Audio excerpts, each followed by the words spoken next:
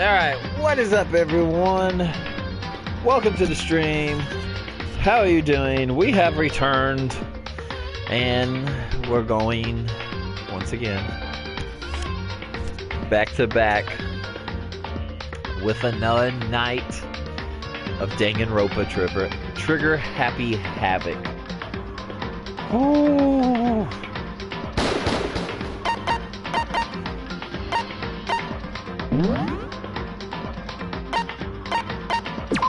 We have already completed chapter 2, and we are going to continue where we left off in this fun-filled murder mystery world.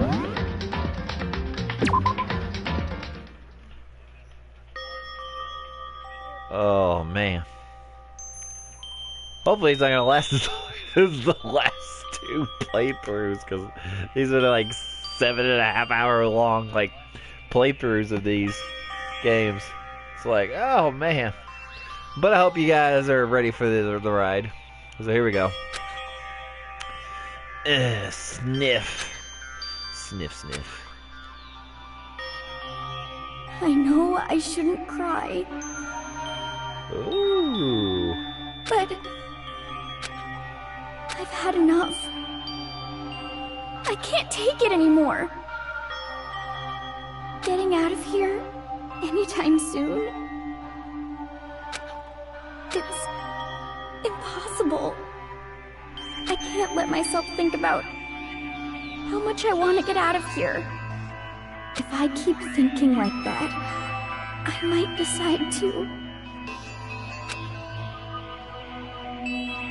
Oh no.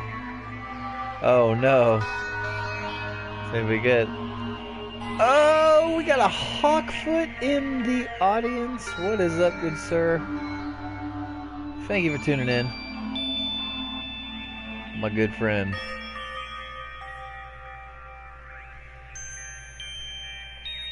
How are you doing? Speaking of which, donuts. There's that for you. Donuts. I need to eat some donuts. That'd cheer me up. That'd cheer up anyone.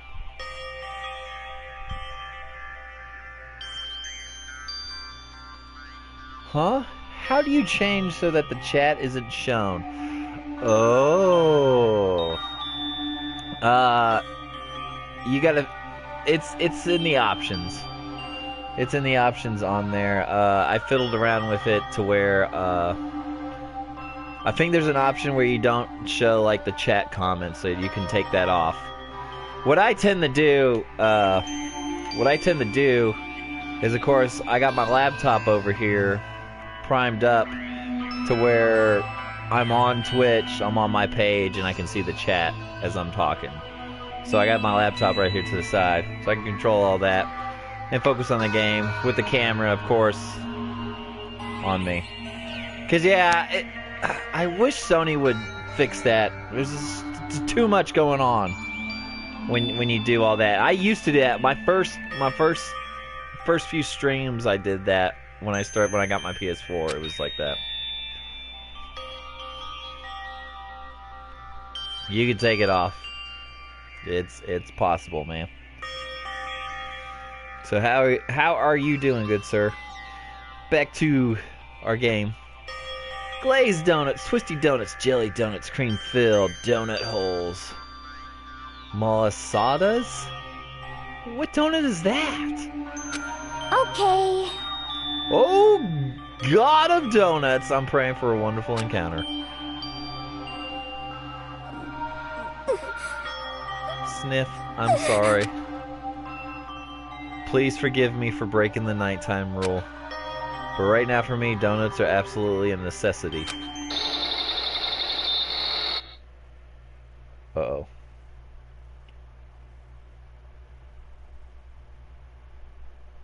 Masadas are some Hawaiian variant. They couldn't shut up about them in Pokemon Sun and Moon. Okay. Learn something new every day. Awesome. Huh? Uh-oh. Huh? What's that sound? Sounds like it's coming from the bathhouse. But... I'm super scared, but...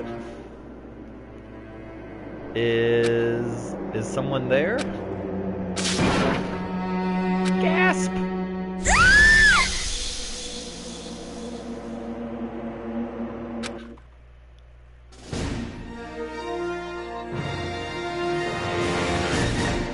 A next generation legend, stand tall, galactic hero. Okay. The morning after the conclusion of the second class trial. Everyone met up in the dining hall, just like always. And I expected to start my day like any other. Or, that's what I expected, but... Today's count kind of sucks, huh? Toko and Bakura still refuse to show up. And I haven't seen Miss Ai. I haven't seen her anywhere. She said her stomach was hurting, so she's taking it easy in her room today. Oh. That's rather unusual for her. Normally she is so full of energy. Which is exactly what makes me worry. So then... So it's just the 7 of us then. It looks that way. How about that? Sounds like this is where the committee chairman needs to get things going with a bang! Impossible. Or not. Taka hasn't said a word since everything that happened yesterday. One look at his face showed he hasn't slept a wink last night. It must be because of Mondo. The two of them became so close, and then he finds out Mondo killed Shirahiro. And then having to watch Mondo get punished and nothing he can do about it? Can't even imagine what must have been done to him. Well... So, I mean, what's gonna happen now? Okay, found the option. Nice, dude. Hell yeah. That's cool. How's it working out for you? We haven't found any way out, and we have no idea if help's ever gonna come. Now I'm all depressed just thinking about it. We simply have to make the best of things. Do our best to get along and live here together in peace. Forget about the outside world and accept this new life. That's the only hope we have now. What, to live here forever? Well... Here we have every convenience. We have food, clothes, and our every need is seen to. Why are you dissatisfied? In fact, let me ask you this. What is it about the outside world that you long for? Is that okay?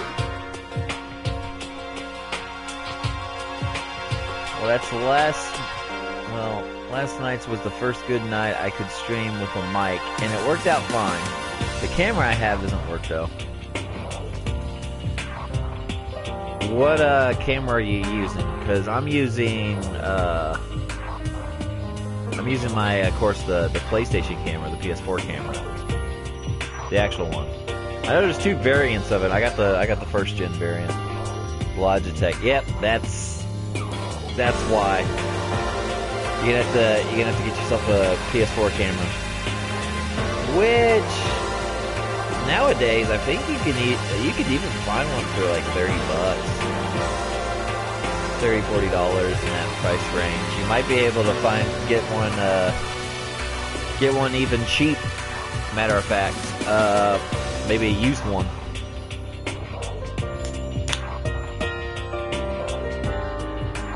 At least for PS4. I'd rather save for a new capture card. I mean, if you find a deal on it, like honestly, if you find one for $30, get it. I mean, like, I use my camera all the time. I love it. I mean, you don't have to have it, but I like it, and I mean, you can use it for other things too. Streaming, of course, is my priority on it. Competition, discrimination, victimization, and violence. As society grows, so does its perversion. In which case, our current situation is not demon angel, pretty pudgy princess. What? I I can make an exception for PS4 cat, but I want for my other consoles. I agree with you there. I eventually need to. Huh? I would like to. There's some stuff on my PlayStation 3 I'd love to stream, and PS2. Here we go! Meggy, the drill shop owner, the bunny-eared Amazon, cat girl, dog boy, Robo Justice, the Galactic King. And this is probably going to be an influence on his episode, for sure. Heck, I'm just happy I can stream right now anyways. Yeah. What I mean is, there's no 2D here. There is nothing to be done. The mastermind puts such base desires to his advantage, bending you to their will. You know? Okay, well, anyways, since Taka's like catatonic, as the oldest one here, I'm officially stepping up to take the lead. So we're all gonna work together to spend the rest of our day searching the school. Searching? I'm right? Well, I mean, since the class trial is over and all, Perhaps. there should be new places for us to investigate. Yeah, that's the ticket. Maybe we'll find some kind of clue this time. Well then. Then once we're done eating, let's split up and begin looking around. Do you have a problem with that, Celeste? I cannot get over the fact that that is a woman right there. It's crazy, but okay. There may well be a discovery waiting for us, which may further enrich our lives here. No, the point is to look for clues. And just as we were starting to come together, she barged in and ruined the conversation. You called for me, and so I appeared! Genocide! What? Yeah, I know I called for you. What the? How come it's Genocide Jill and not Toko? Yes!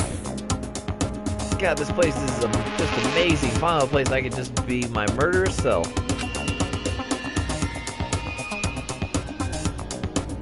Which is why I decided to stop holding back and spread my wings. No more hiding in a cave for me. Let's see. I could not get into these games. Same with Phoenix Wright. Visual novels are crazy like that. I'm actually enjoying these. Especially once you get into the whole investigation and stuff part. Hell, Kay got me convinced to pick up the Zero Escape ones. Because they're in a way similar. He said they're similar too. And I actually got them ordered and they're coming on the way. I got a deal on them. Plus, I have another battle to fight.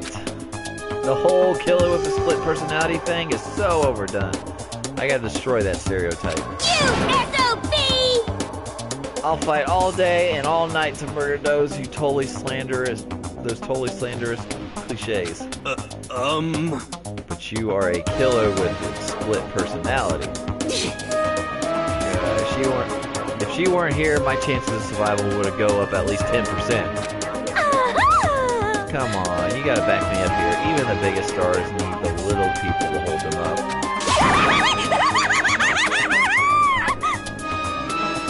I have enough backlog to work with. Plus, I pre-ordered Mario Odyssey for next week. I did too.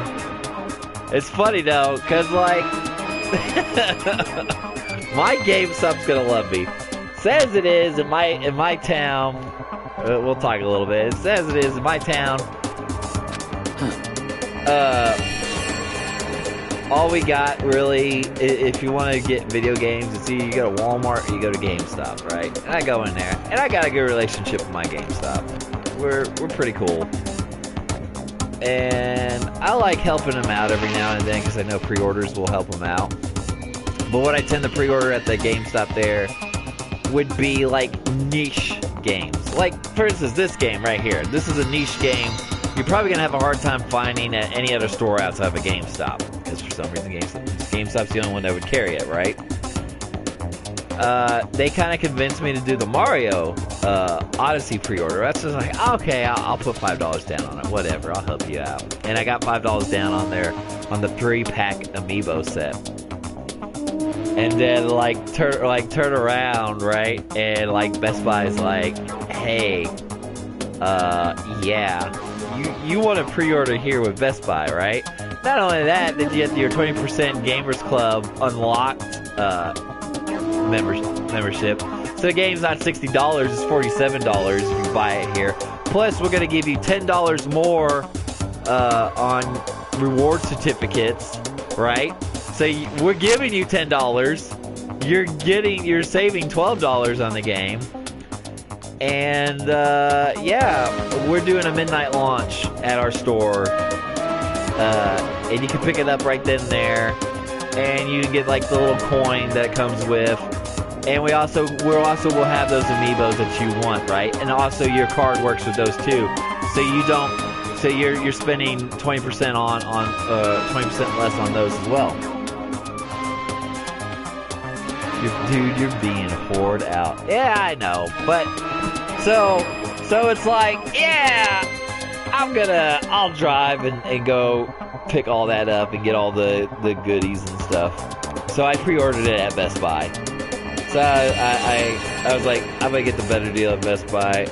I normally will just like turn around, and that money I will just put towards something else I buy in there or whatever. It's like, oh, you got this niche game, I'll pick that up, because that's what I've been doing. Is just buying like niche games from them or whatever. You're right. Let's hurry up and eat so we can start our investigation.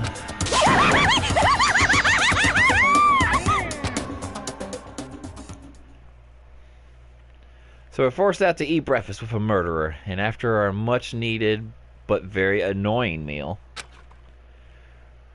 we set to work looking around the school.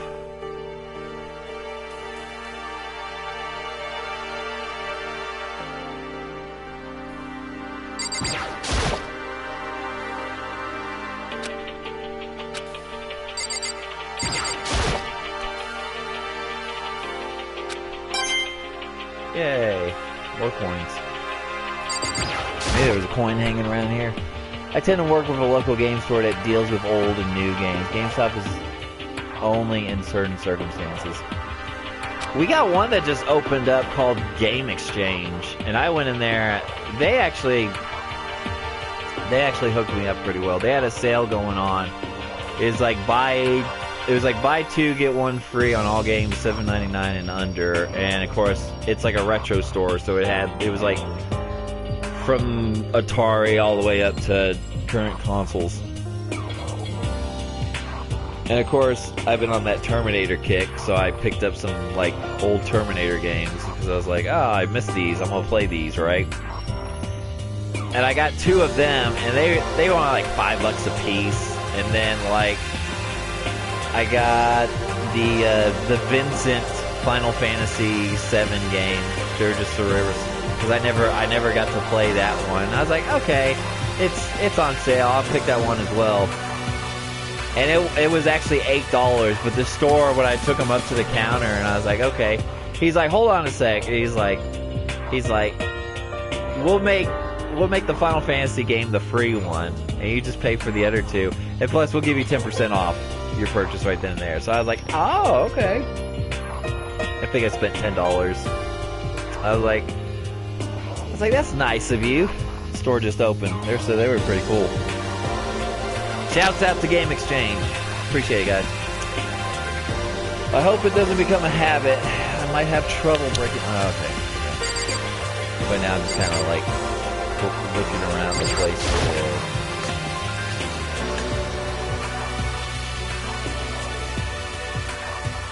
one thing about this game, it likes to hide.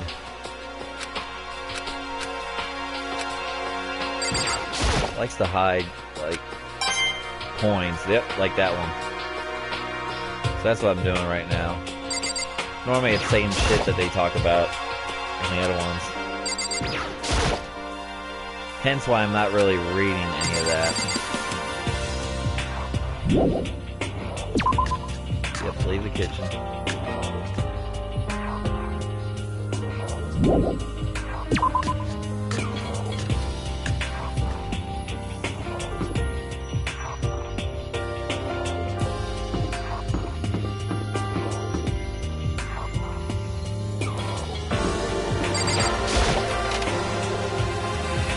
This this the point where we figure out what new areas are open up? While I'm doing it. Figuring out what free coinage I can get.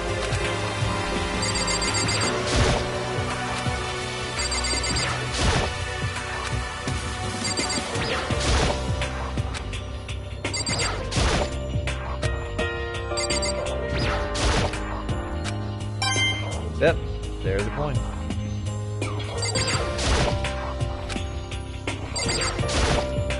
Of course, in this game, like if you don't know, I get the coins because I can use them to get gifts. I can gift people to build my relationships with people in this game.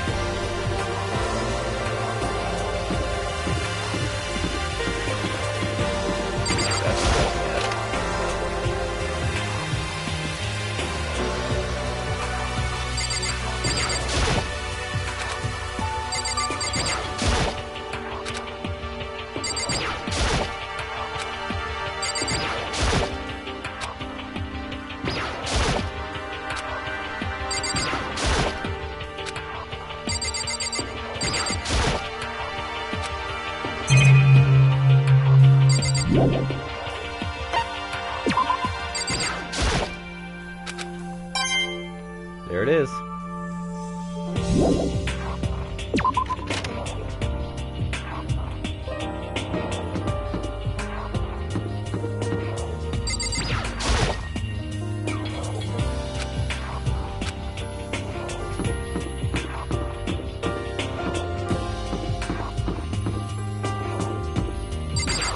So what are you currently playing right now, man? Still there.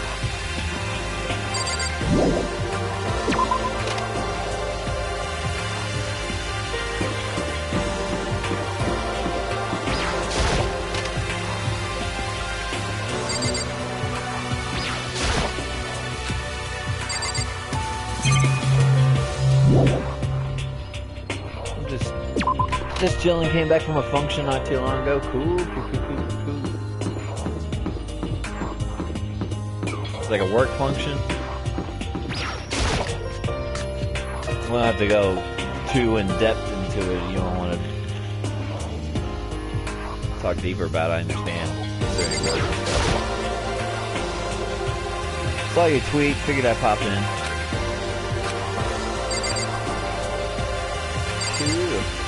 Appreciate it.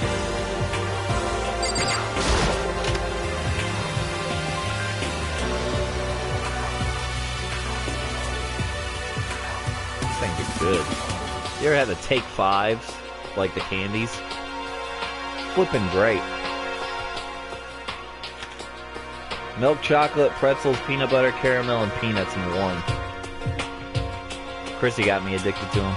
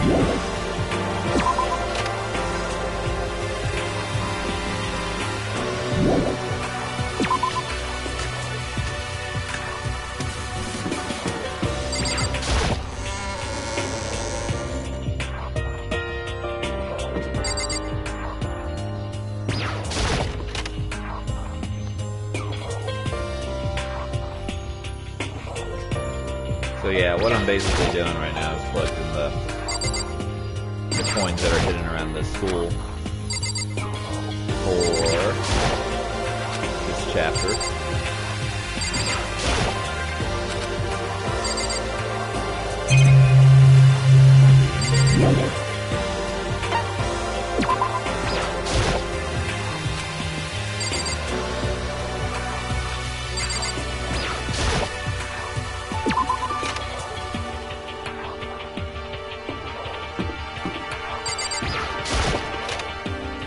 I'm glad at least everything worked out for you as far as the Magfest room fiasco. That was it's a nightmare.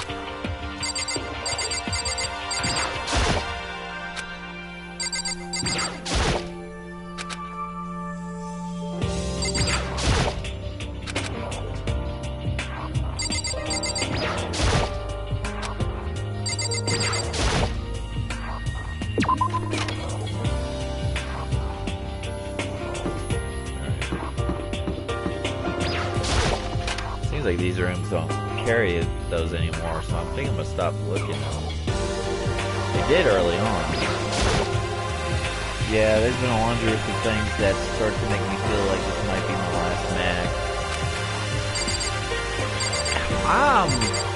I'm right there with you, man. And you know what? I hate talking bad about it, but I mean, it's like, what just happened? Because, like, I mean, the whole thing about MAG was to avoid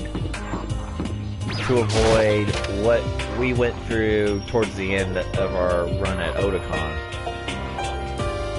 You know? Yay, cool. To avoid what we were running through at Otakon. Come over there, that first year, you guys, like, you offered that room to me? You and Jeff and Sketch offered that room to me. It was great. I loved it. Wanted to keep going back. Yeah. Now it's like hell's bells to even get in.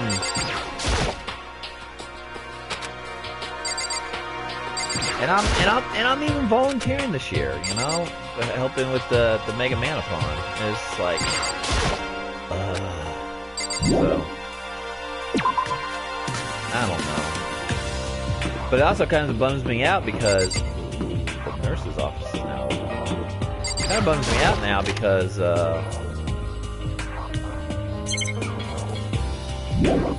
it's like, where else are we gonna go in?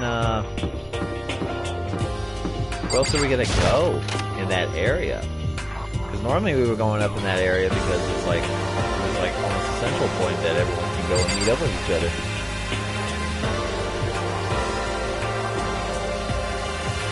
Well, the Mags event, slight defense, this is why they made so many spin-off cons on the name, but it's not going to compare to the big one. No. You know, honestly, I feel like the only way that any of their spin-offs are ever going to compare to Super Mag and is going to kind of like make people want to go to the other ones like Mag West and Mag Stock and whatever, is if they somehow like, because like, yeah, you know what it is?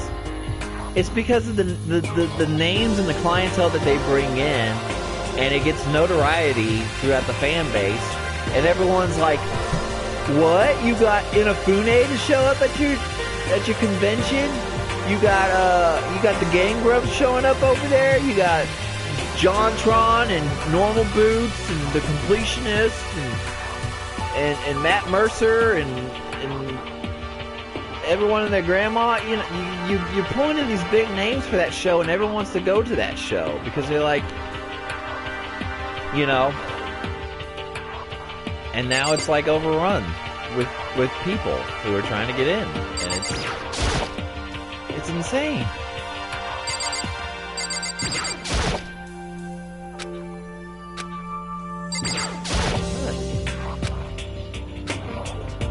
Kind of sucks. And I really want, you know, I really want our friends to be there. It's crazy to think about, like, ever since, you know, running and meeting into everyone when I first started going back in 2004, that it's dwindled down to this much. And I don't think it's mostly due to the fact that, you know, it's just trying to get into these places, you know?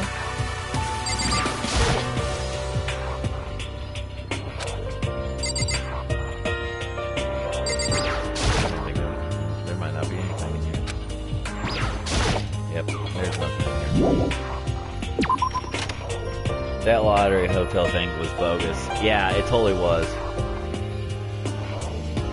I was actually in the waiting room 10 minutes before Chrissy was in the waiting room. She logged in like, it was like 5 minutes before it opened, and she was almost instantly given access. I had to wait like 15 minutes until like my login got access. But by then, like, hotels were already like sold out.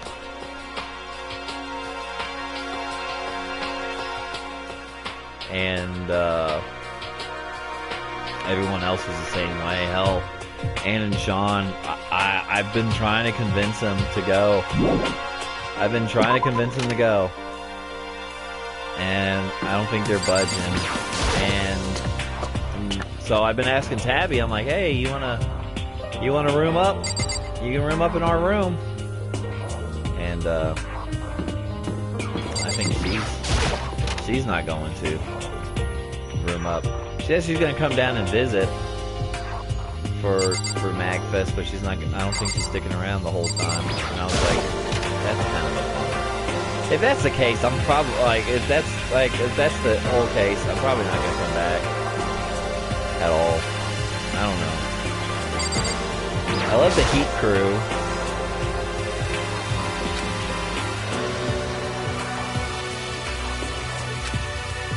I mean, I love the Heat crew and all, but it's what are you doing here, Bakura? Isn't it obvious? I'm reading. Come on. I was hoping I wouldn't be bothered in a place like this. Sorry. Anyways, look, everything's been returned to normal here. Topic stains on the carpet are gone, and the Bikini Model poster is back.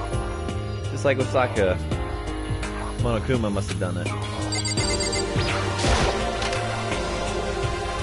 think Anne was burnt for quite a while, since even before the hotels were announced. Yeah. She was blowing up their Facebook. It was like every post they post about like music guests was posted on there. I don't blame her. It's stressful not knowing.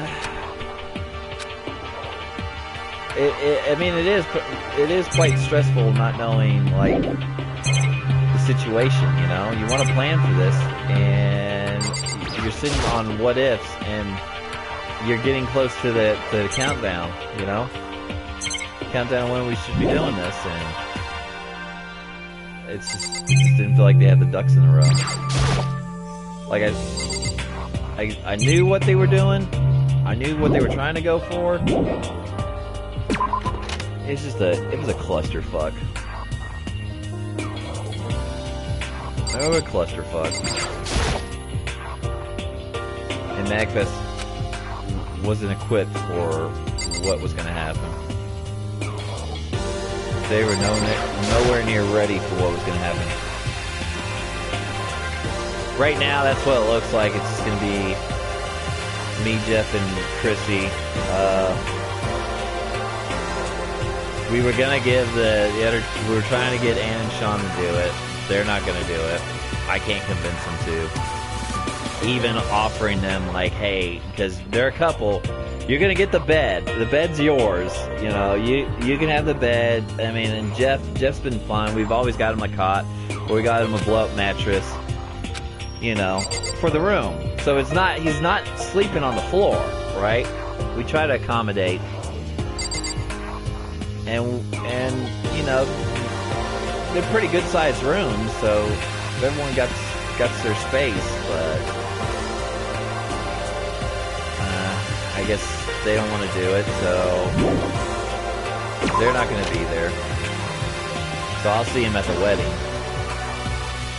And I'm trying to convince Tabby, and I don't think Tabby's budging on that either.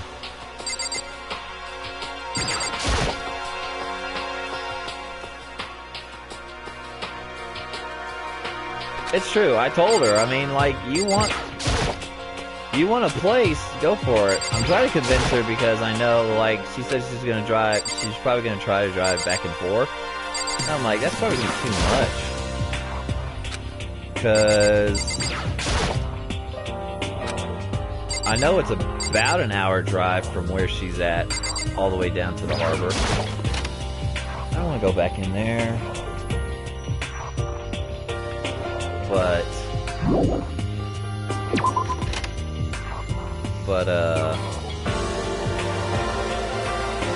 yeah.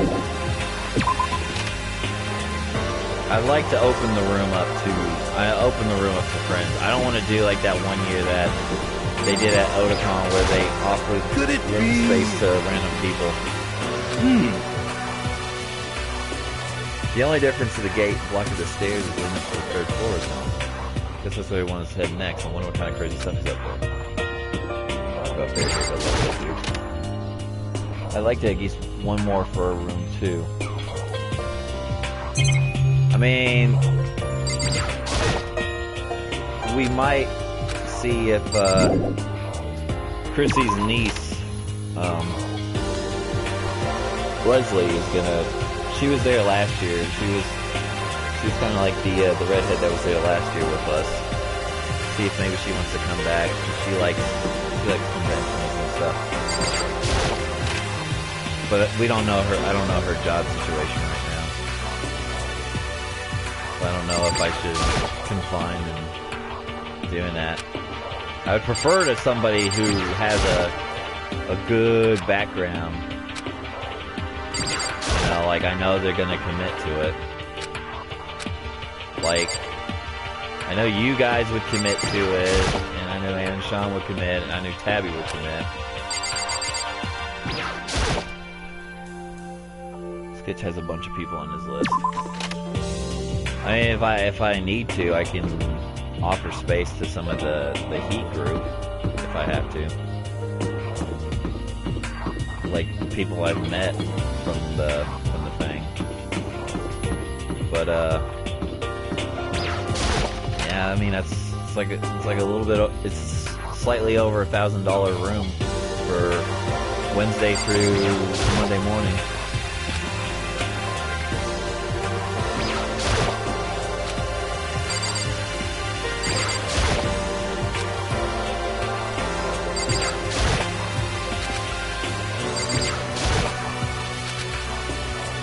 Yeah. I think they're getting rid of the coins ain't popping up in those rooms anymore. Alright. Almost done with the searching half of it, and then I can just cut into the main story again.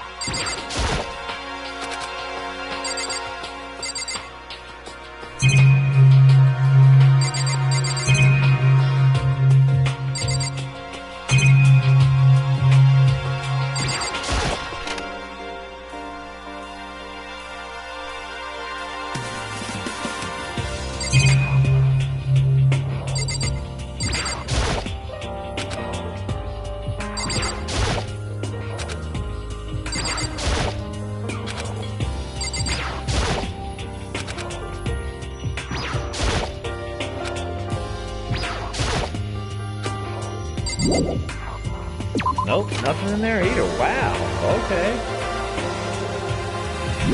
Alright, I guess we're finally going up. Oh wait, I didn't check the nurse's office downstairs. Let's check that real quick.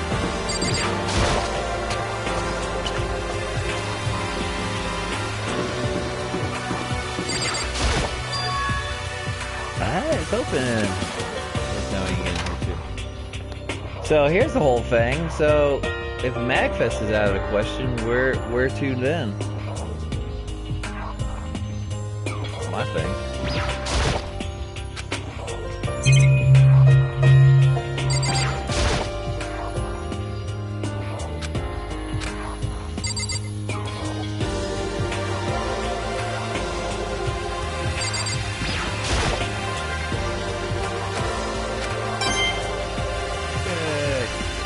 Coin.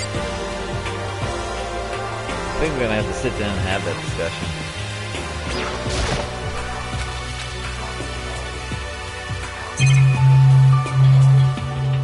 That's fine. Let me ask you something. Have you ever been to EXPCon?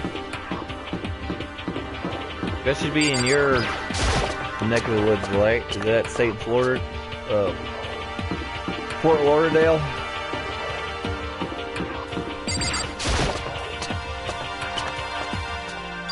If you have, how's it been? How is it? Third floor of Hope Peaks Academy. I wonder what we're gonna find this time. What's up here?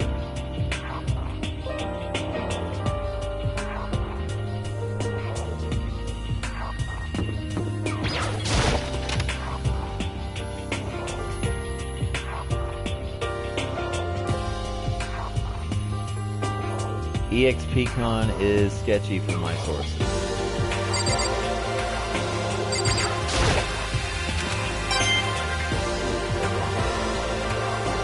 What's mind elaborating on that?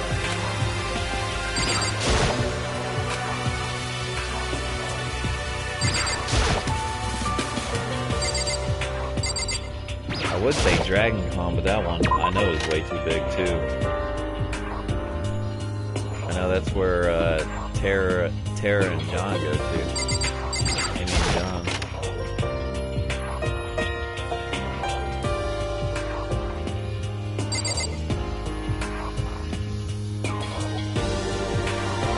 Just hearsay. Okay. So in the end, What is a Pirasso Bob metal plate? Not surprising. So escape still looks impossible. But I better check all the other metal plates again just to be sure.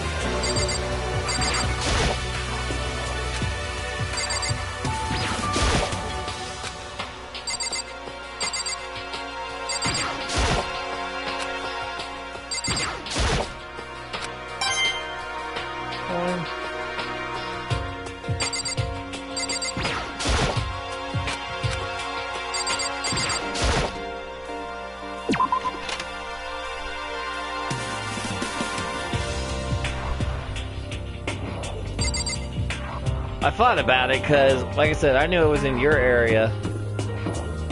And of course I listened to the Mega 64 podcast, and they've been there a few times, and they've said good things about it, so that's why I was curious. Ooh. So this is... Let's see. A recreation room, a place for students to come and relax. I never would have imagined a school having a place like this. This Portland Games Con coming this weekend sounds pretty fun. I'd go by myself just to check it out. Plus, I've never been out west. I haven't been out west either. That's what next year try to do. Probably one of our honeymoon things. Me and Chrissy want to do. We want to go to Disneyland next year. But we'll probably go around the same time like Mega 64 does their game days. Well, I'll talk to you a little bit about it. But we figured it'd be cool. Like kill two birds with one stone and spend some days down there.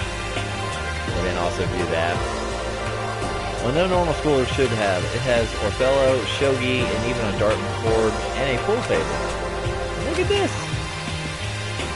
They have provided us with a remarkable number of magazines. Isn't it wonderful? Those will certainly be helpful in keeping our boredom at bay. listen up! Ring, ring, ring. Hello there. Allow me to expound.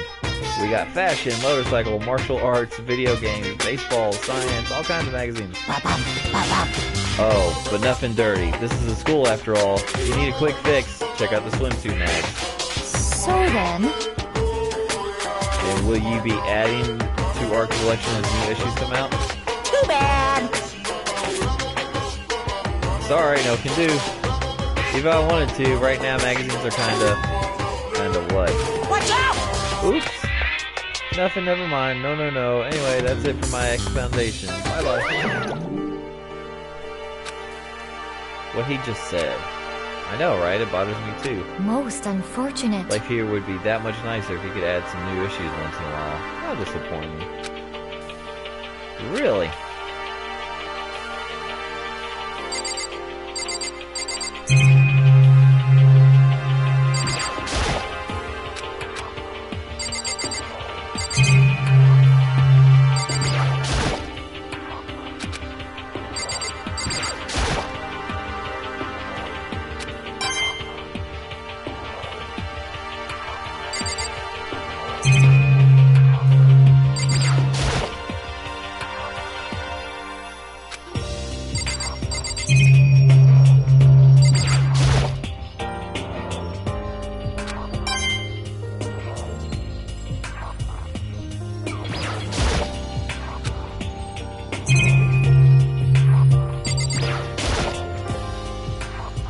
Firm-looking leather couch. Looks pretty comfortable.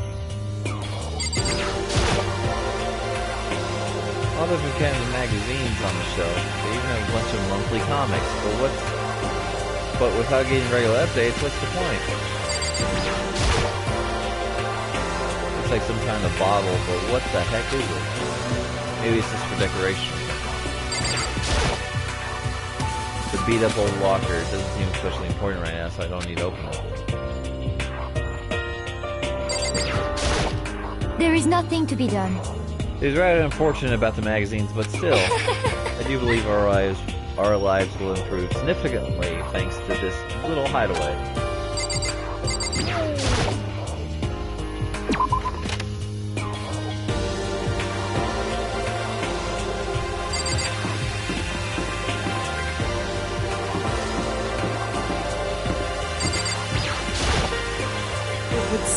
So the third floor opened up this time.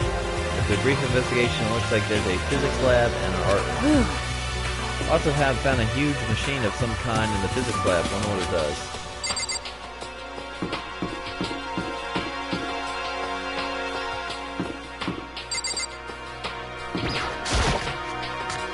What is this gonna lead me into? Oh, the art area. At first glance, this looks like any normal art room.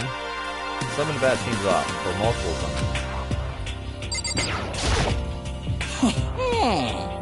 But look at all this equipment. It certainly scratches my artistic itch of mine. Art supplies, of course, but they also collected all kinds of sculpting tools. So, Infinity, do you like sculptures and figuring stuff? Yes, indeed. Well, normally I limit myself to 2D, but figurines are like borderline 2D, so it's okay.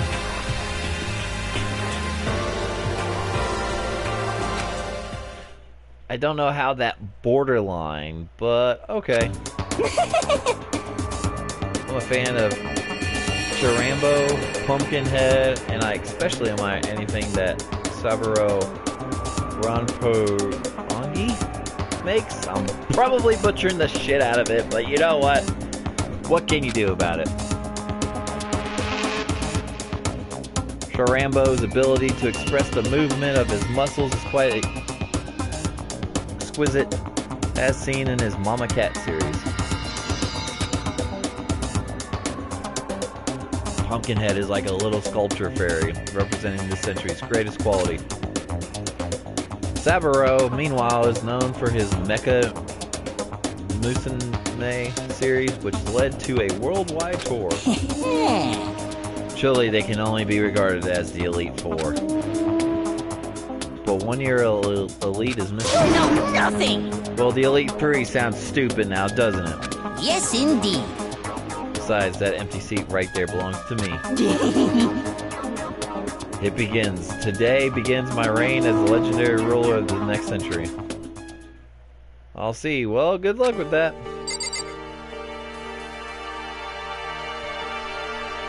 Good luck with that, indeed.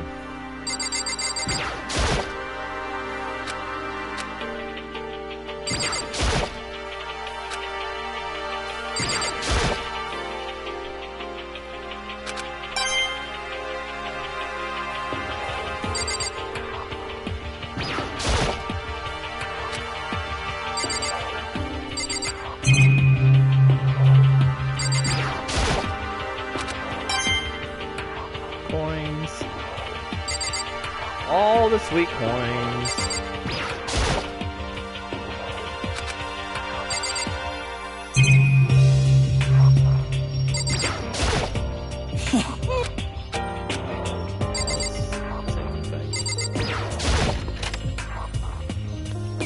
same thing.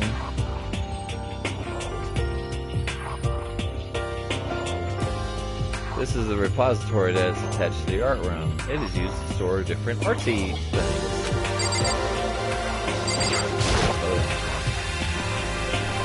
There's something on the floor. Looks like a picture. As I stretched out my hand to pick it up. Almost as if its own, my hand froze. I don't know. What I saw in that picture was Hero, Leon, and Mondo. And they were smiling. What is this? Questions started to race through my head one after the other. Why is it only these three people? What are they doing together? How come they're smiling like that? When was it taken? Who took it? Where's the camera they used? How did they get it developed?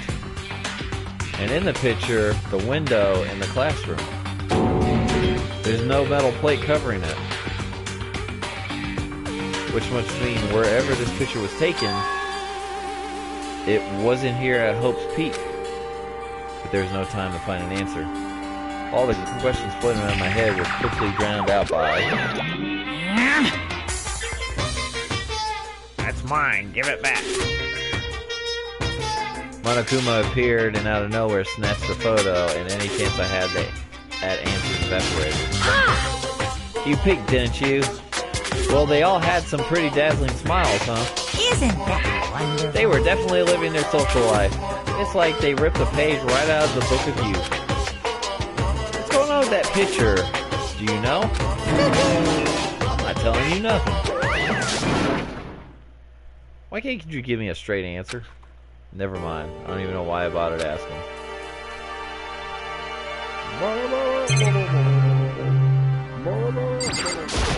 Oh. There are wooden mallets hanging on the wall. If I had to guess, I say they used for making sculptures. Maybe one of those. Coin.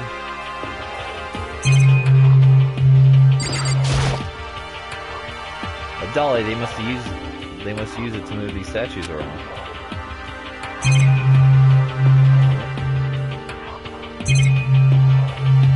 There's camera.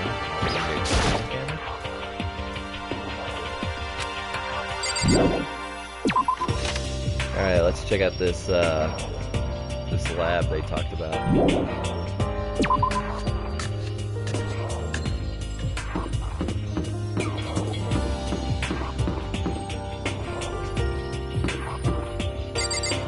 There is a fourth floor. That way.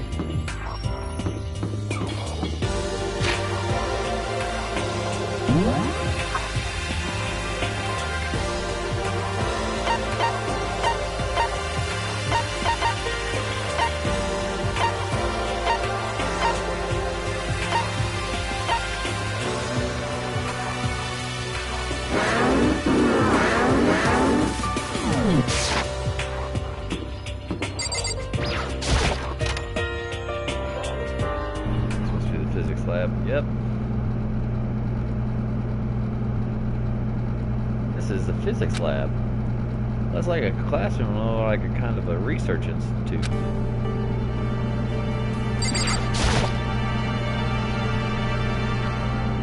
I think I'm gonna crash. Peace out, man. Alright, Hawkfoot. I appreciate you hanging out with me, man. For a bit. I hope you take care and have a pleasant night, man.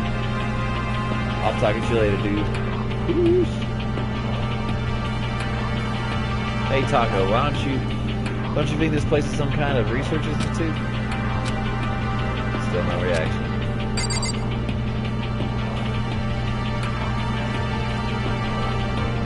He's gonna go crazy.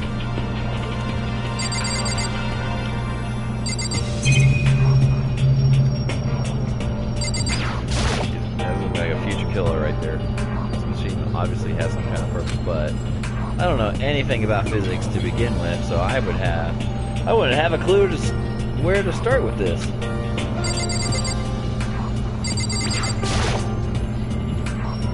There's a monitor here too, naturally. Can't let it get to me. I just need to forget about it.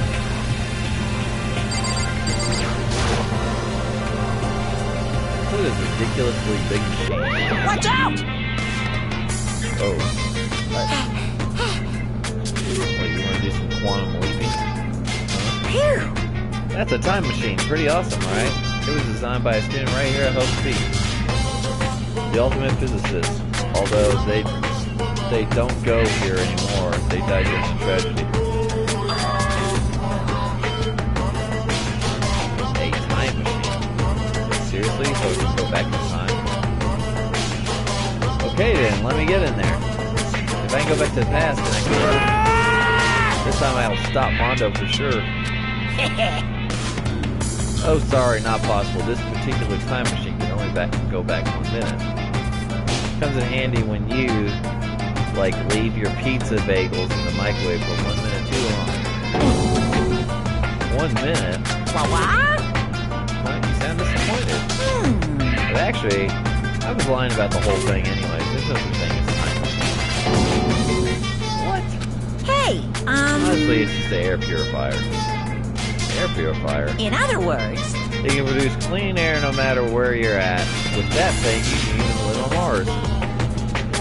But what's with the discombobulating gravity and deadly low temperatures? You probably won't live on Mars. you guys! Anyways, this machine is the reason you guys all have this delicious air. So don't go messing with it. You break it, it's your play.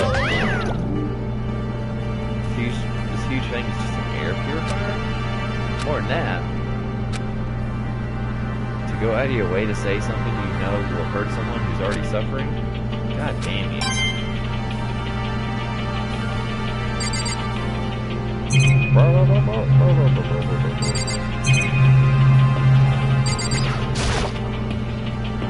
They must have used these for physics experiments and stuff.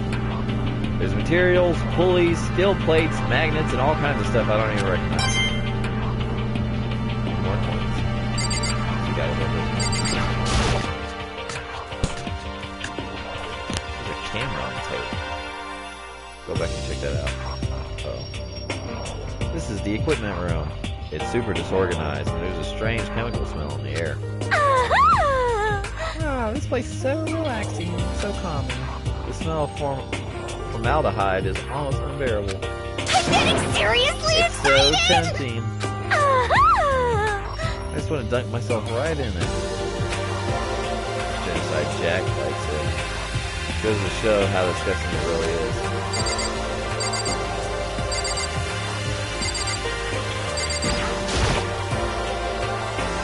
Pendulums, wheels, rails, segments, but all the equipment scattered all over. It's all covered in dust too. They probably haven't been used in a long time.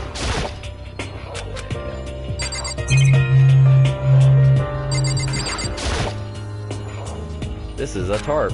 There hasn't been anything strange about it. It seems perfectly ordinary to me.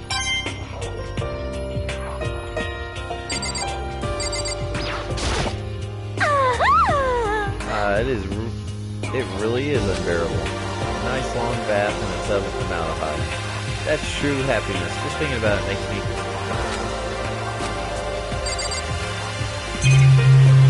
crazy stuff.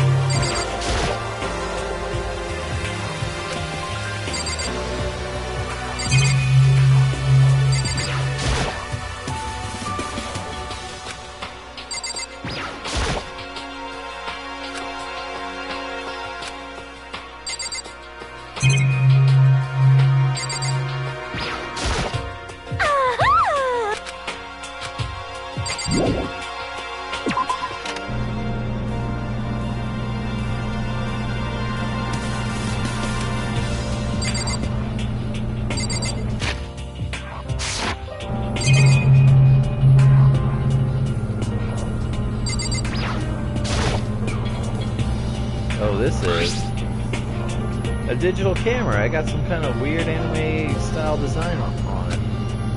It's kind of beat up. Looks like it still turns on just fine. Yep, it still works. Let's just show the others later.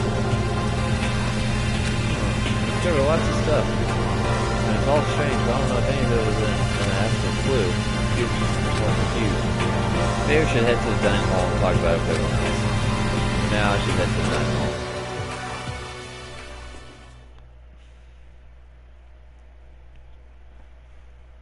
When I got back to the dining hall, the first thing I noticed was... Ina! Tried to talk to her, but my voice was immediately drowned out by the others as they rushed into the dining hall. Ina! Huh? I thought she was sick or something. Everyone rushed past me and crowded around Hina. Being surrounded by everyone like that, Hina looked really uncomfortable. Ina. Are you feeling better already? Yeah, I ate a few donuts, and that really helped a lot. You know, I do love those. You do love those donuts. But wasn't it your stomach that was hurting? Well... Well, my stomach ache kind of made me hungry, so you know. Yeah, I guess my memory's kind of fuzzy lately. They say a goldfish will eat however much food you give it, even if it's about to burst. Sashina's pretty much the same, it looks like. Just a second! Hey, all you people don't have any room to talk. Well. Anyways, I was worried about you. Sorry. Besides that, you... Huh? Geez, your knockers are huge. What the heck? Did you convince them to double up on your milk production? Bastard! Stay away from her, you fiend. Anyways, first things first, we should talk about what we found, right, Taka? Right.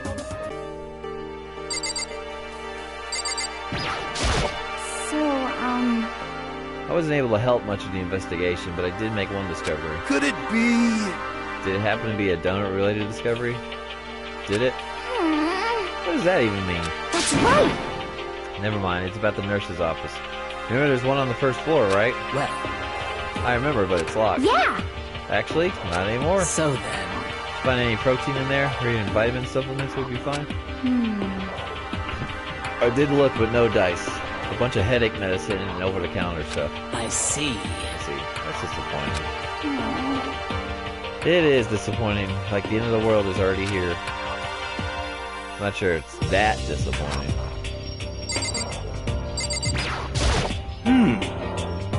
Well, I just remembered. I saw Bakia just a little while ago. What? You SOB! Where? Where was he? What?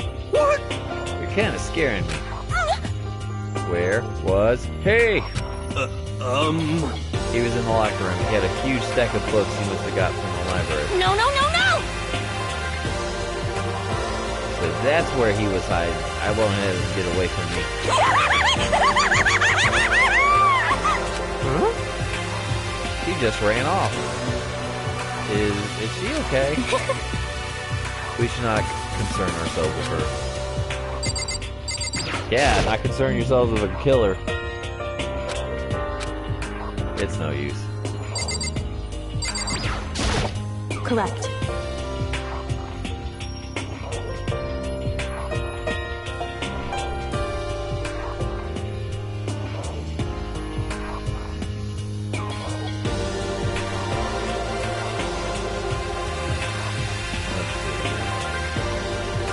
Make sure.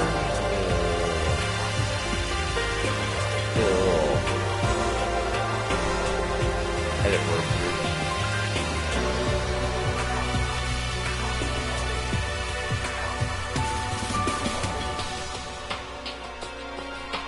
Give me 1 second. Bam. Alright. There was a rather remarkable physics lab on the 3rd floor. In the middle of the room, there was a machine bigger than anything I've ever seen before. But yeah, apparently that's an air purifier. Huh? Huh? What's something like that doing there? Is the device really that big? I really don't get it.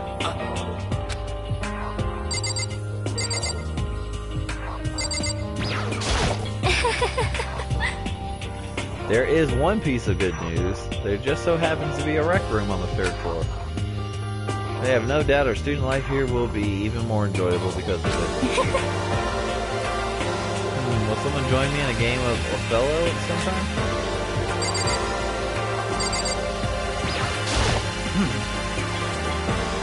searched the entire third floor, but all the windows in the halls and rooms were blocked off. I wish they'd give this a rest already. For serious. Give me back my bright blue skies. Just forget about it. Impossible. Make it sound like I dropped a nickel or something. Just to be sure, when I went from one end to the other, testing each metal plate, none of them budged. So in the end, So it would seem escape via third floor is as impossible as we feared. Let's see.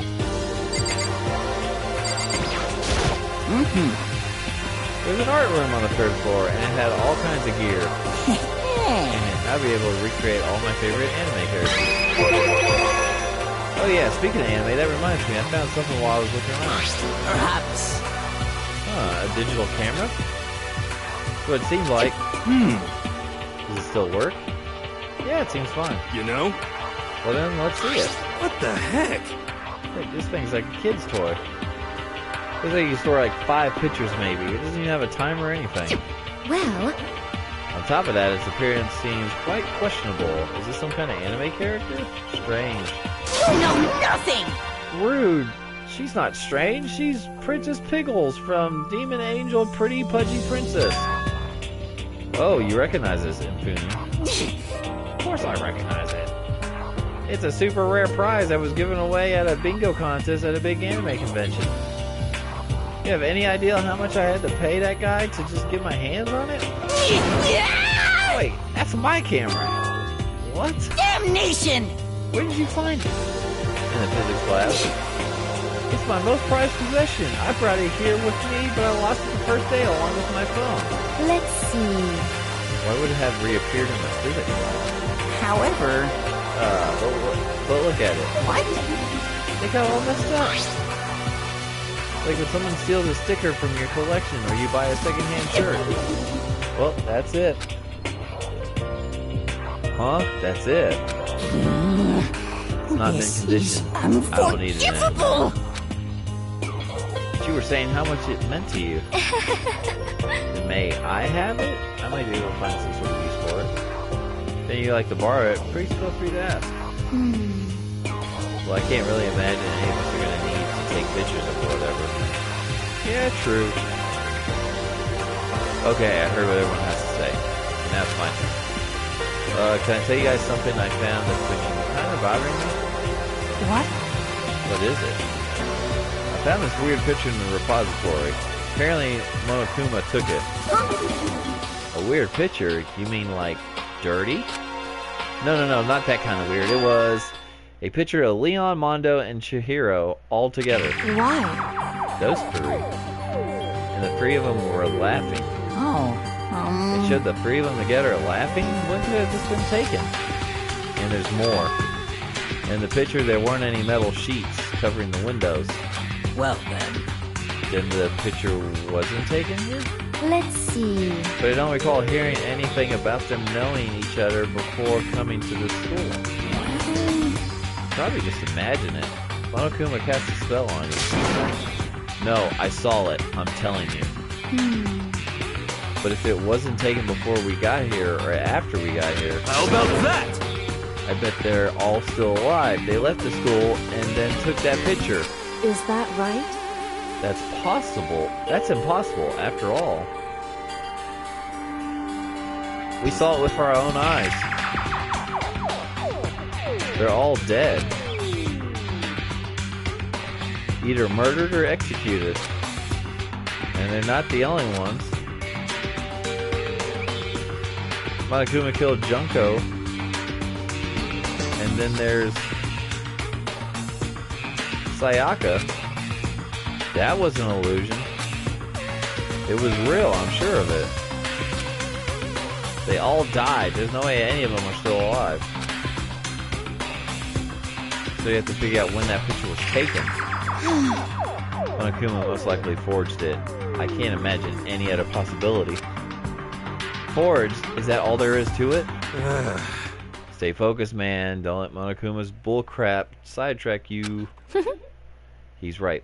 More importantly, on another topic, there's something that has been bothering me. I would like to discuss that.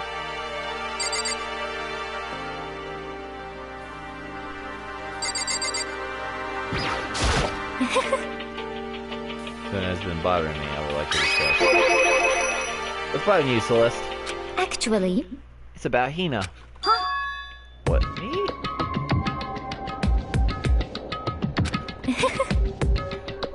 You said your stomach hurt, did you not? But I believe that was a lie. What really happened? Huh? It varies from person to person, but whenever someone lies, they tend to have a way of showing it. It's called a tell, something you can't hide, no matter how hard you try. Is that okay? Whenever Hina lies, the tip of her nose gets just a bit longer. Huh? What? For real? Actually, no. Huh? Huh? Oh. But your reaction just now confirmed it. You were lying. Oh! No, that's not fair. That's no fair. Oh, that's no fair. Huh, if you're going to lie, at least try to lie convincingly. Hina, be honest. Were you lying about your stomach ache? Yes. I see. Why? Why would you lie about that? That's it. I'm sure Are of you feeling it. guilty about something? Just a second. No, that's not it at all. But... It's just, I mean, I have a reason for it. A reason? Sorry. To be honest, I didn't have a stomach ache. I did it cause even if I came to told you the truth, I thought you'd believe me. The truth? Well... I saw it. Saw what? A ghost. A ghost? You mean like that ghost? Hey, Is there more than one ghost? But I mean, ghosts are... What the heck? See, I told you wouldn't believe me. It's not that I don't believe you, but... Hina. I believe you. No matter what anyone else might say, I believe whatever you say, no matter what. So can you tell us exactly what happened? If you really mean that, Sakura, then okay, I'll tell you. So, it happened last night. I was in bed, but I couldn't get to sleep. I kept thinking about everything that's happened up until now. I ended up just getting more upset. So I tried to cheer myself up, and I thought I'd go get some donuts. Donuts again? honestly. And you ignored the rule regarding nighttime? Sorry. I know, sorry. I feel really bad about that. Hina. Anyways, please continue. But... Well, so I left my room and headed for the warehouse.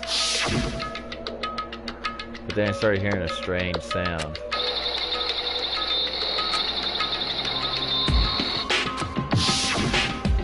Well...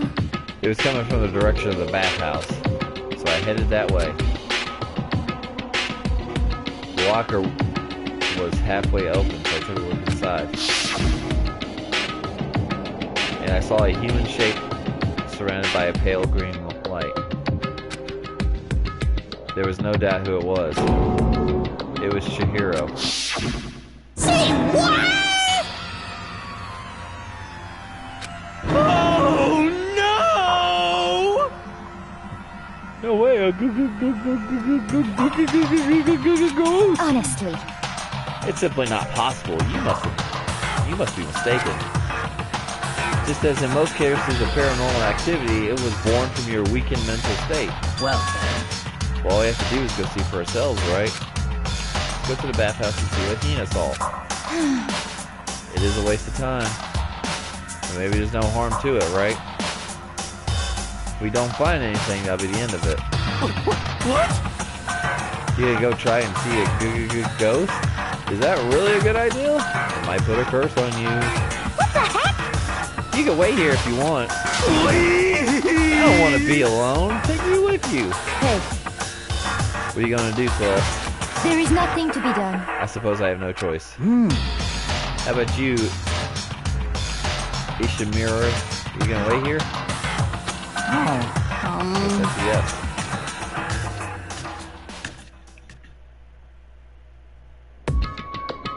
So, It was right here. It was right where I saw it right here in the dressing room. I'm getting goosebumps. Come on, come on. Cthulhu, Victon. Please! Shut up! What if he actually shows up? Hina. Where was it you saw Shiro's ghost? Well, I heard a sound, and when I opened the locker, I saw a kind of pale outline of Chihiro.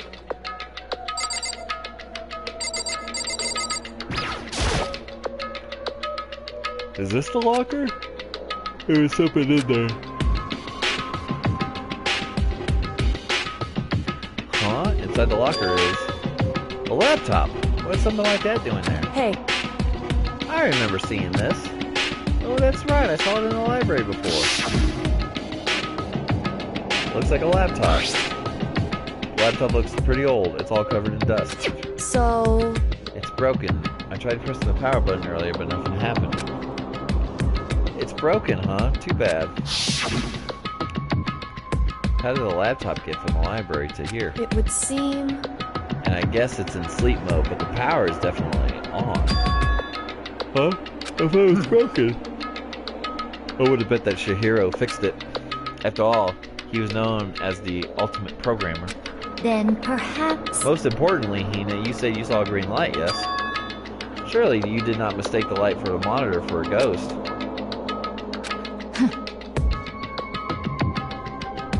I'm surprised you were able to dress yourself in the morning. Oh man, if I had the loves clueless girls attribute, I would have fallen in love big time just now. I'm so glad I don't have it. Well, I didn't really expect to find a freaking laptop inside of a freaking locker, okay? Hey, come on. I mean, anyone can make a mistake like that. As a matter of fact, one time I thought I'd spot a gray alien, but it turned out to be a tadpole. What are you saying? Don't compare what happened to me with one of your stupid delusions. Don't be mean. Don't be mean. I was trying to make you feel better. What if I get all depressed forever now? Well, listen. Isn't this really strange? What's this laptop doing here? In other words... Maybe someone hid it here. But... If that's the case, we found it pretty easy. Wrong. Whoever put it in here, I don't think they were trying to hide it from us. Huh? What do you mean? Hey, Haven't you noticed there's one big difference between this room and all the others? There's a difference? There's no surveillance camera. yes, it's me. Precisely. There's no camera in here, which means this is the one spot where the mastermind is blind. So you're saying someone put the laptop in here so that the mastermind wouldn't know about it. It's true. And what Hina saw wasn't the ordinary glow of a computer screen. It was the figure of Chihiro shining pale green. Hey, I think it would be best if we investigated this laptop a little more in detail.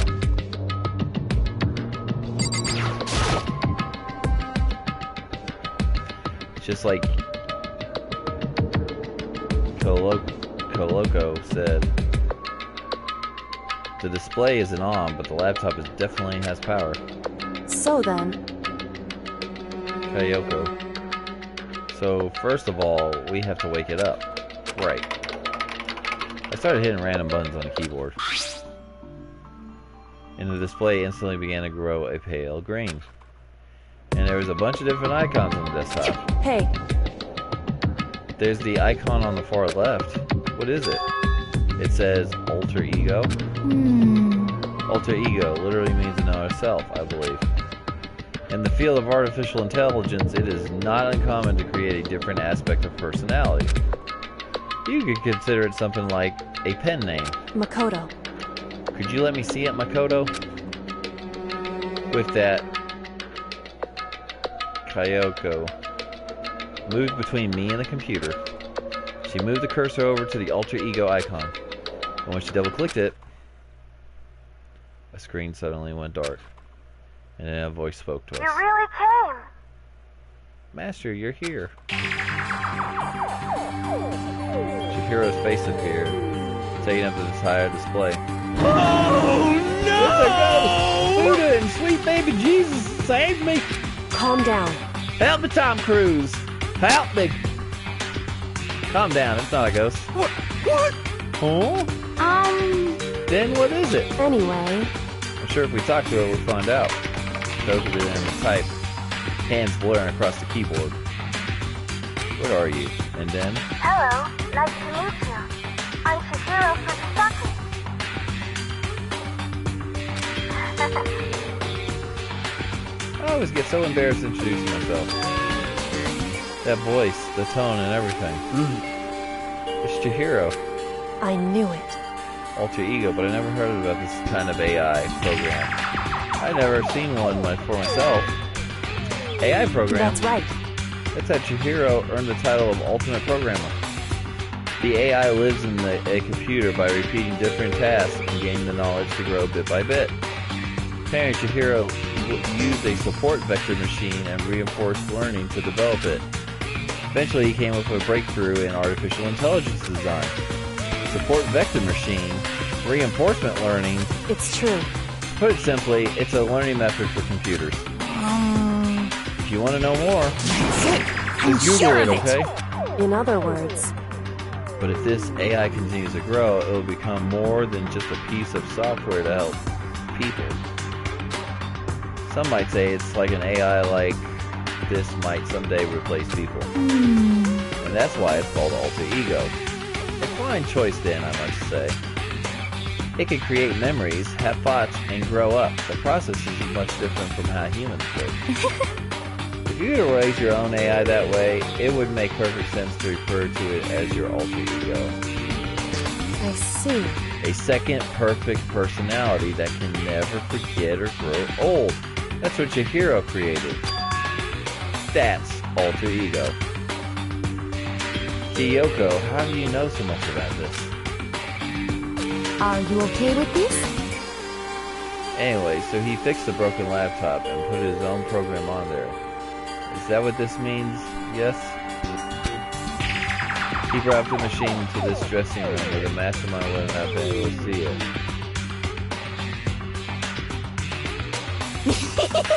But you know, this is all about master and whatnot. Yes, yes. I believe I'm on fire. I thought you were only into 2D. This is the most excellent 2D possible. But he's a guy. And also a computer program. I feel as if... Oh, that aspect is no problem. I mean... That aspect. Anyway, Anyways, let's talk to him a little more. Okay, let's go type away rhythmically. How much do you know about what's going on? Master, Master only gave me a general idea. well, But I do know that things have become very grave. He found himself caught up in this without warning. Kyoko immediately shot out another question. Why are you here? that's right. Are you asking what Master had planned for me? Well, he wanted me to analyze the massive number of files stored on this laptop. I believe the files are related to the school, but the protection on them is surprisingly strong. So it's taking me a little longer than I thought. Master, But here's what Master must have been thinking. The fact that the files are protected so tightly means that they must also contain some important secret. For example, perhaps the secret of the school. While I was busy struggling to make a sound, Kyoko pushed forward and asked her the next question. How much longer until everything's unlocked? that's right. It's gonna be a while. Leave it to me. But I'm definitely gonna do it, so you can just leave it to me. I see. So because of how long it would take, he designed Alter Ego to handle workload. Smart! It also seems that the work remains uninterrupted even after his death. Once again, Kyoko checked critically. Keep it up, but be careful not to let Mastermind notice you. That's right. Don't worry, I got a secret plan already. Just in case.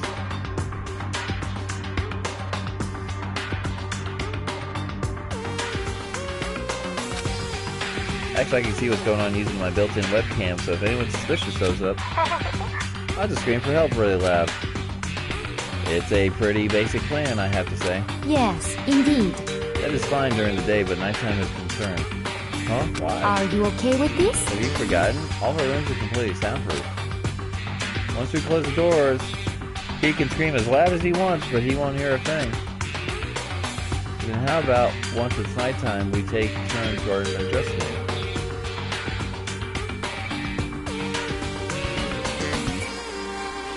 However, There's a good chance the mastermind would notice us all going in and out of the dressing room like that. And what can we do? so then, Once nighttime comes, I'll leave the door to my room open. There's no way I can miss alter ego yelling. But But if you leave your room open all night, then it's true. there's a chance I may become a victim myself. I know, However, but I'm not as weak as you may think. I wouldn't go down without a fight, I assure you. There was an undeniable strength in her voice when she said that. She was totally confident she would be okay. That conversation was something similar to Bayaka's tone, but at the same time, yeah, I had a different feel for sure. Someone who's been dropped onto a battlefield versus someone who's been born on a battlefield. I feel like that was the fundamental difference. I pulled out my thoughts and the voice suddenly emulating from the laptop. So,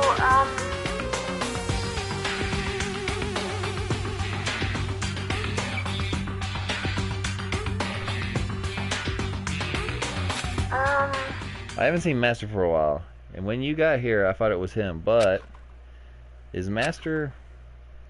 For a split second, Kyoko seemed not to know what to do, but she recovered just as fast and quickly began typing. Her answer was clear, concise, direct. Chihiro is dead. Mondo killed him. okay then. I see. To be honest, I knew all along. I knew that the chances Master would survive this situation were very low. So I was prepared for this moment. It's Somehow, I feel kind of sorry for her. I can't even imagine how it feels to lose your other self. It's a simple computer program. It does not have feelings. Are you sure about that? shall we go? Anyways, that's enough for today. If we linger here too long, the mastermind will start to suspect something. And then Kyoko typed one last sentence. I'll come back later. Yes, please do. It's a promise, okay? Bye-bye. The AI seemed totally different from when we first arrived. He seemed upbeat. Was it just because he was following his programming, or could he actually been worried about us? could it be, What's wrong, hero? you know? Oh, nothing. I was just wondering if we might be able to get on this laptop online. Then we could call for help from the outside. But this is a dressing room. I don't think you can get online from here. Well, Well, if we take it out of here and find some place that does have online access... That's way too dangerous. The mastermind would find out in no time. Oh, yeah. True. Indeed. This is no time for taking needless risks. For now, I'll monitor the progress of the file analysis. I'm confident we'll uncover some kind of clue once it's finished. This feels like a detour more than anything else, but I suppose it can't be helped. of course. Well, for now, all we could do is wait for Alter Ego to finish his work. You know? So, we should get going. It's true. Indeed. Goodbye. We'll be back. I promise. Oh, come on, Funi. Let's go. Okay. And we all left the dressing room. As soon as we were out in the hall, Hina let out a joyful shout. Isn't it awesome? I ended up doing something totally awesome, right? And as I've been waiting for his cue...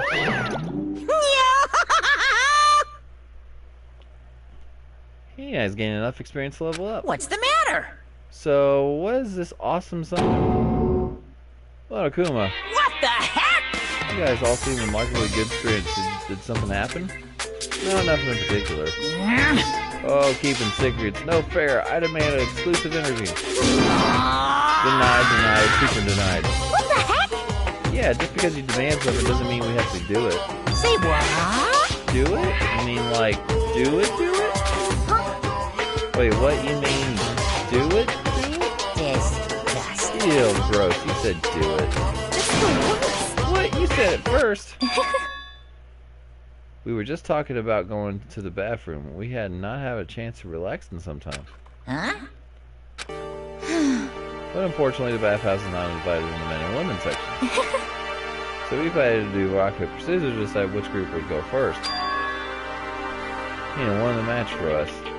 And that is why we are all so pleased. Huh? right. Speaking of which, okay, boys, why don't you head back to the dining hall or something? We're gonna take a nice long bath. Hey, come on. Oh, jeez. Y'all gonna do right? We lost fair and square. Well, ladies, shall we go? Celeste didn't hesitate coming up with a ruse, and her poker face didn't even flinch. So she and the other girls headed back to the dressing room. Damnation! Hudson, damn it, we're totally lost. Another day without getting to take my very first bath here. Yeah, but tomorrow for sure. You'll definitely get that bath tomorrow. Okay, should we head back to the dining hall now? Hey! Hold on. Hey! Hey! Something strange here. Very strange. Strange, what do you mean? What's strange is, this is the perfect chance for you to sneak a peek. Huh? That's... Not a doubt! You're absolutely right. I thought you were all about the two-dude. All you need to shut up, sit down, and listen to what I have to say. An opportunity like this doesn't come along very often. It is an ideal setting of a man's fantasy. I was forced to ask myself, should I sneak into the bathroom like Monokuma said, or go quietly back into the dining hall? No, I can't do it. I can't treat the girls like that. I'll just head back to the dining hall. What? But what about your man's fantasy? I'm not sure a real man's fantasy should be about spying on girls and stuff.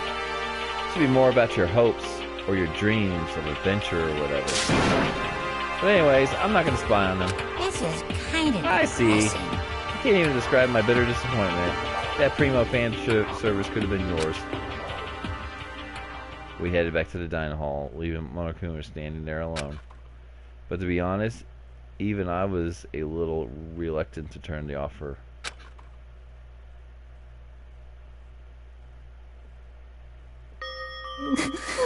It's like... Fantasy, my fantasy. Give me 1 second, guys. I'll be right back. Grab myself a power drink. Stick around.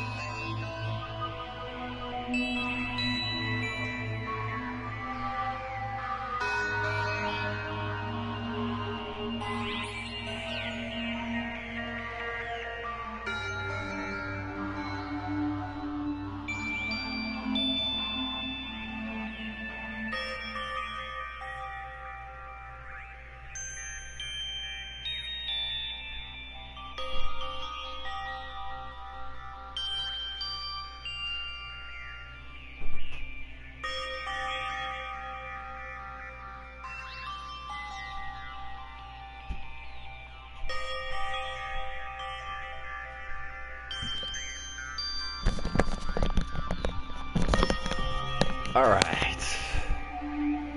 Do apologize for that. I have returned.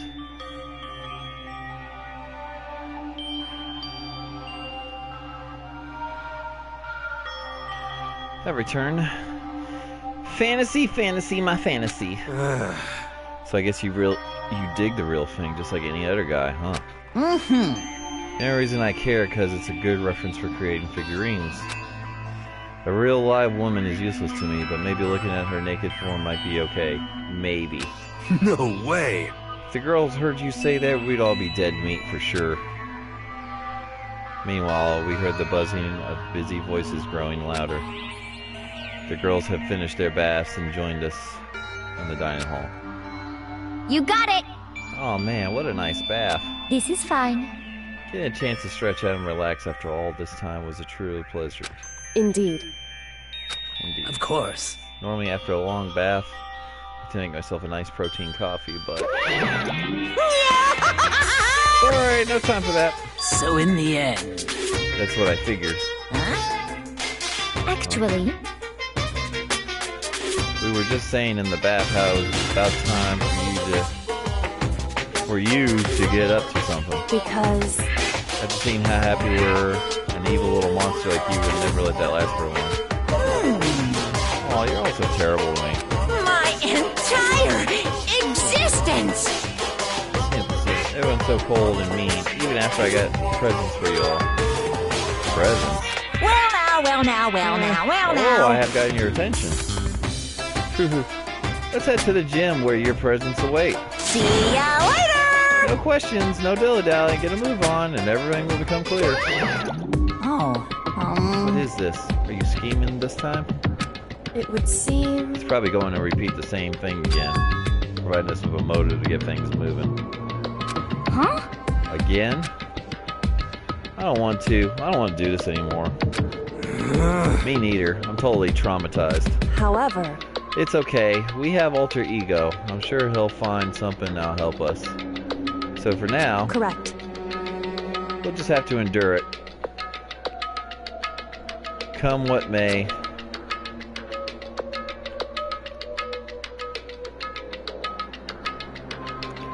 With heavy feet, we made our way to the gym, but when we arrived, there was already somebody waiting for us.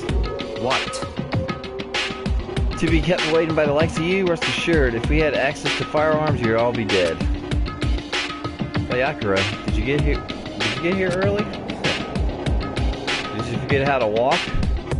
Is that why you were late? It's simple. Right foot, left foot, right foot. Always the same, I see. Her, on the other hand. What the heck? Oh, she's back to her Debbie Downer self, huh? I heard what sounded like a sneeze, and she was back to her old self. So now she goes from manic to depressive whenever she sneezes. It's kind of late to add that into the mix.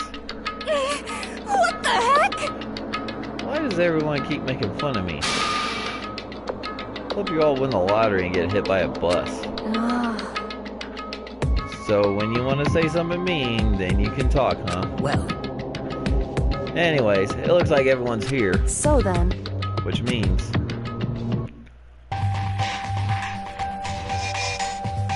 Oh boy.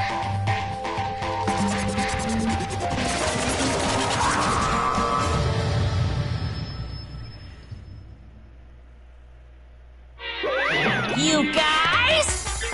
Looks like everyone's here, so let's get started. What? Come on. Out with it. What kind of motive do you have prepared for us this time? However, What do you subject us to? We will not break. Okay. Yeah, that's right. We're not going to lose to you ever again. come on! You don't have to get so defensive. Calm down. I decided to change things up this time. Up until now, I've been using the whoosh of the north wind to get you all moving. Sometimes you gotta use the sun to light a fire into somebody's butt. Without further ado, I give you this! $10 million! I prepared this graduation present for whichever lucky student makes it out of here alive. What do you think? It's 10 million bucks! 10 million smackaroos! It's like totally wowie, wow, wow, am I right? So that's the motive you prepared, is it? $10 million it is. It is not nearly enough. It's true. When it comes to motives, money certainly is the gold standard, so to speak. Whether in a mystery novel or the real world. But What are you saying? there's no way you would kill each other for money. Of course. She's right, you simply can't purchase a person's life.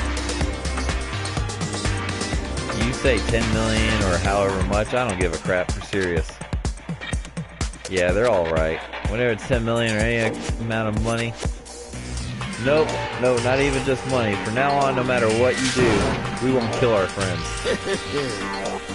Come on, stop trying to act tough. I can't wait! I can't The wait! most important thing is to live and the most important thing is to live a pure and moral communal life.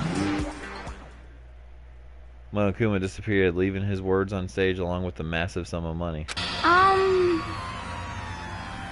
There's nothing to worry about, right? Nobody would kill a friend for money, right? Have you so quickly forgotten the lesson from last time? You can't judge others by your own standards. Yeah, there might be someone here who's having money problems.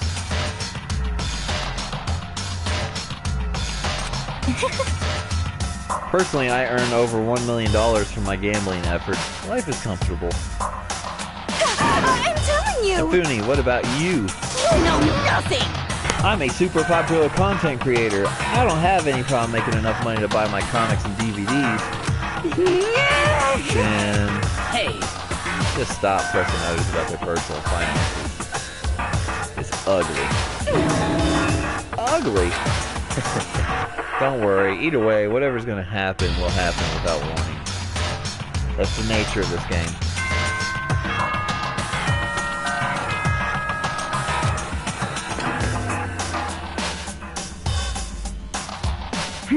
This is a school announcement.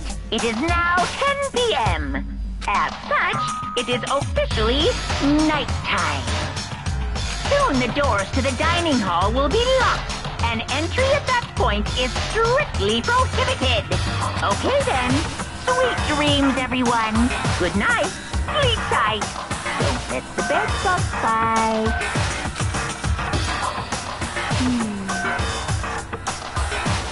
Hey,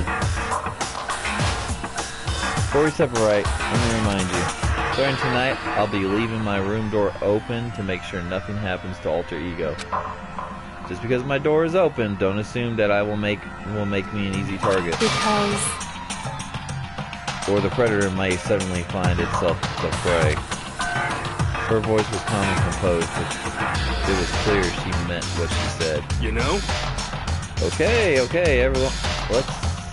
Let's everyone just head back to our room. How about that? And don't think about that whole money thing. Got it? Good. Then let's break. How about that? Pretty good, right, Taka? Right. As soon as I walked back into my room, I crawled into bed. Money? There's no way that's going to get anyone to kill anyone else. I told myself that, but deep in my heart, I was still troubled. After all, I thought the same thing last time about having our secrets revealed. Even if the reason for it seems completely nonsensical, a murder can still happen. That's the lesson we've learned. But this time it's different. I'm sure of it. Because of the program Shihiro left behind, Alter Ego, we finally have some small hope to grasp onto. As long as we have that, then I'm sure.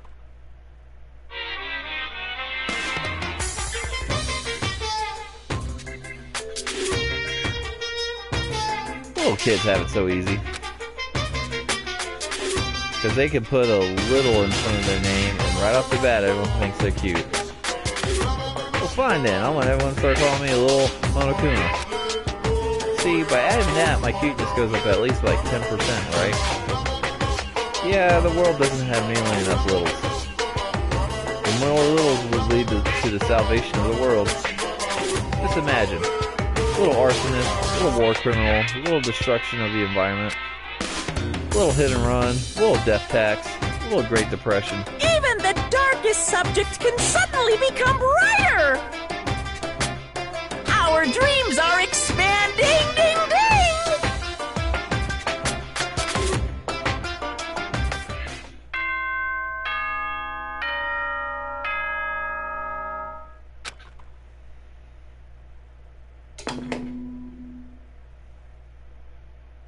Good morning, everyone! It is now 7 a.m. and nighttime is officially over. Time to rise and shine! Get ready to greet another beautiful day! Well, then I guess we should head to the dining hall. Come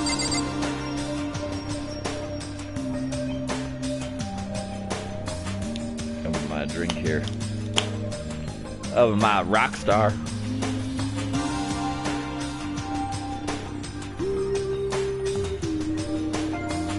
Ah, Yeah. Get to it. give me my coin.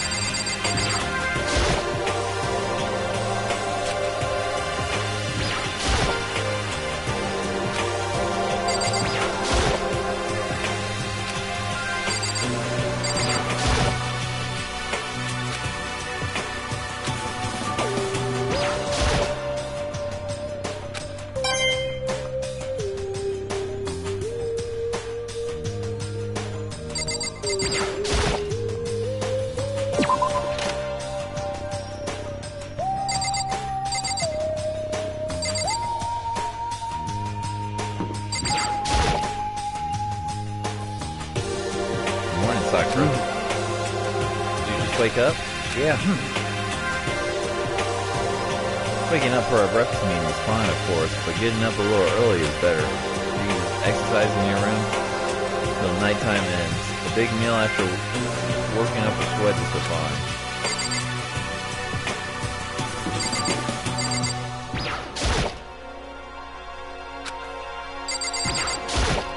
Hey, Makoto. Hey, morning, Makoto. Good morning. You're kind of sweaty. Have you been exercising? That's right. Yep, me and Sakura were doing our morning workout. Oh, but I didn't break our nighttime promise. I just ran out of my room till it ended. Why don't you come with us next time? I don't think I can keep up with you and Sakura. Huh? Ah, seriously? Ah! Okay, then we can do something in the rec room. I'm not good at much, but I do know how to play Orfello. I'm not very good at that either, so I don't like to think when I'm playing. So...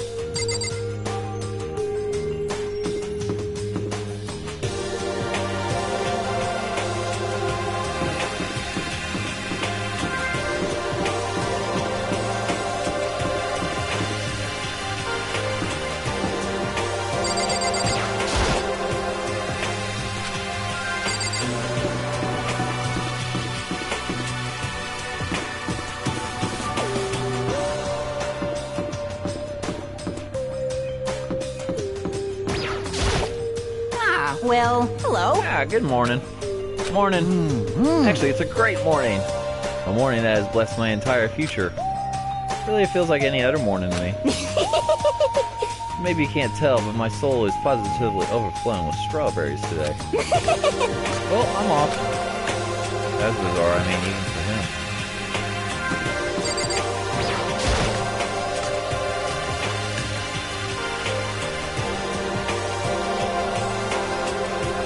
Could it be? So the people here today are the same as yesterday, just as 7.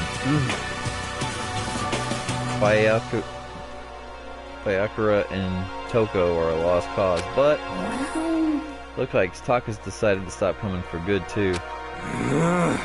It's like he's just given up. For people wound as tight as he is, when you snap hard. Wish there was some way to make him feel better. On another topic, Kyoko. Did everything go alright last night? Indeed.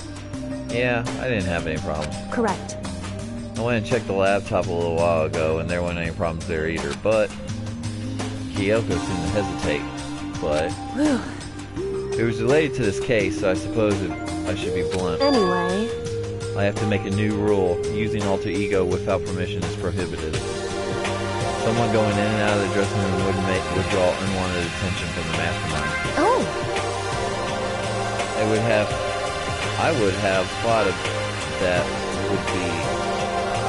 thought that would be obvious. Why would we need to make a rule about it? Wow.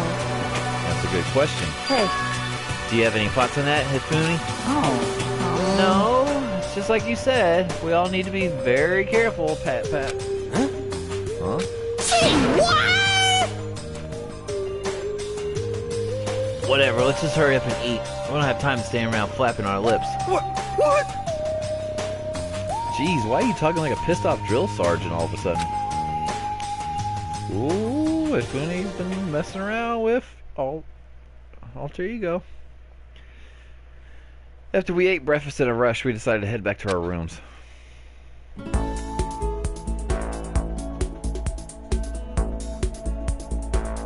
What should I do today? Free time!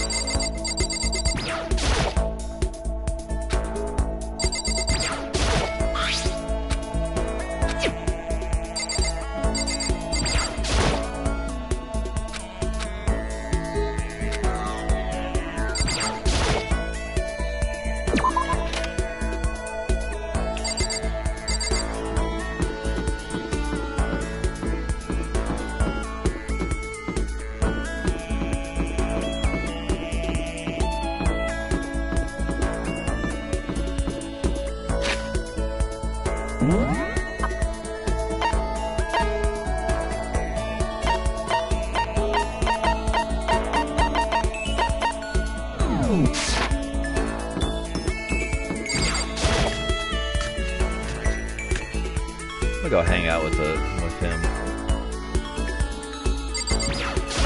Ah, well, hello. Ah, Mr. Miyagi. Funny meeting you here. A salute to you. You got it. Salute. I just saluted. Did you see that? That was a Funi ultimate salute. Sam. Cosplayers these days are totally ignorant of their origin, the history, the significance of their hobby. If you don't know your history, you can never have a complete cosplay experience. So, Miss Miyagi, prepare yourself for a gloriously detailed history of the cosplay world. Now, in 1955, I listened to Hifumi's half-obsessed ranting for way too long. Hifumi and I grew a little close today. Let's give him a present.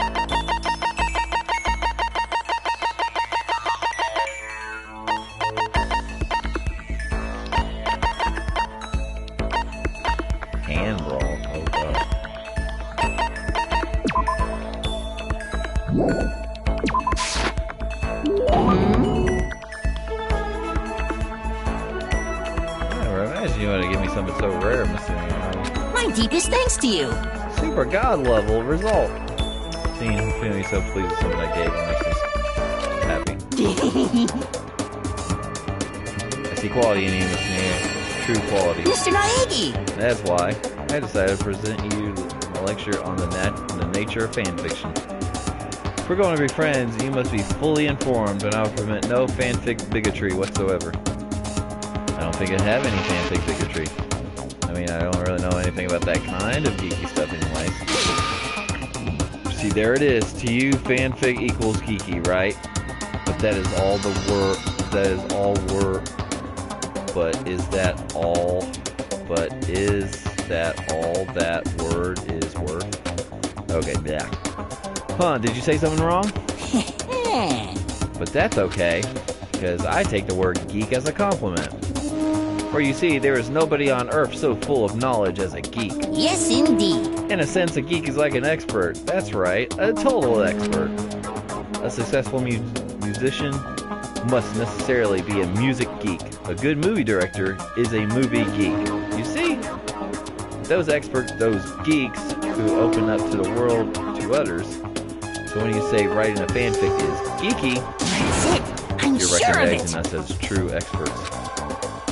So, okay, so exactly is fanfic then? Here we go. Oof. Super direct question. Fuck the world. Basically, we have all different kinds of stories and events, right?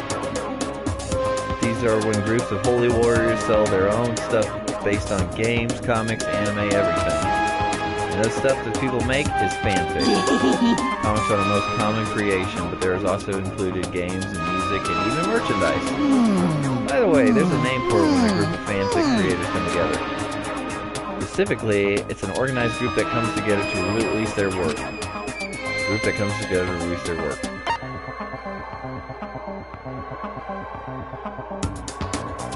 Is it a circle? Da-da-da-da.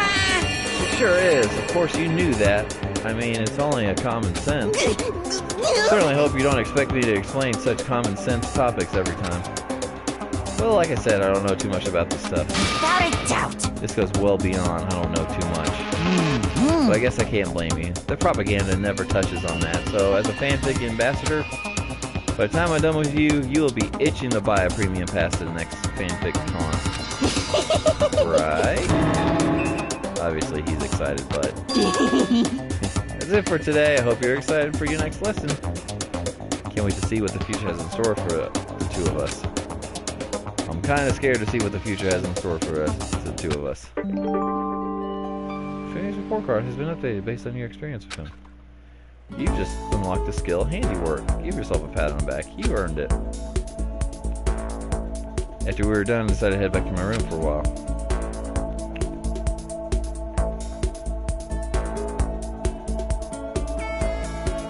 Still got some time. What should I do? Doesn't sound like someone's here.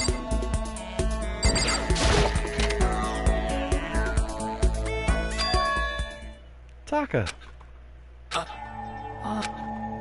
Is it true? Can I really see Chihiro? You mean alter ego?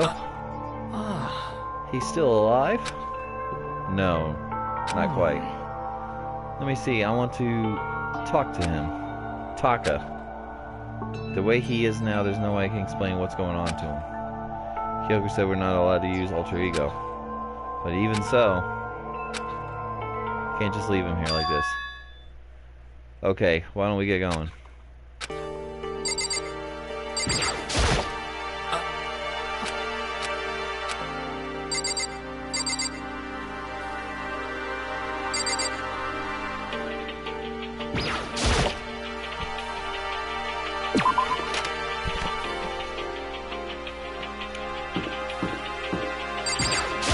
Just a second.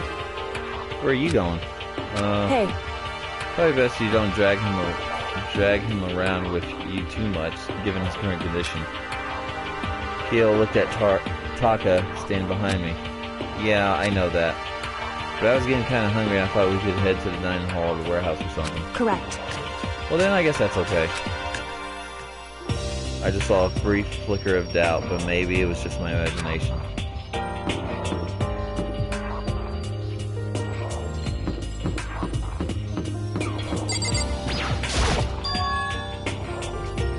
Is that Toko? What? What are you two up to? Oh, don't tell me you're gonna... Yes, yes. Well, that's his new brother. Taka's ripe for the taking, so Makoto flutes in and stealing away. Am I on fire? Disagreeably regretted talking to Genocide Jack, even if it's by accident. You SOB! That doesn't matter right now. Have you seen Bakura? No, I haven't. What good happens when my love is being pushed to the limit? I almost feel bad for him.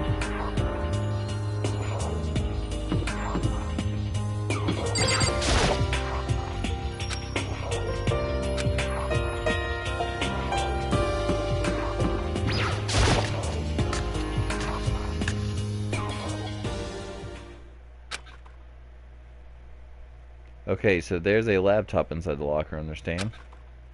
And on the laptop there's a program called Alter Ego. How do I talk to him? Oh, will you just tell me what you want to say and I'll type it in for you. Do you hate Mondo? And since I couldn't stop him, do you hate me? It was clear he was forcing himself to get the words out from his mouth, from the bottom of his heart. He forced his weakened voice to make the sounds. Please. Okay. I typed the questions exactly as Taka asked them. And then? So, do you hold yourself responsible? If Master could talk now, I think what he would say, please live your life for the both of us. It's impossible for me now, but you can still survive and escape, all of you. Hey, Taka. I was about to say more, but quickly I closed my mouth. Hey! The one asking those questions is Taka, right? Analyzing all available data, that's the only conclusion I can come to. The Master told me how close Taka and Mondo had become. So that's much why he feels responsible. The screen suddenly went dark. And what appeared next was... Stop fucking around! You're not letting yourself get crushed under the weight of that responsibility, are you? Yo. A man's only worth as much as the load he can carry. You get it, right, bro? What I'm saying is, of course you do. That's... So? Sorry if I startled you. That was my attempt at a simulation using the data about Mondo that Master had given me. I figured if Taka was depressed, that's kind of the thing Mondo would have said to him. Yo. You're just gonna stand there, huh? Just wait for things to get better? Just take your time, get all depressed. Take the time to indulge your regrets. You might even start walking again without realizing it. Sure, that's the kind of mediocre thinking that might work for some people. What if I said with that kind of convalescent... What if I said it with that kind of convalescent tone? Taka. It's starting to sink in. The way the bucket full of water sinks into a bone-dry sponge. Huh? Those words deep in my heart. They're inside of me. Taka! Who the fudge is Taka? Your eyes. F you! Hey, don't worry about it. Guess I kind of caused the scene, huh? Shoot, man. In your voice. Yeah! I'm a new me.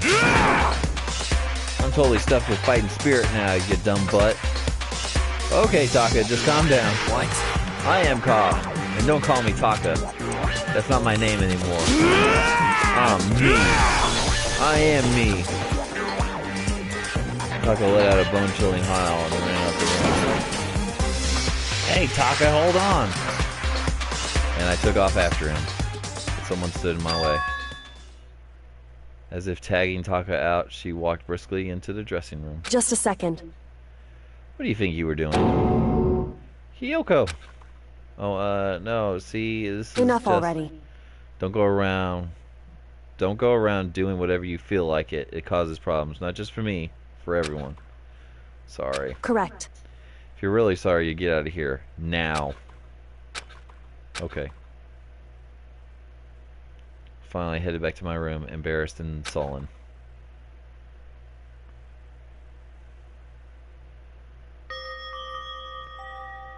But still, what was with Taka's sudden freakout? Seriously worried about him.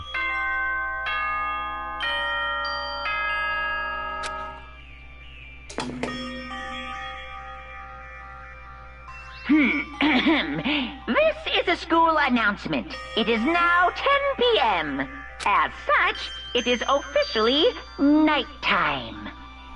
Soon the doors to the dining hall will be locked, and entry at that point is strictly prohibited. Okay then, sweet dreams, everyone. Good night, sleep tight. Don't let the bed bug bite. It's nighttime already. I guess I have to wait till tomorrow to figure out Taka's whole thing. For now, time to sleep.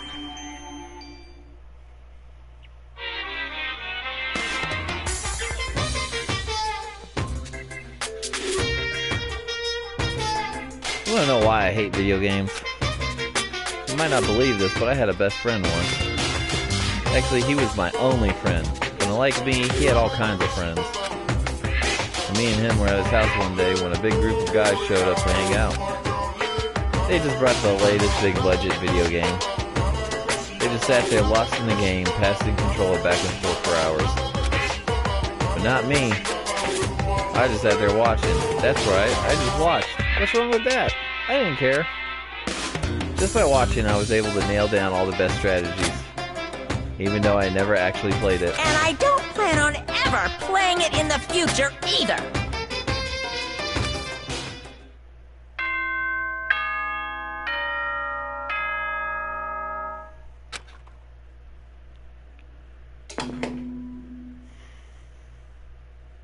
Good morning, everyone!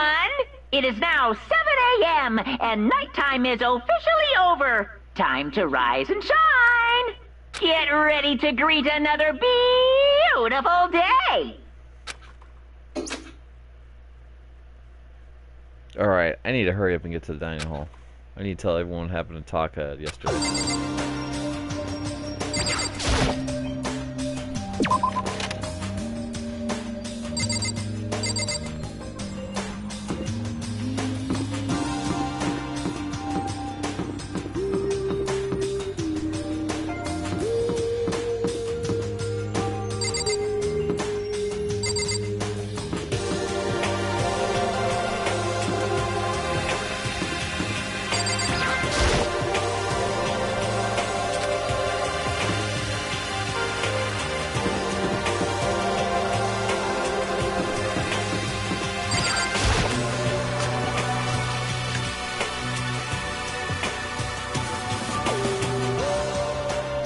You know? Yo, I've been waiting. Huh? You're the only one here. Where's everyone else? They went on ahead. Went on ahead to where? Hey, come on. We can talk about it later. For now, let's go take a bath. Bath?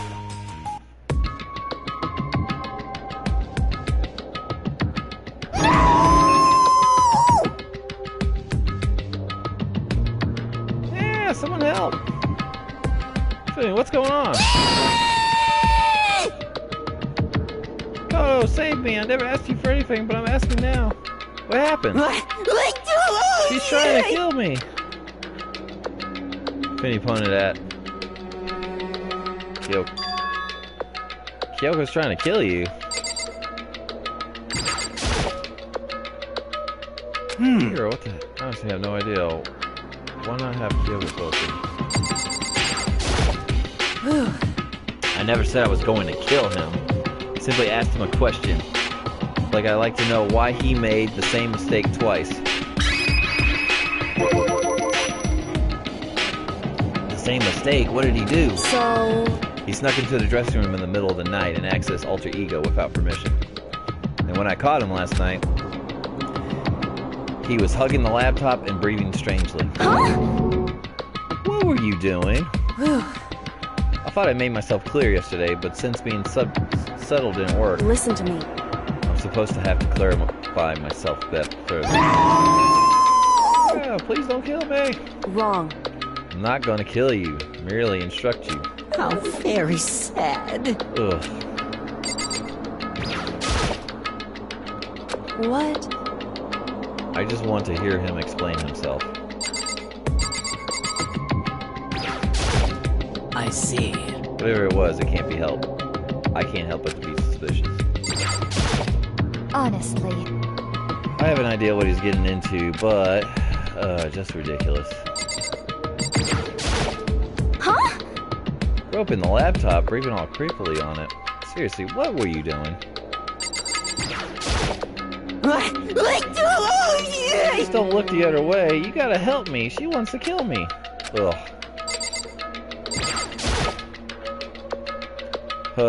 Funi, could you just tell me what happened? Well... Well, I was just talking. However... Which was prohibited, was it not? I mean, you see? Talking here was so much fun, and I just... Oh, okay, time out. I can't even believe what I'm about to ask, but... Fumi, you're not gonna tell us you fell in love or something, are you? Deadeye, the cold-blooded killing machine of the underworld, would ever fall in love. That's... Well, Wait, no way. Is this love? According to the spirits... I happened to do a psychic reading for a certain famous CEO once, and that guy was seriously head over heels for a mannequin. He had a wedding and everything. How about that? In your eyes just now, I saw the same look in his eyes. you know nothing! Shut up! He's not a mannequin. She's an angel. I feel as if... And I don't bother telling me angels exist. What we have can't be defined by your petty words. Yeah, you're totally in love. So how did things end up like this? Well, at the beginning, I just wanted to hear her say master one more time. But then I was poking around at her settings and stuff, and I saw that she was a well-designed program. And it was like, how can I say... It was the first time I was able to talk like that with a normal girl. But she's definitely not a normal girl. What? Even when all we did was just talk about my hobbies and stuff, she wasn't annoyed or disgusted or anything. Your stories are so interesting, Infuni. Come on, tell me more. I want to learn everything you have to teach me. I suppose. That's the first time a girl's ever said anything like that to me. Besides my mom, I mean. Hey. Your mom said stuff like that to you? That's kind of amazing all by itself. It's like... That's why I just so happy. That's why I'm just so happy. It was so much fun. And before I knew it,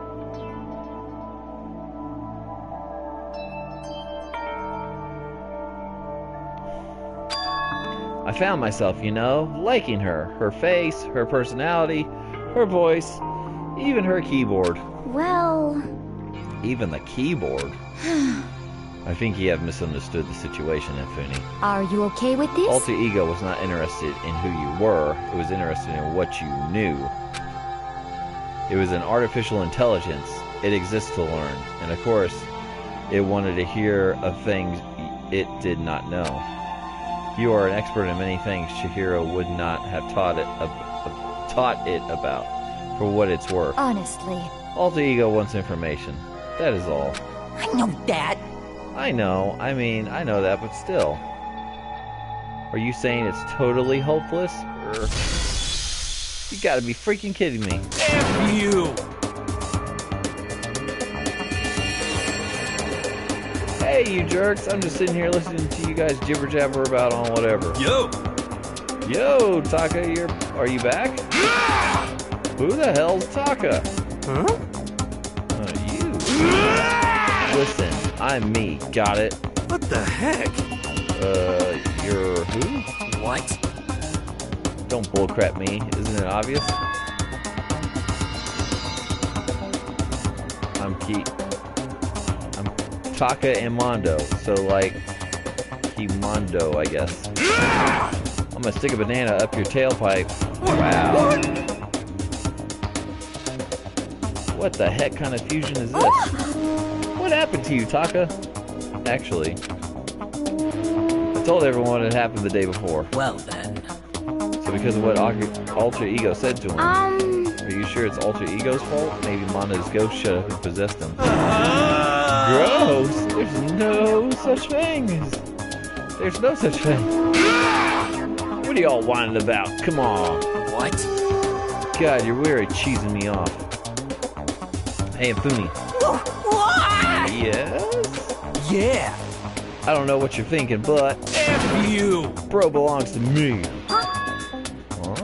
Yeah! Alter Ego. He's an exact copy of the one who gave me my soul back. And I'm not gonna let anyone else have him ever again. Fudging idiot. I'm afraid. I can't allow that. What? So it would seem. I can't withdraw. Mr. Ishiraru, since I have this opportunity, let me say this right now. That's it.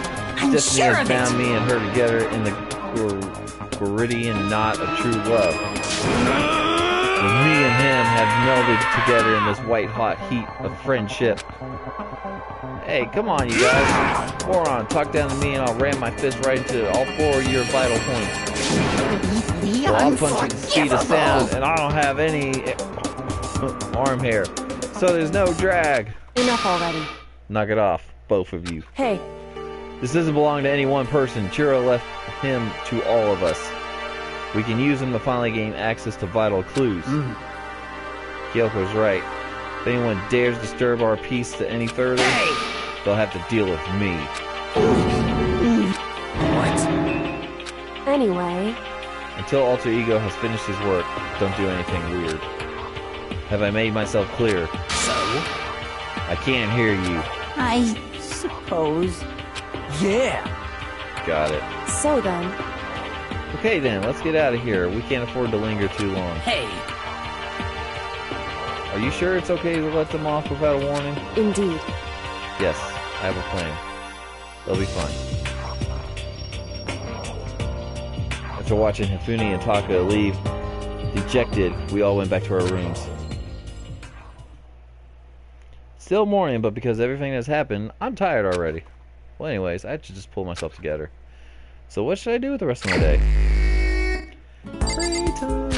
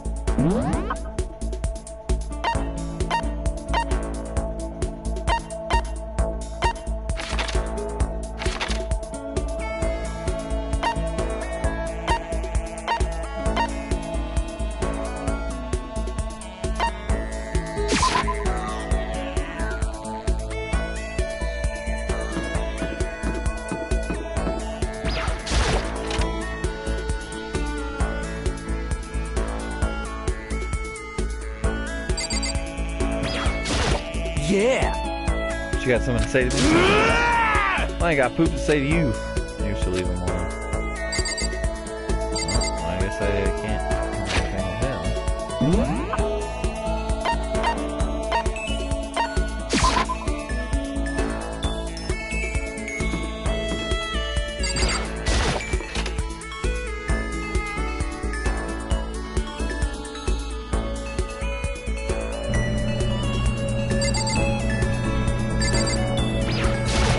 What's the matter? Are you keeping an eye on me? Don't worry, I'm not gonna kill anyone. It's true. It's a dining hall to get something to drink. You wanna come with me? I went to the dining hall and drank some tea with Kyoko. Kyoko and I grew a little closer today. Just like you.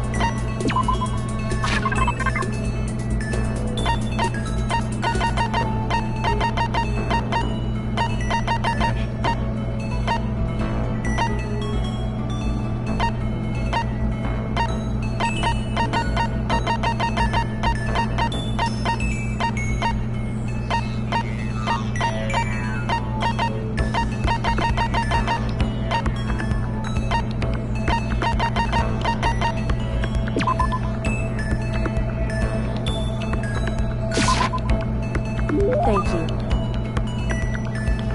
Thank you, this feeling ain't fun.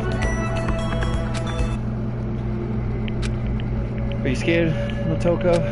Huh? Hey, Being trapped in a place like this? Who wouldn't be? Of course, I'm scared being trapped in this insane school. correct. That's good. That's good. So, Fear is proof that your imagination is functioning. I feel bad for anyone who can't feel fear. Without imagination, you can never deduce which action to take next. What about you? You seem totally calm. Don't you act afraid at all? wrong. I'm scared too, of course. I simply hide my emotions. There's no advantage to be gained from letting others see how you feel. You hide, huh? Correct. What I mean is, I'm not totally foolishly open as you are. Foolishly open. Listen, Also, the fear I experience is a little different from yours, I imagine. Huh? What do you mean? so, So you're afraid of what you might lose, right? correct. But I'm afraid what I've already lost. I'm sorry, I don't understand. I know. She didn't bother answering any further. She just turned. Goodbye. Goodbye. With that, she was gone. Well, we're just getting to know each other. Maybe we'll talk more next time. I don't think I understand her at all yet.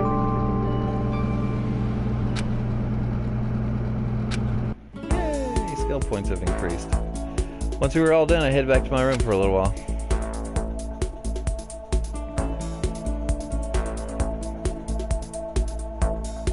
I still have some time. I feel like I'm wasting my time sitting around here. I should go look around.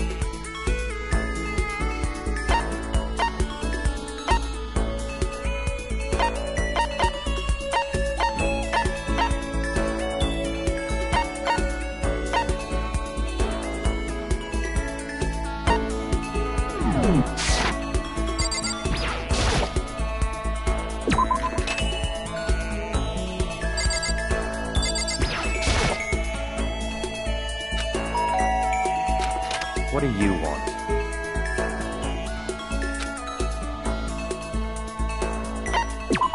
That's fine.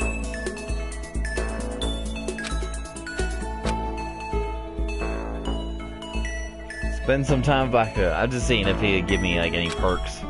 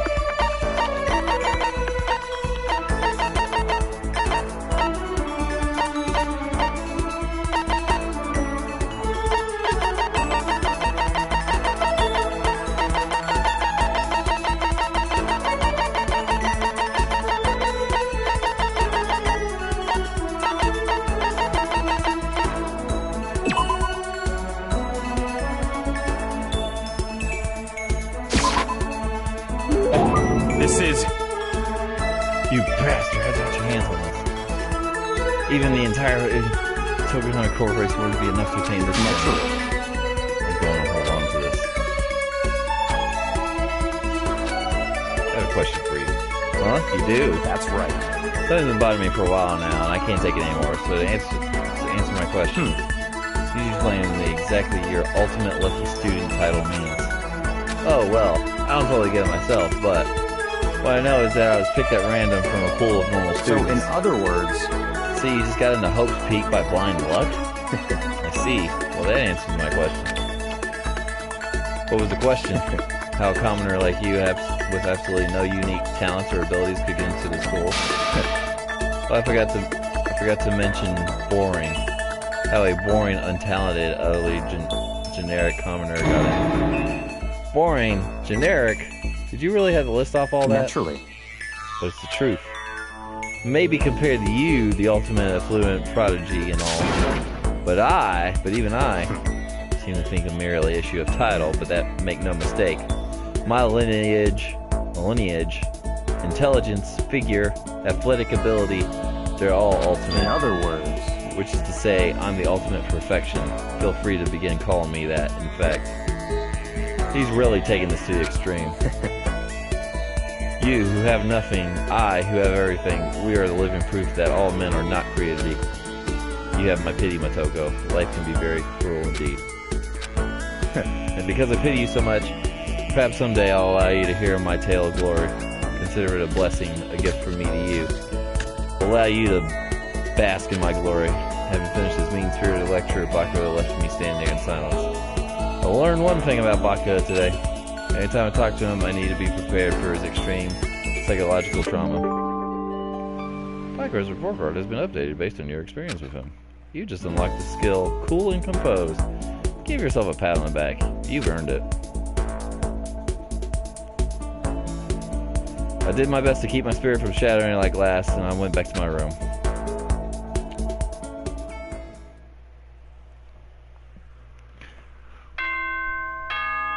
Bing bong.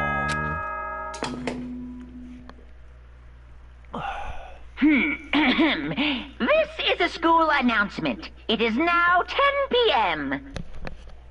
As such, it is officially nighttime. Soon the doors to the dining hall will be locked, and entry at that point is strictly prohibited. Okay then. Sweet dreams, everyone. Good night. Sleep tight. Don't let the bed bugs bite.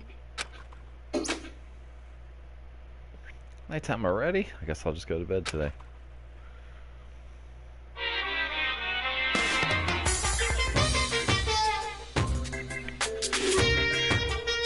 Happy New Day! I'm the kind of guy I don't want to celebrate a new year. I want to celebrate the dawn of every new day. Because every new day deserves celebrating. So Once again, Happy New Day!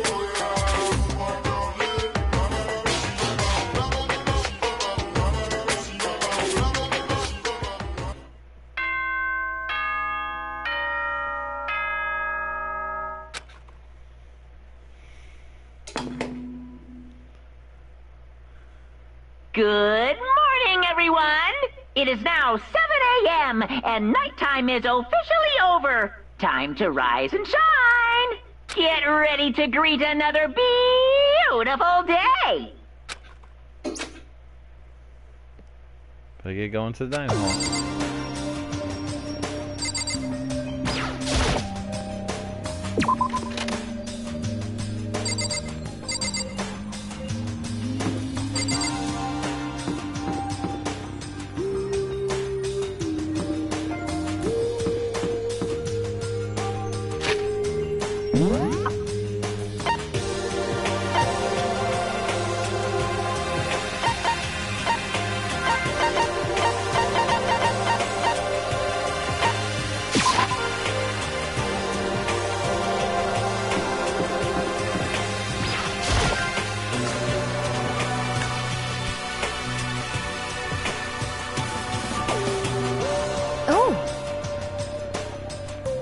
Taka and Kyoko are not here today. You know? Kyoko's still on guard duty, probably. I I have no idea about Taka. Damnation! May as well just forget about that guy. So, You don't have to get so mad. You know? The rivals in real love. What are you gonna do? Don't put me on the same level as that virgin. I might catch his virginity. But... Nah, my guess is you're already infected. Wait, can you really catch it? That being so vulgar. Let's eat breakfast. But as soon as my hands approach my food... That voice. The dining hall exploded open and a figure appeared. So in the end... So it's you, Genocide Jack, and... That's enough. Don't bother asking why we arrived at the same time. The answer should be obvious. Yep. I'll give you a hint. I'm wearing red lingerie today. Huh? I don't think anyone wanted to know. Hold on a second, you. Have you reached What's your that top power certain level? age? Like 35, 22, 33? You start out big on top to try to look thinner down south. You SOB! Look at your melons. They're seriously gargantuan. You dunk them in milk every night or something? Ooh! You're starting to freak me out. No forgiveness! If you lay a finger on Hina, I will show you no mercy. So what do you want? Sure you're not here to join us for breakfast. Naturally. Of course not. I came to hear a story. A story? A story that nobody's bothered to tell me yet. Are you talking about alter ego? Sorry, but we can't talk about that right now. What? Why not? Because of certain circumstances. Up until now, you haven't given a crap about anything, and now you're all concerned? I don't buy it. It's all clear. I just made a decision. When we get out of here, I'm going to feed your body to the vultures. What kind of messed up dictator are you? What? This isn't a democracy, or would you exclude those who don't fit into your tyrannical majority? That's not what we're doing. That's fine. Well, whatever. If nothing else, tell me what's going on with Taka. When I saw him yesterday, I happened to notice something seemed off. So I was curious. Indeed. Taka has become utterly useless. Still, you don't have to say it like that. I see. Did his spirit collapse or something? Was he unable to withstand his environment? Those men who clothe themselves in cheap fabric of justice are often the first to fall. But perhaps this makes things all the more interesting. Interesting. Such ignorance. Let me leave you with a bit of advice. Don't come to rely on false camaraderie, or you'll reap its bitter reward. What the heck? That's why you came to give us that amazing advice? Seems unwoken here. Then I will grant your desire and remove myself. Yes, yes. Yeah, let's get out of here. Stop talking. You don't need to come with me. Yep. You don't have to play hard to get, Master. You can just play hard. This doesn't make any sense. Factor started slowly backing out of the room. He started picking up speed, and as soon as he was sprinting down the dining hall, What? he ran away. No, he's running hard to get, I see.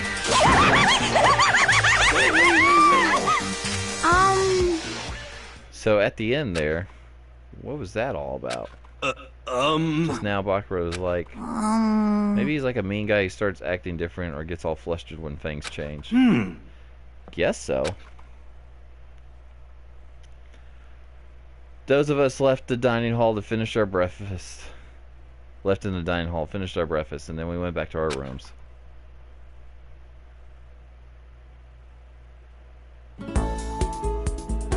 What to do today? More free time? Holy crap, this game is giving me so much free time right now. Which is probably not good, because it seems like something's up.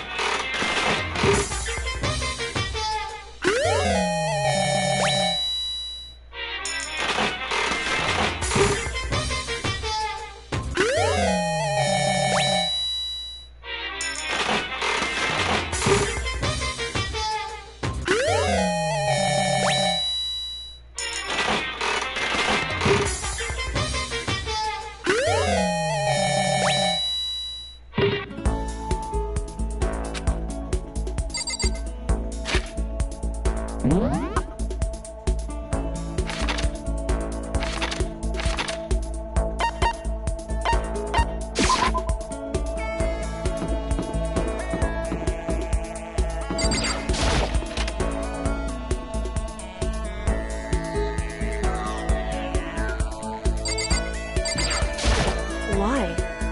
Who set this up, and why did they choose us? There are so many mysteries. Well, I'm in no position to tell you what to do. You're free to do as you wish, right? But I have my own way of doing things. Tricky over while she searched the school. We didn't say anything to each other.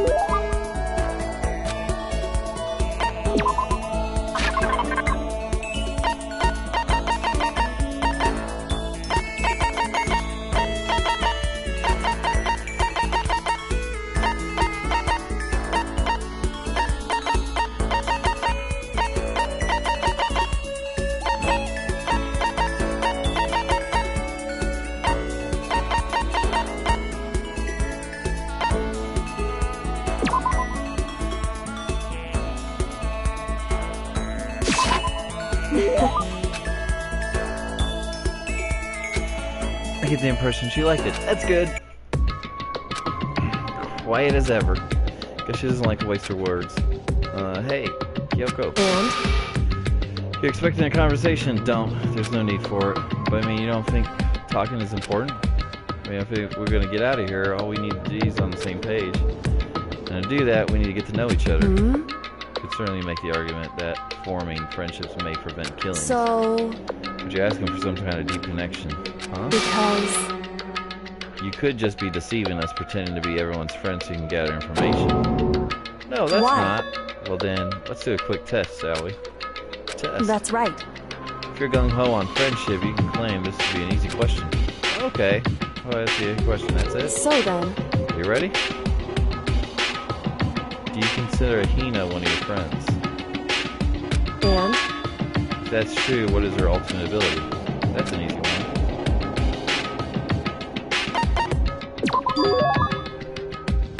Hina's the ultimate swimming pro, of course. Correct. Well, asked and answered. It would seem... Then your P's of camaraderie are true. Then your pleas of camaraderie are true. Of course. Yes, of course. Such a foolishly open person, you could never lie. Everyone would know it right away. Again, with that foolishly open stuff. So then, Okay, Dan, as promised, what would you like to know about me? Okay, let's see. What school did you used to go to before you came here? so... Before I came here, I guess I was living abroad. Abroad? Is it an exchange program? Do your parents work overseas or something? My parents, I suppose. Why all the question marks? Anyways, okay, she was living abroad because of her dad's job. So what kind of work does he do? Foreign government, top secret clearance. More question marks. Okay, does he top secret work for other governments? All I can think of is assassin. I kept up my end of the deal. Goodbye. That should be enough, right? I'm leaving now. She left without even waiting for a reply. She's so full of mystery. And hearing what she said just added even more to the mystery on top of everything. Kyoko's report card has been updated based on your experience with her. Your maximum number of skill points has increased. Hey, look at you go. Once you're all done, I head back to my room for a little while.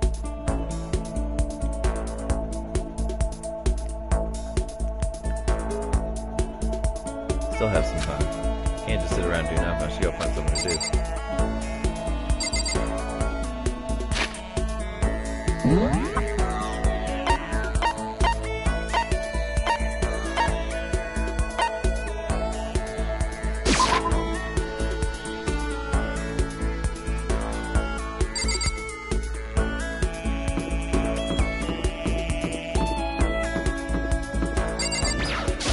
Yep.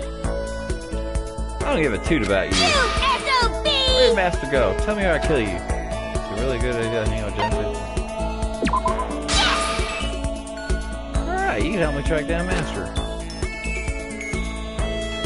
Genocide and Jack chase after Buck for a while. Let's get a little closer to Genocide Jack.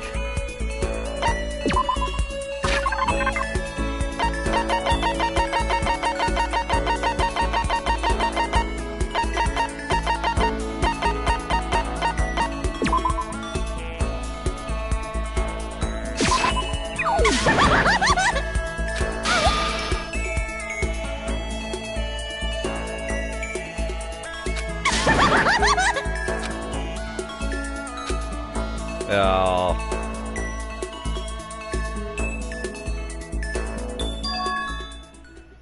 Hold on, there's someone by the door.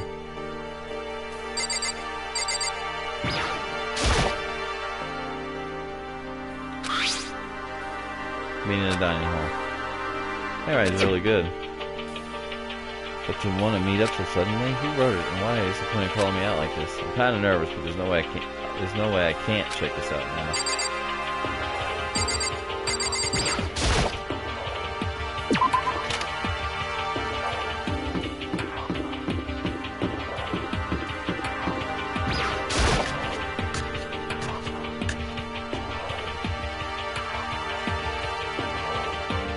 Yo! Yamakoto. Hero, then the letter I found in my room. You know? Yep, I wrote it. Your handwriting is really nice. Well, I was aware that I was always taught that if you had bad penmanship, a ghost would come and haunt you. Who taught you that? Why did you want to meet up with me? Oh, I just did what Kyoto asked me. Kyoto? Actually, I'm just an errand boy on this. Anyways, what do you say to a late night bath session? Huh? you know? Okay, let's do it. No, I totally lost. Hero grabbed me by the shoulder and pulled me close, whispered into my ear. You're serious? It's all an act. The mastermind won't notice it once waiting in the bathroom. What? And did Alter Ego finish the search? You got it, Hero. Let's go take a dip together. Show you louder than I need to be. So me and Hero hurried to the dressing room.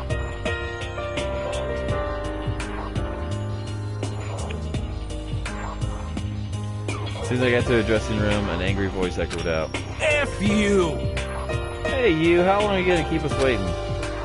Taka's irritated voice pierced the ear as he stared, pointing at his wristwatch. It's almost 10 o'clock, you know that? Bedtime for all the good little boys and girls. Yeah, shut up. What? What'd you say? You want me to make you cry, little girl? Taka seems even worse off than I've heard. Maybe it's a good thing. Maybe you'll finally start growing a personality. What? You got a lot of poop falling out of that mouth of yours, you know that? What the How heck? rude. You make like you have no right to speak that way to our heaven-sent master. Oh, Oh, you're back to your normal gloomy self. It's hard to keep track at this point. Shut up. Hey, come on! Anyway, everyone's here, right? Then my messenger duty is complete. Hey, You wanted us all to meet here, right, Kyo? So what are we doing here? How about that? Isn't that obvious? You got something to do with Alter Ego, right? that's right. Yeah, totally. Did he finally find a clue? What is it? A way out? The mastermind's true identity?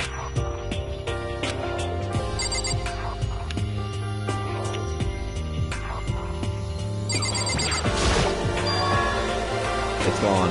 Gone. I came here a little earlier to check up on things, and that's when I discovered Alter Ego, the laptop, has disappeared. What? No way. You're kidding, right? Oh, What? She's gone. F you! Can't be fudging serious. What'd you do with him? Was it the mastermind? Did they finally know what we were up to? wrong. I told Alter Ego to yell if anyone he didn't recognize appeared. If it was the mastermind, I should have alerted us. Well, Maybe we just missed it. however, I was in the laundry room right next door all day, and there's no way I would have heard it. But if it wasn't the mastermind, then the solution to the particular mystery is obvious. It could only have been him. Without a doubt. Mr. Ishiraru, you stole her, didn't you? What? On the ultimate moral compass, I would never do something like that. I don't think it counts when you say it about yourself like that. F you! You're the suspicious one here. You're nothing but a big, jiggling sack of fat. Says what you know. This isn't my true form. I still have 3 more transformations left. Damnation! Wait, I mean, it wasn't me. Everyone knows you're the thief. Wrong, it's you. You're serious? Well, I'm sure it's one of you, so whoever did it, just hurry up and confess. wrong. No, there's no way either one of them did it. Huh? Huh? Why not? So, I told Alter Ego to yell if either Taka or Hifune came to the dressing room. what? What? It was a countermeasure against the clear danger that one of them might come for it. But I never heard any yell. Indeed. Exactly, which means it wasn't them. But Then who was it? So that's it. The fundamental circumstances are becoming clear. If it wasn't the mastermind, and it wasn't Taka or Hifune, then quite simply, it was somebody else. Interesting. Matoko, Celesta, Sakura, Hina, Toko, or myself, one of us must be the thief. That's terrible! Why would any of us want to steal Alter Ego? How about this for a reason? There is a traitor among us. Huh? One of us is working for the mastermind. A spy. And that's why the one who stole Alter Ego...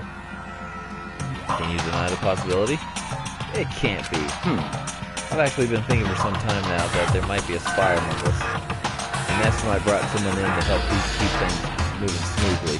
Spy for the mastermind? A traitor? No, it's impossible. Something that horrible? There's no way. What? Why do you not speak? Are you struck by silence by the inability to comprehend such a possibility? Gee, what? I don't care. I don't care who. Someone, anyone, save her. Please rescue her. I'm begging you. I just want to see her smiling face again. damn it! Same here. How many times do I have to kill bro before they're happy? I beg. I'll scrape my head across the ground. Just please give him back. So, This is pretty messed up, but still I think it's I kinda get how they feel. At the very least. I think Alter Ego is most likely still safe. For the moment, at least. yes, indeed. If they wanted to destroy it, they would have just taken. They wouldn't have taken it. They would have done it right here. I see. So you're saying whoever did it has something else in mind for him? Something else? Damn it! That doesn't matter. Nothing else matters. No matter what it takes, I'm gonna get him back. And that's my promise as a man. I swear I will save her! Using the power of love.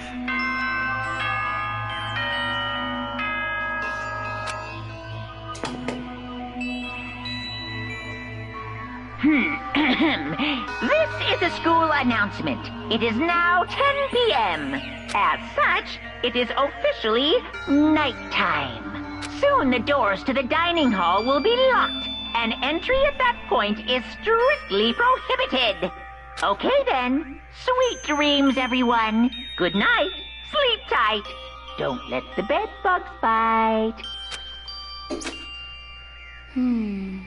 It's nighttime. There is nothing to be done. It is unfortunate, but we have to leave the search for tomorrow. For now, everyone get some sleep. How can you be so casual? We don't have time to wait around. Good idea if you're too tired. You'll be much more effective after a good night's sleep. Who gives a crap about effective? We're talking about our feelings here. Calm down. Anything we do brings us a higher chance to the mastermind noticing us. Celeste's right. We should begin our investigation tomorrow morning. What do you think, Makoto? I agree with you. If we run out tonight in a panic, the mastermind is sure to notice and we won't get anything done. Taka, Hifune, I know how you feel right now, but it's best just for tonight. Can you try to endure it? This is fine. Okay, then let us part for the day. We'll begin our search for Alter Ego in the morning. And you should think about what I said. Someone may very well be spying for the mastermind.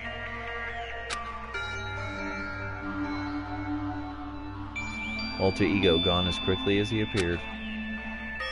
We'd finally discovered some small measure of hope, but even at that, it was taken away from us and we couldn't even put up a fight. We were given hope, and just when hope was taken away, despair. It's just like what the mastermind is doing to us.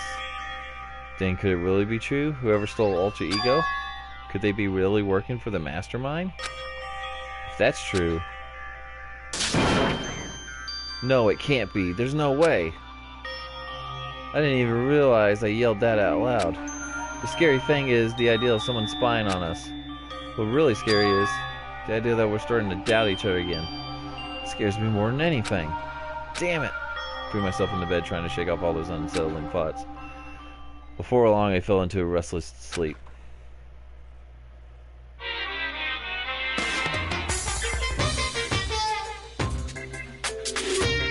Murder is a word that definition changes. with time, with place, with society. The murder is evidence of normability, and all of history's greatest heroes must have been abnormal. Sometimes the murders that people forgive are way more abnormal than the ones they don't.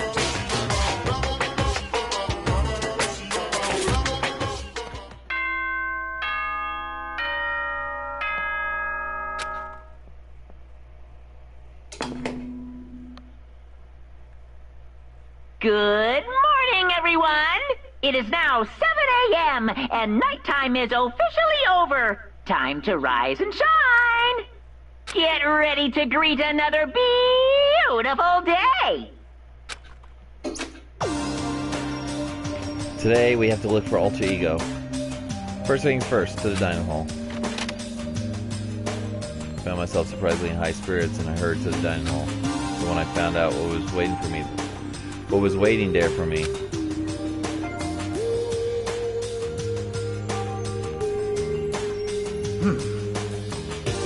Is this it? What's happened to the others? They aren't coming?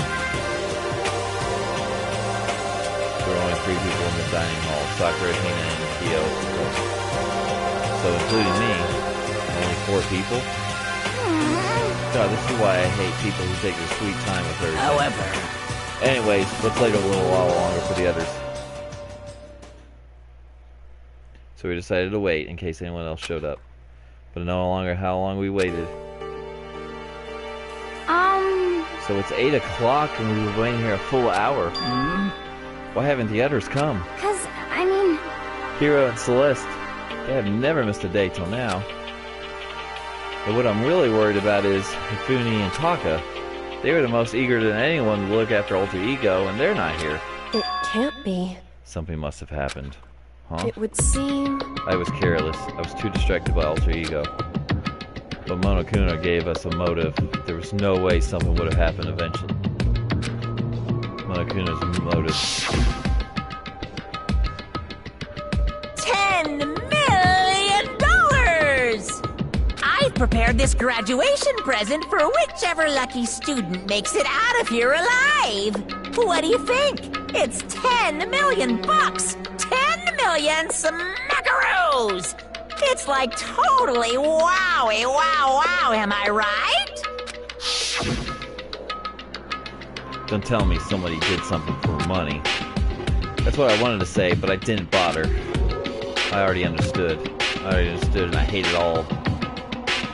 Hate all that I did. You can never really know another person completely. Anything happens here, you can't consider it strange. Not really. Hey. We need to go look for the people who never showed up.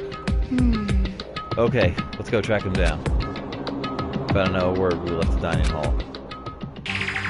Hey. We can cover more ground if we split up. Sakura, you go check the dorms and make sure you check all of our rooms.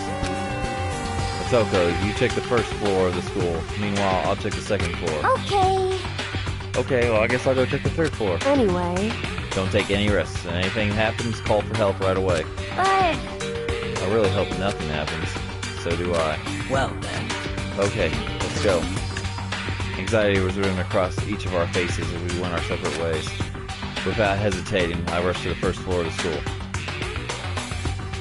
Okay, I need to look around the first floor.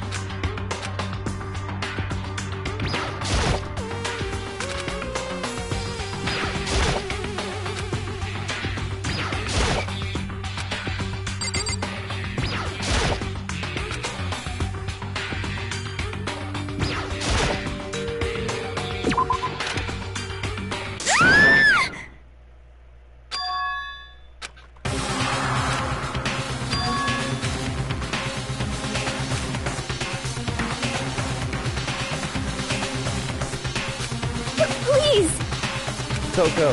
Ian, what's wrong? It's awful. The rec room door was open. And when I looked inside, I saw... What'd you see? I better get the others right. I'm gonna go get him. You go ahead, Motoko. So I can say everything. She's rushing downstairs. The rec room. What did I see in there? At this point, I'm used to acting without thinking. So without thinking, I looked into the rec room. The first thing I saw when I got in the rec room was...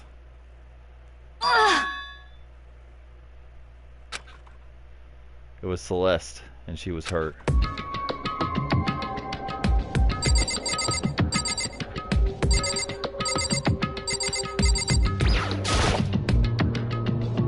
What is this? Some kind of wooden hammer or something. Pretty strange design. Somewhere on the head. Justice Hammer 1. That's the hammer he attacked me with. Barely managed to avoid the blow, but I stumbled and fell. Now I curse my lack of daily exercise. So you were attacked with this? Justice Hammer 1? Good. Celeste, what happened? I was stupid. I got attacked. Attacked by who? I'm not sure. Some sort of strange man. Strange man? Suspicious person whose existence is so unusual, I can't help but to call him strange. Without a doubt, it's some sort of strange, suspicious individual. That man attacked me with a hammer on the ground. Motoko, Celeste. Okay. I found Sakura. What? Celeste, what on earth happened here? Apparently she's attacked by some kind of strange man. A strange man? Tell us everything you remember, Celeste. Be as detailed as you can. Well, I woke up this morning a little before 7 a.m. Nighttime was not over. Was not yet over. But I knew it was about the end, so I decided it would be okay if I take a little stroll around the first floor. I understand now that was a mistake. Anyways, this is where I saw the strange man. I was immediately wary of him. He was obviously suspicious, so I decided to follow him in secret. As I followed him, I saw him go into the rec room. I tried to peek through the gap in the door, which is when he noticed me, and that's when you were attacked. It happened after 7 p.m. It happened after 7 a.m., just after nighttime had ended. So if it happened just after 7 o'clock, then that was just about an hour ago, right when we all were meeting in the dining hall. The attack caused me to lose consciousness, which would mean I was unconscious for about an hour. But... I'm just glad you weren't hurt too badly. It's because I begged and groveled for my life. You did? As for me... I told him I would do anything if he spared me. I offered to lick his boots, whatever it took. I see. So you wouldn't throw away all your pride. Indeed. It is a necessary skill for survival. Anyways, the important thing now is we go search for the suspicious individual. If we do not hurry, this could be a serious problem. Celeste, what do you mean a serious problem? When I looked into the rec room, I saw that the suspicious man was not alone. He had with him Hifune. Hifune? He attacked me and dragged Hifune away. What? You mean Hifune was kidnapped? Shouldn't we start looking for him then?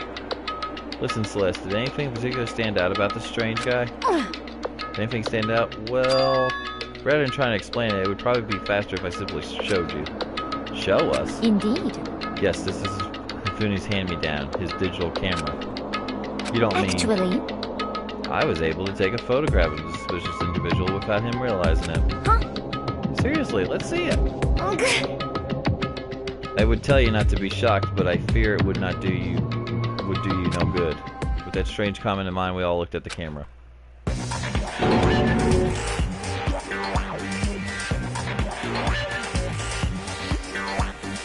Huh? What? Well, you're definitely about the strange part. Their face is totally covered. Is that a robot costume? As I said, very strange and suspicious individual, yes.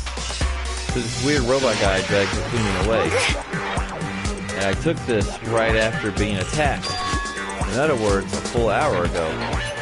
Which is why if we don't hurry, it could become a serious problem. I see. I believe I understand what happened. Well, no, there is much I don't understand, but...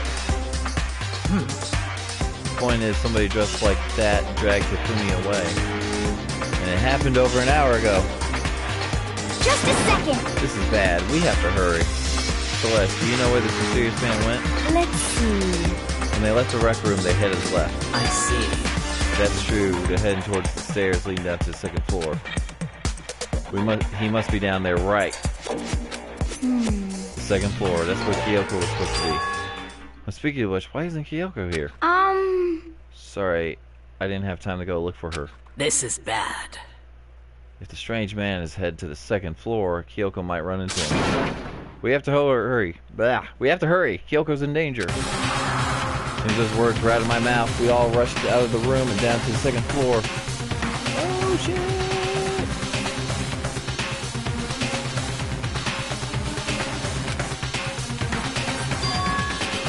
Hey, you two. What? What's going on? What's all this fuss? What? Yeah, you guys playing a game or something? What are you saying? Does it freaking look like we're playing a game? Listen, have either of you seen Kyoko or Hifumi? You gotta be kidding! Nope, sure haven't. Are they on this floor? We just got here ourselves. Or some kind of uproar, so I came running.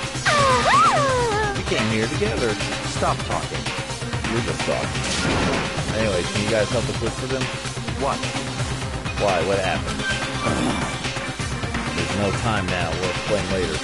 That's fine. Well, fine. Sounds like something's interesting going on. Okay. Hifumi, Kyoko, can you hear me? Say something. Her voice echoed down the hall in vain. Oh. Did you hear something? Maybe. Perhaps. I think it came from the library. Okay. Library, let's go. We went into the library as fast as our legs would carry us. We opened the door to the library.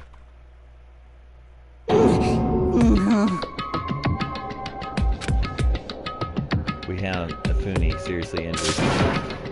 Are you okay? Glad to see you're still alive. Super bad though. Look at all the blood. What? How'd you get hurt? That guy hit me. Oh God. Robo Justice. That's what I decided to call him just now. What did you say? What are you talking about?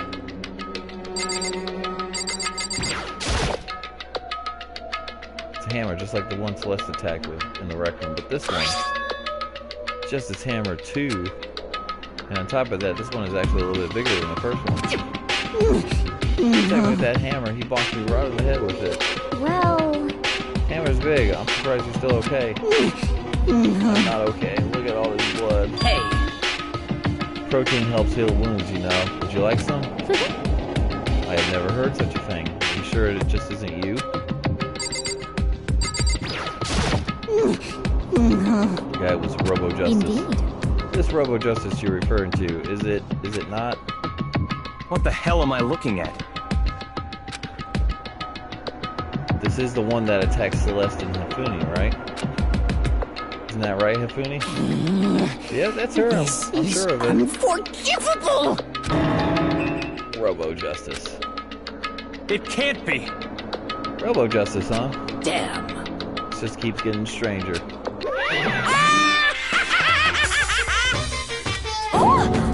It's him. A robot of justice, huh? Now things are really starting to get exciting. What kind of special moves does he have? Can it fly? Can it combine? What? Why is he here? Are you okay with this? Let us not concern ourselves with him. What we need to do now is get Hifumi to the nurse's office right away. Whatever else we do, he needs to be treated as soon as possible. Yeah! You're right, let's go. Thanks, everyone. We moved Hifumi to the nurse's office on the first floor so we can take care of his injuries.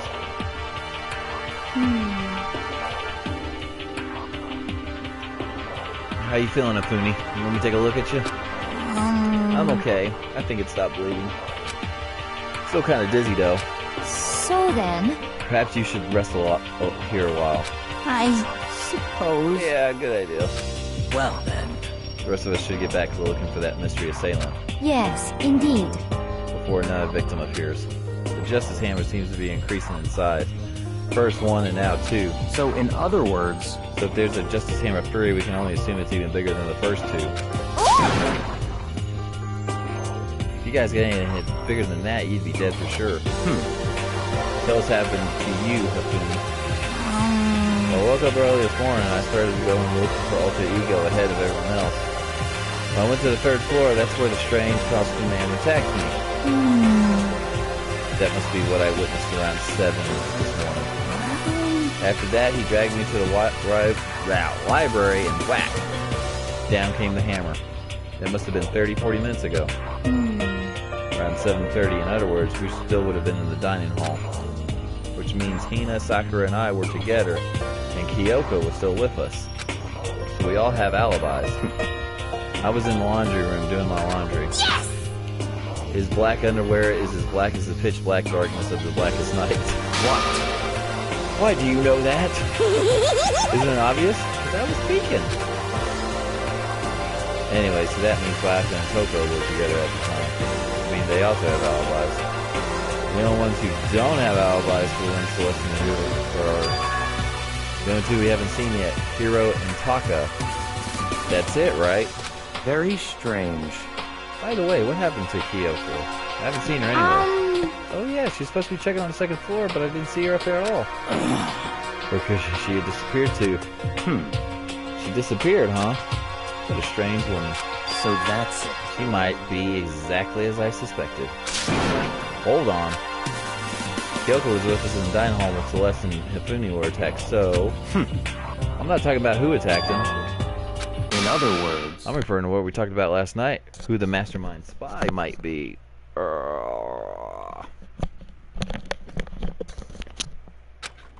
you saying that Kyoko's working for the mastermind? That's not possible. What? It isn't it? This woman, who seems almost eager to handle dead bodies, hasn't even revealed her true identity. Hey. Save the discussion for later. Right now, we need to focus on finding this suspicious individual. Okay. Yeah, if we don't hurry, there's going to be more victims. That might be why Kyoko and Taka and Hiro haven't shown up yet. She's right, we have to do something about that mystery man first. Don't worry about me. I'll catch up with you guys after I rest for a bit. Understood. Take care of yourself. Well then. Alright, let's go. So whoever's running around, why are they wearing that weird costume? Don't bother looking for a reason from a deviant. What to do? What So, to do? what are we gonna do? Split up and look around? Our opponent is very dangerous. We don't know what they're capable of, even here.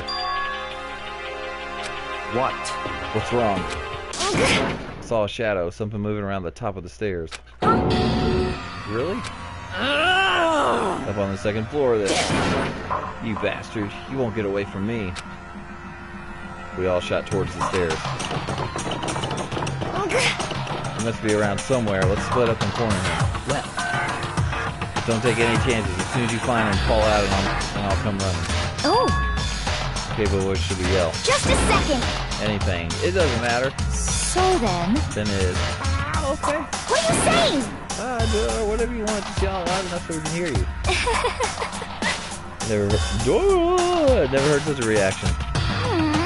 Okay, whatever. Just start looking, okay? Let's go. Hey, Mr. Robot, where you heading? If you don't come, we're all going to decommission ya. We spread in every direction to track down the costume suspect.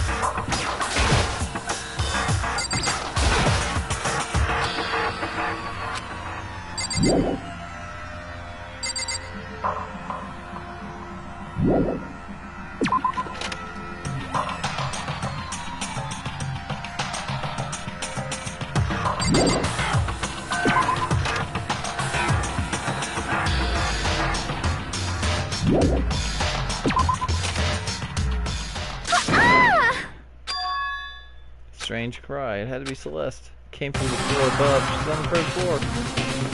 Sprint up to the third floor. Everyone. Over here, everyone. Everyone heard the scream had come around. Just a second. Celeste, what's wrong? What? That was a rather intense scream from someone like you. I saw him, the strange costume man.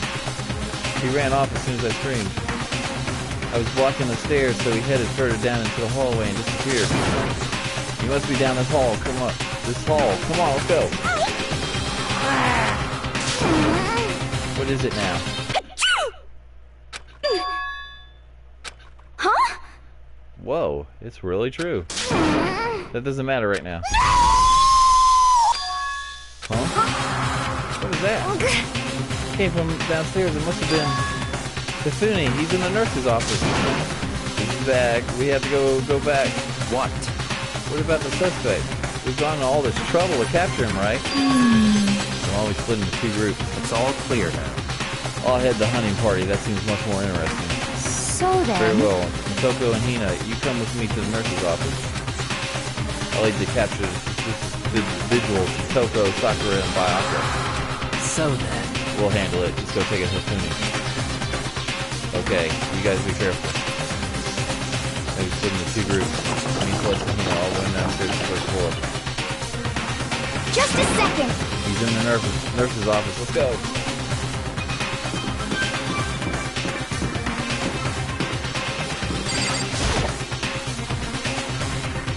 In the nurse's office, and what greeted us was a world of dripping crimson.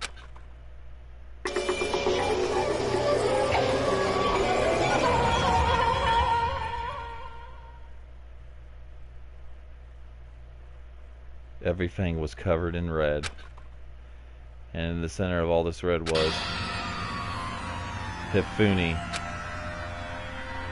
No! What? Looked like something very bad has happened. I certainly was not expecting this. I did not imagine that Hifune would be murdered. No way! Murdered? You're not serious, are you? He's not really dead, is he?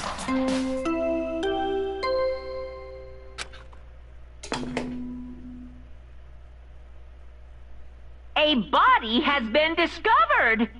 After a certain amount of time, which you may use however you like, the class trial will begin.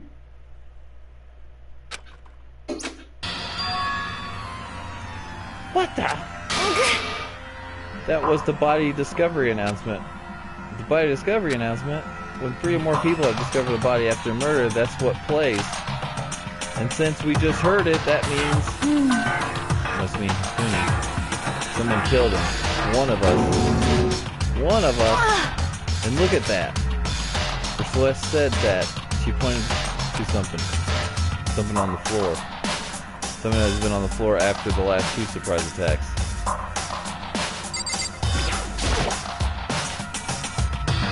Really can't be, can it? That's Hifune is.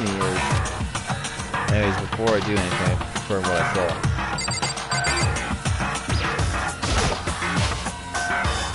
Another hammer. Justice Hammer 3. And it's even bigger than the other 2. Just as I suspected, one strike from that and you're finished. Then the killer... There can be no doubt the suspicious individual. Going by what Hifune called him. The culprit must be Robo-Justice. Whoever's hiding in that costume is the one that's killed Hifune. But wait. You saw him on the 3rd floor, right? Running back into the hall.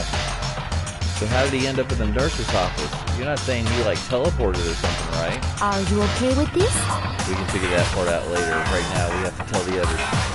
You're right. So then... Then shall we go? Step out of it. Huh? Are you okay, Hina? Sorry. Sorry. I'm not sure I can move right now. feeling kinda... This is a problem. We can't just leave Hina here alone. Okay, then I'll go get everyone. You stay here with Hina. Very well. I'll leave it to you then. Okay, I'll be back soon. I tried to sound confident and upbeat, but I still haven't stopped trembling for what I've just been through. Everyone else is already on the 3rd floor. I have to hurry. This is where everyone was chasing after a suspicious individual.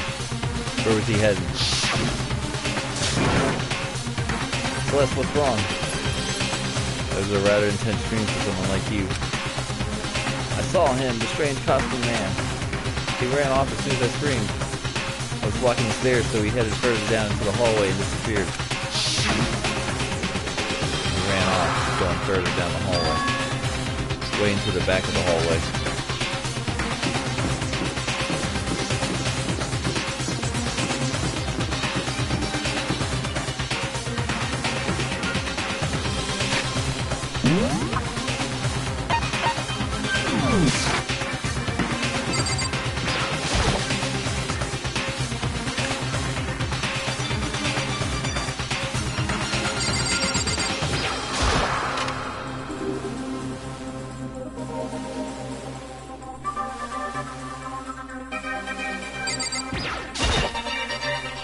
So one mountain came along. If I would guess they'd use it to make it salty.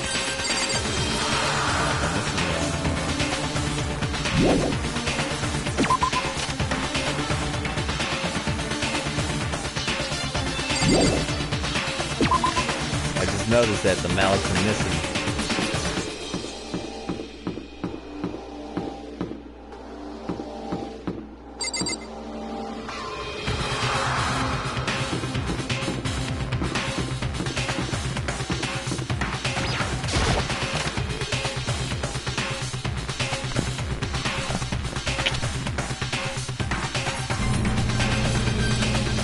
As far as I can tell, there's nobody in here.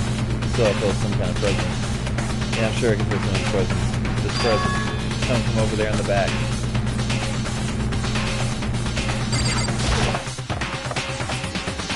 It leads to the doorway. And when I did, I found another nightmare.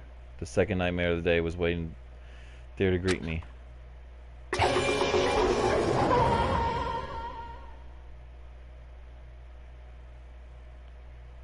There, in a pool of his own blood, was Taka, dead.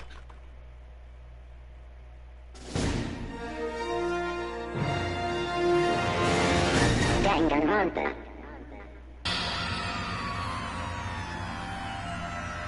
Funi's body discovered in the nurse's office.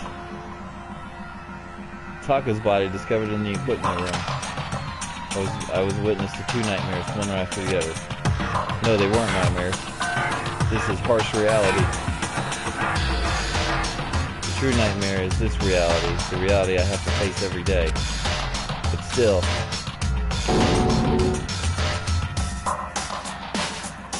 why is this happening?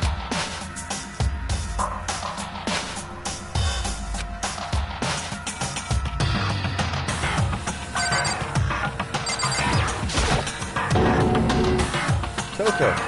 Don't tell me Toko, please. Relax, she just passed out after she saw blood. The blood? Oh, that's right. When Toko is Toko, she has a fear of blood, huh? We tried everything to get her to wake up, but no luck. She's leave her be for now. Like she said, we should just leave her alone for now.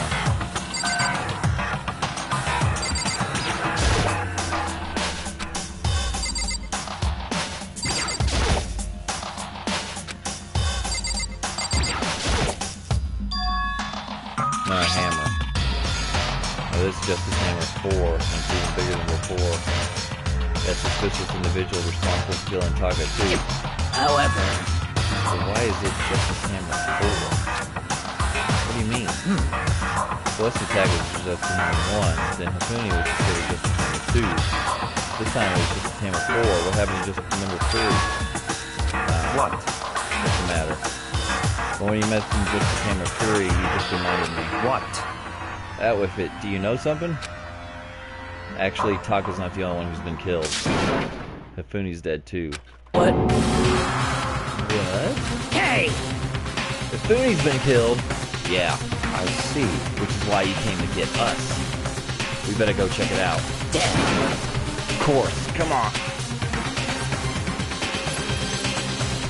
So Sakura, Bakura, and I rushed out to the physics lab. As soon as we were out of the physics lab. Oh! What, I'm just supposed to be waiting in the nurse's office? Somebody's come up. Yeah, heard. Fooney's dead, right? Indeed. But that's not all. It is gone. What's gone? It has disappeared. Disappeared. Hifune's body has disappeared. What? What did you say? What are you talking about? It disappeared. Don't be ridiculous. Come on. Are you serious? What? What the heck is happening? Hey! Everyone, back to the nurse's office. I practically leaked down the stairs, nearly losing my balance. I reached the nurse's office completely out of breath.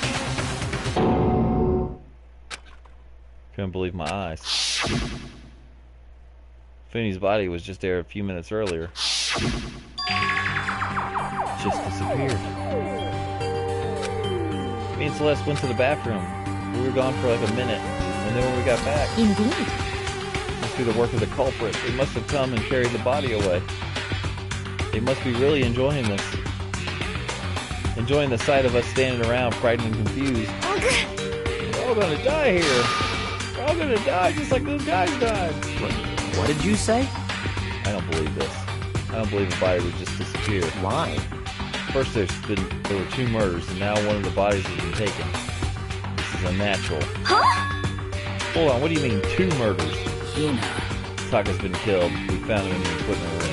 No way! Can't be Taka too. Can't be. It can't be. No!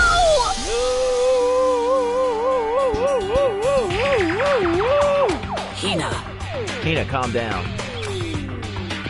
We're all gonna die. All of us. Oh, Jesus Christ, the Latter-day Saints. Oh my God. Ooh, I need to put this sucker on the charger. Pardon me, guys.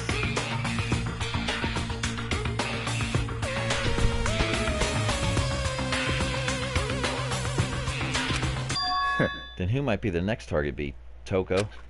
Huh? What? I completely forget. She's still unconscious in the equipment room.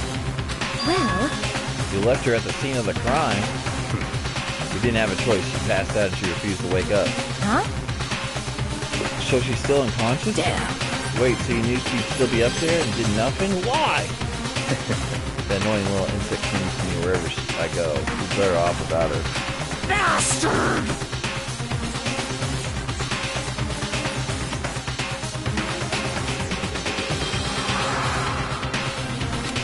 Bastard. Calm down. You forgot about her, didn't you? You have no right to blame me. Everyone stop fighting right now. We need to hurry back. Huh? I can't take this anymore. I don't want anyone else to die. Damn. Sakura, if something happens to Toko, I'll never forgive you. We shot out of the nurse's office and bolted back up the stairs, headed back to the 3rd floor. We ran back to the equipment room at full speed. And when we got there, Toko. Thank God you're okay. Right away I noticed there's something very different here. It was gone. Taka's body, which should have been right there, had disappeared. This can't be happening.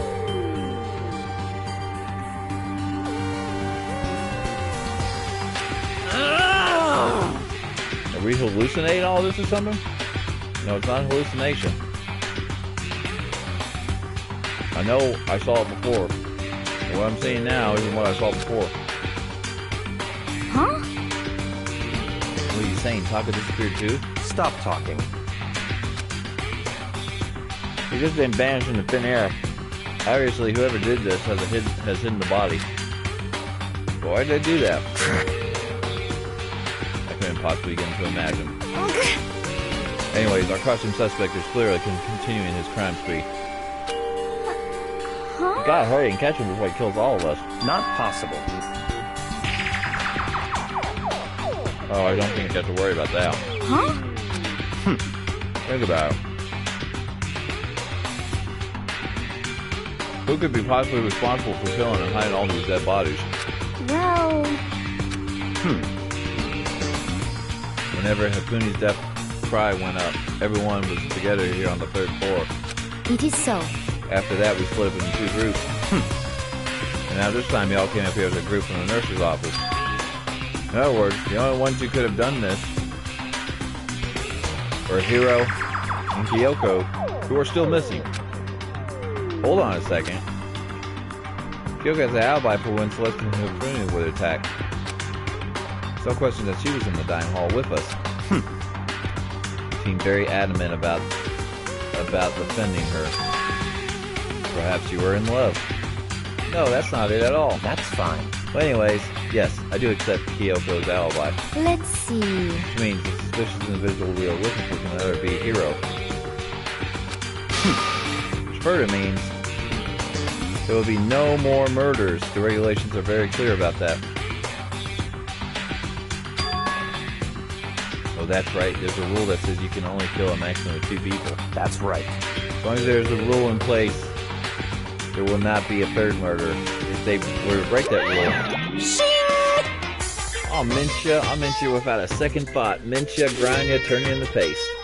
By the way, did you know that fish paste can also be referred to as shellfish, like shrimp or crab? Indeed. Let's see. So since 2 people have been killed, there's no other possibility of any more. Perhaps. You knew that from the beginning, didn't you, Baka? Which means you knew Toko was never in danger. Still meant it when I said we'd be better off without her, though. In other words... Anyways, with that in mind, we can now relax and search for the 2 missing bodies. The 2 missing bodies. 2 people have been killed and their bodies have been hidden. Only one without an alibi, and the only one that could have done it is Hiro. But is he really the killer? And what about Kyoko? If she's not involved in this case, where does she go? What? Hey Makoto, what's the matter? Oh, nothing. Oh no, it's nothing. Whatever, we need to find those bodies or our little narrative here can't move forward. So then... Very well then, let's split up and begin searching. But...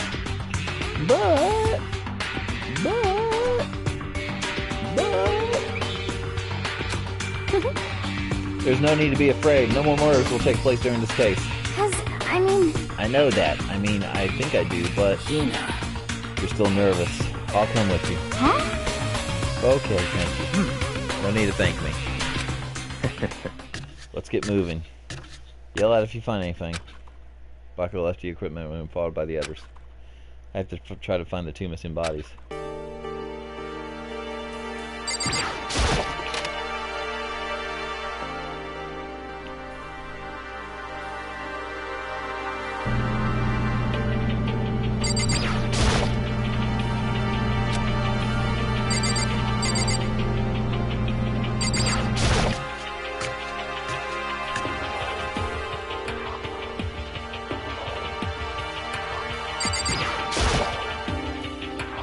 Taka's composite disappeared, leaving behind nothing but a bloodstain.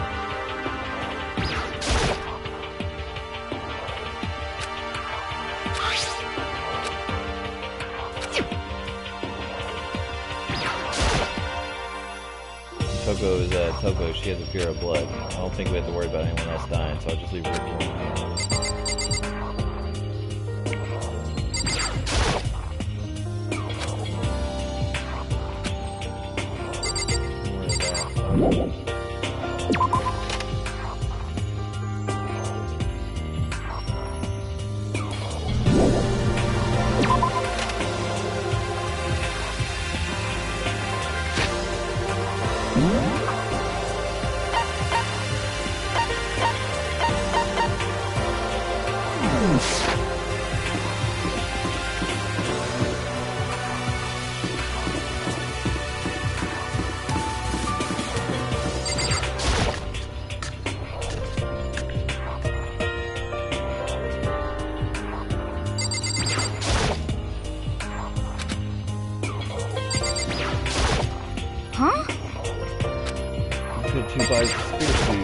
Damn. You need to search for the bodies. What happened after that?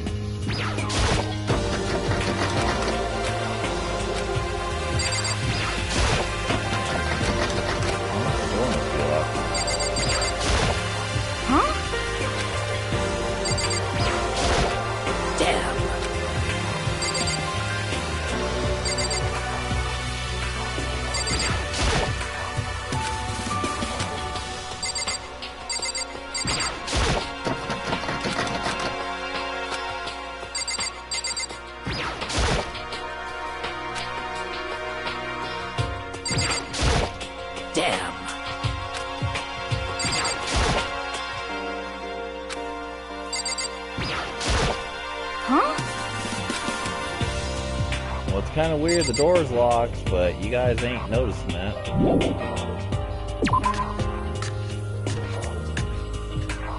Well, I found the hammers.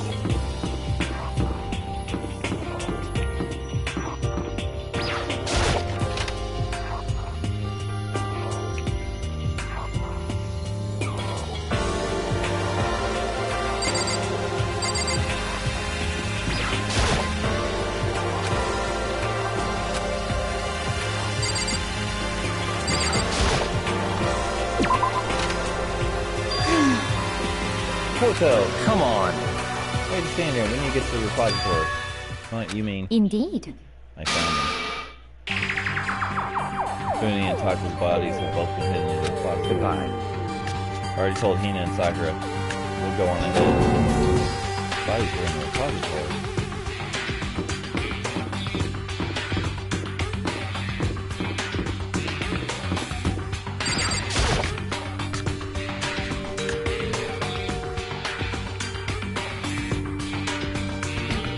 Bodies in here somewhere.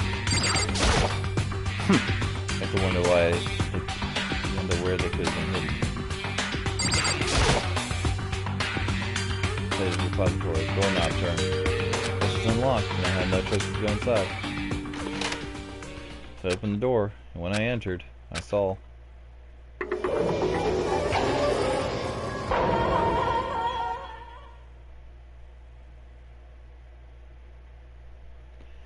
The two bodies that had disappeared were right there. The smell of blood made me gag. What I saw, my eyes were uncrustable, unavoidable, unwavering reality. Then I heard the announcement for a second time.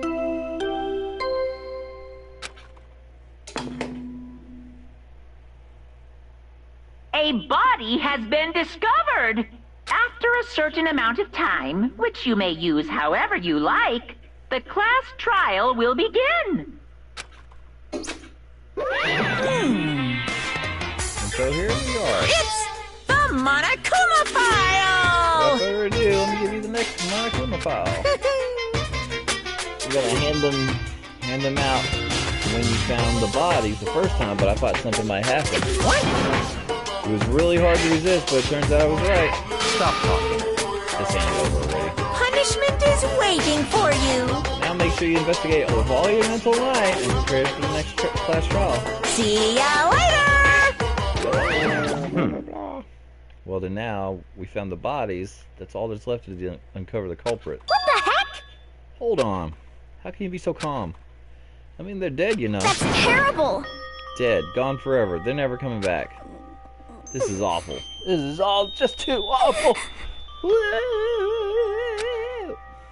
Hina suddenly burst into tears. She clutched at Hifumi's lifeless body. Who would do this? Why? Why? Large wet tears fell from her eyes. Tears landed on Hifumi's cheeks.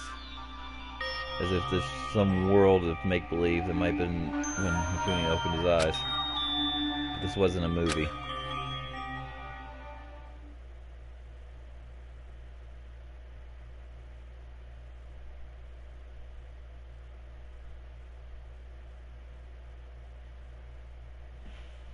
This wasn't. He's alive again? Where am I? Cold. So cold. Is winter coming? Hifumi! Wake up!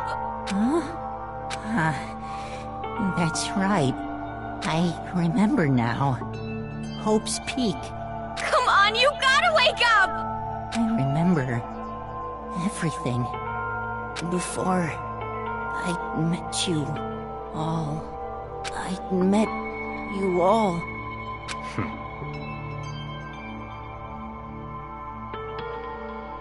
His memories are blending together. He has nothing useful to offer us. The light. It's reaching out to me like the tail of a comet. Hey, Hifumi! Who was it? Who attacked you? Who tried to kill you? Who killed me? That's right. I remember. Their name Yasuhiro.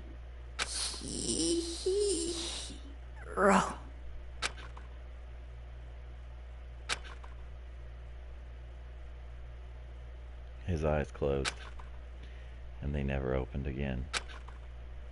Death for a second time. Absolute, undeniable death. No matter how many more famous tears splashed his face, there was no second miracle. Reality set in again. This isn't some stereotypical fantasy world. Tears can't restore a person's vitality. Honestly. You have no tears, do you? No blood in your veins, no calcium in your bones. At least you have your meat. Stop talking. You're just angry. Going out of his way to return just to leave us with those unnecessarily dying words. Now this game has become exceedingly boring. He said Yashiro, right? Then perhaps... Yashiro Hikaguru. That's the only person you could have been referring to. So in other words... And with that, the case is solved. Assaulting people, even killing Taka and Hifune? And then going as far as to hide the bodies? Criminal that hides his face behind a mask and uses a bunch of giant wooden hammers? Is that what Hiro is? What is this? This is true. I can't forgive him, no matter. No way I can ever forgive him. To kill two of our friends? That's fine. Anyways, it's about time we track down the culprit in our little life or death game here. Although this time, it's not all that life or death. The trial will conclude without much trouble. Indeed. Yes, it does look that way. It's all going to begin again. We have to go through this one more time. I have to accept it. I have no choice but to go through with this to make sure everyone survives. I just have to do it. Investigate. First, I better check the Monokuma file. The victims were Hifune, Yamada, Kiyotaka, and Shimaru. The cause of death was each a blow to the head. It was thought they were both killed by a similar weapon. That's it. Very strange. Yeah, pretty strange. We got less information this time than before.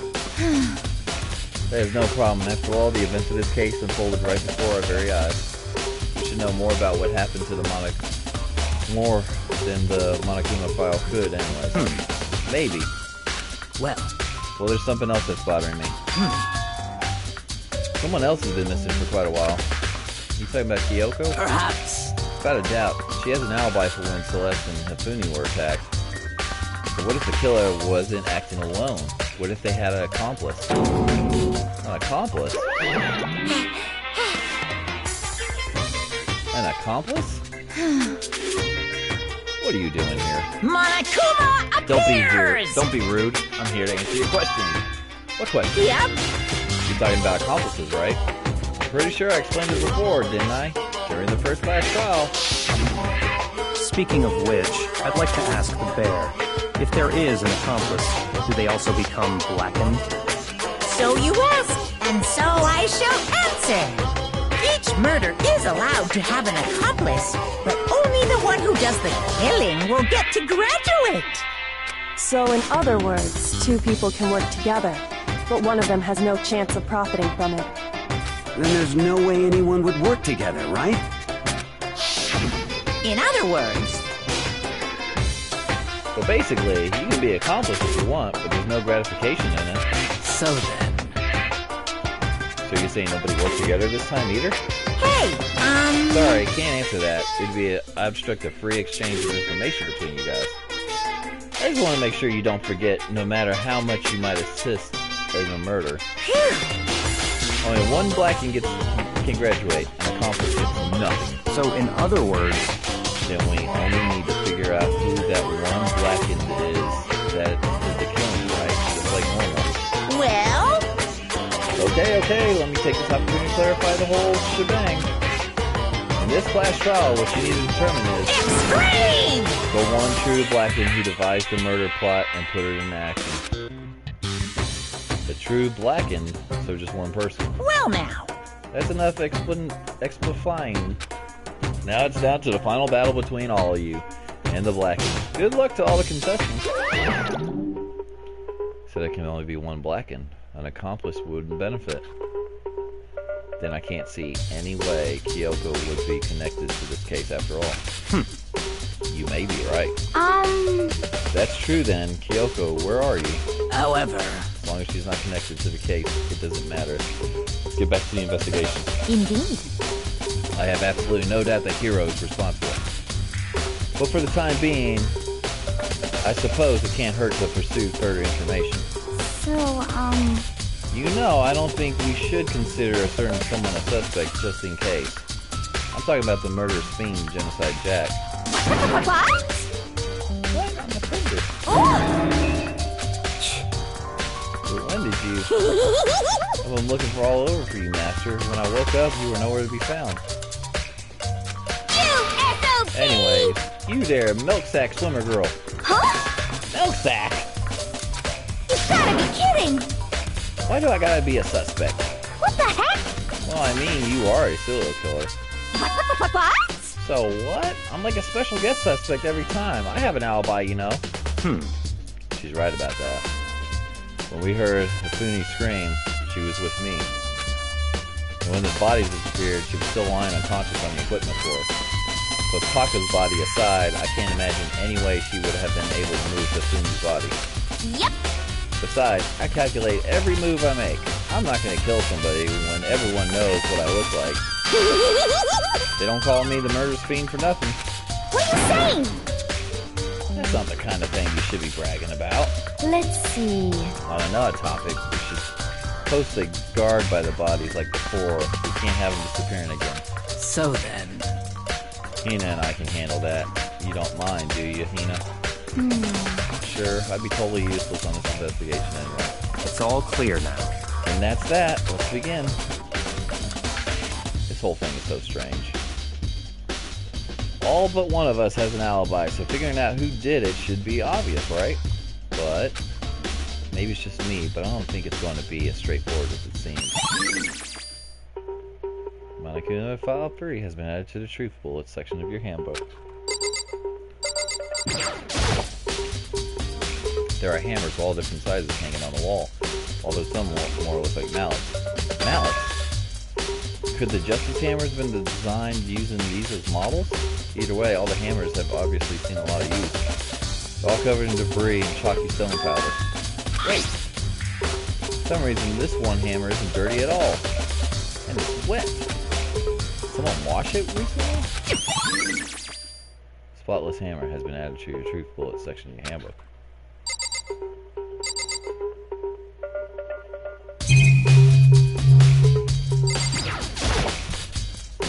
Taka, he'll never move again. According to the Monokuma file, Taka died from a blow to the head. We found Justice Hammer 4 near his body in the equipment room. That's what was used to kill him. And there's a tarp laid out underneath his body. Did the killer use this to move Taka's body? That way, there wouldn't be any blood left behind while the body was moved. Blue tarp has been activated to the section.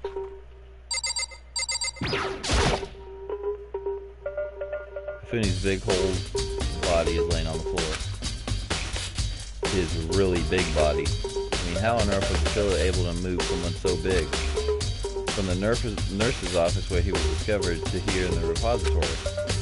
All the way from the first floor to the third floor, and all that without anyone noticing it? How the hell? No good. I just don't get it. All I can think about later. For now, I have to finish investigating Hifune himself. If I remember correctly, Hifune's fatal injury was also a blow to the head. Probably from Justice Hammer 3, which was laying on the floor in the nurse's office. Huh? Wait. Something's off about his body. Why am I getting this feeling? Something's different. Something about Hifune's body in the nurse's office versus his body right now. That's it. His glasses. When his body was in the nurse's office, his glasses were covered in blood. But now they're completely clean. Does that mean someone wiped his glasses off? Who would do that? And why?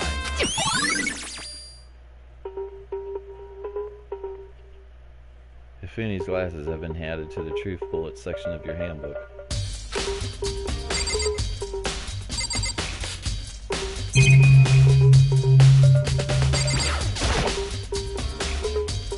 dolly. Doesn't have a handle. I saw this in the art room before. I guess they used it to move statues around. It's kind of awkward, but if you bend down, it's not too hard to use. Oh, but wait. Wasn't this in the equipment room where we found Taka's body? Look at the wheel. There's a blood stain on it. So there's blood on the wheel of the dolly that was moved from the equipment room to the repository. So what's the explanation for that? Repository dolly has been added to the truth bullet section in your handbook. Yay!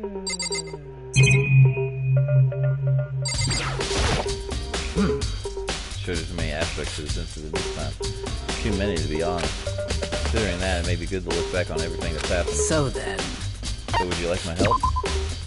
Look back on this. This morning, only 4 of us set up at the dining hall. Hina, Kyoko, you, and myself. We waited for the others, but no one showed up, so we decided to go looking for them. It was around 8 o'clock when we began our search. Soon after we split up, Kyoko disappeared. After that, Hina found Celeste in the rec room on the 3rd floor, then quickly came and got you and me. According to Celeste, she was attacked by a suspicious individual and lay unconscious for about an hour. In other words, she was attacked an hour before we found her, meaning just after 7 o'clock. Based on the picture Celeste took, we discovered her attacker was dressed in a strange costume. It was Robo Justice. It also became clear that this Robo Justice had dragged Hifune away. After meeting up with Toko and Baka, we began searching for the costume assailant. We found an injured Hifune in the library, and on the 2nd floor, we took him down to the nurse's office on the 1st floor, then resumed our search. Not long after leaving the nurse's office,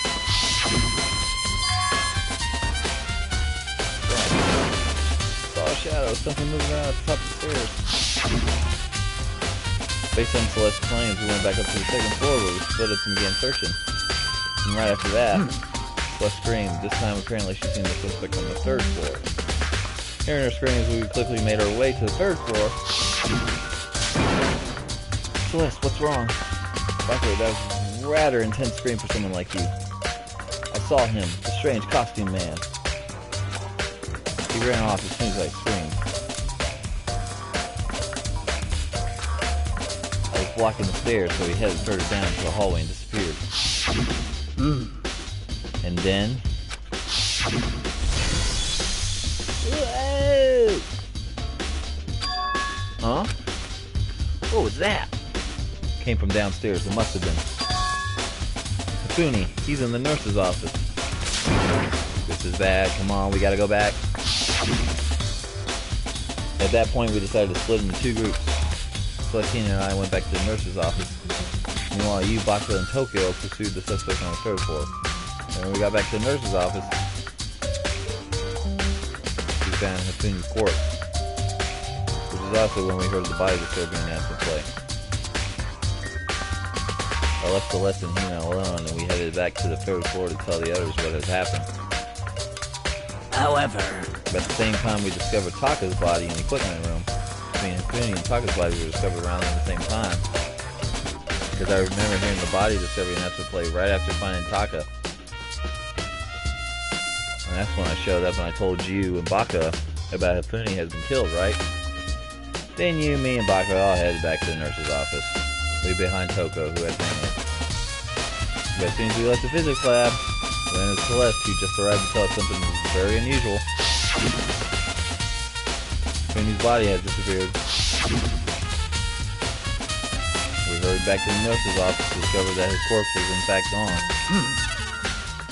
Then we remembered we had to abandon the unconscious Toko and rush back to the equipment room. This can't be happening. Are we hallucinating all this or something? This time, Taka's body had disappeared. So from there, we began our search for both of the missing bodies. And after some time, Celeste told us she found the bodies. We all headed to the repository. That's where we discovered the 2 bodies that had apparently vanished. And that brings us to now. However... Looking back, things have certainly been very active. Don't look back at the case again, just let me know. I'm fine anytime. That was a very long Toko, I've been thinking about something. That's a repository. What is it? After Asuni and Taka's body disappeared, we split up to go look around, right? I was really scared, so me and Stock stuck together. We came right to the repository to look, to look around. But when we got here, the repository was locked. We couldn't get inside. It was locked. And when we came here, as soon as the search started, there was no way someone could have beat us here. So if that's true, who locked it? And why is it unlocked now? I wonder the same thing. The door was locked when we searched for the bodies began, but now it's wide open. There might be some secret lurking in there. Probably have to leave this area to figure it out.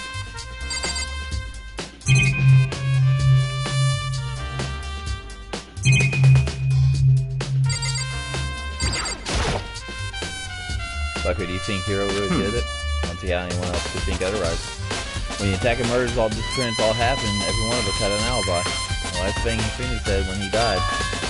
Yeah, he said Hero's name. So, in other words... So there's no room to suspect anyone else. Okay, but if he did do it, why would he go hide his identity with that weird costume? Maybe he thought no matter what happened, he'd be safe as long as his face was covered. Because he's the fool of the century, you see. I mean, he is kind of dumb. But do you really think that's enough to explain it? I feel like there's a clue hiding in there somewhere. What? And is that it? All that bothers you about the case? Well, no, there's a few other things. Like, why did the killer try to hide the bodies? They probably figured if we couldn't find the bodies, we couldn't complete our investigation. If that's the case, we found the bodies pretty easily, didn't we? Again, it comes back to the fact that the culprit was a moron. Is that really all there is to it? The other thing that bothers me is, why did they bother killing two people? What? Because all the rule says is if you kill someone and get away with it, you graduate, right? So if you're a killer, your number one priority is not getting caught. Killing two people means more clues, more chances, and you'll get found out. I see. Hold on. Perhaps. I see. So what that means... Is everything okay? That's enough. Don't talk to me as if we were friends. Huh? What's with the attitude? But you do have my appreciation. Goodbye. Thanks to you, I might have some fun with this after all. His mysterious words hung in the air as he left the repository. He talked as if he figured out something. But if he did, it would have killed him to tell me what it was.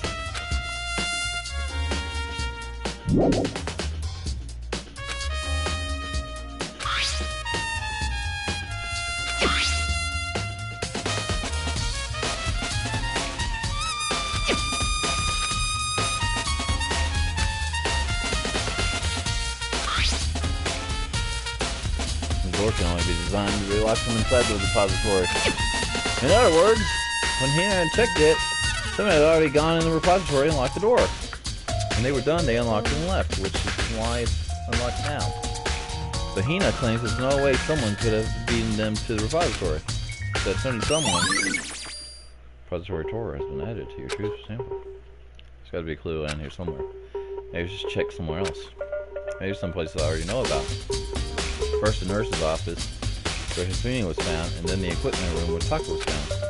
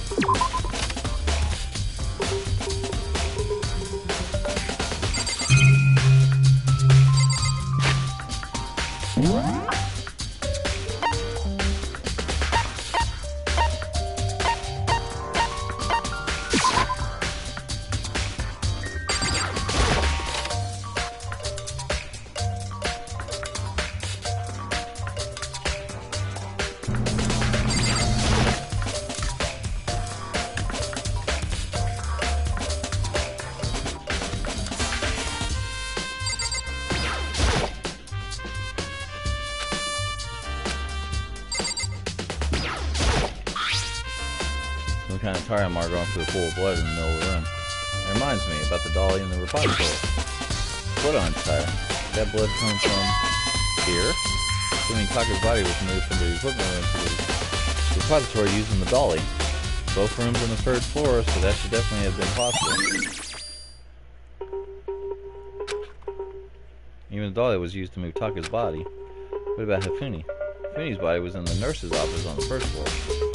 Even with a dolly, there's no way to get it up to the third floor. It's still a total mystery. Well, this tarp. I feel like I've seen it somewhere before, and just recently too. It's sleeping right here when the killer carried the body away. I'm super pissed I missed such an ultimately rare event.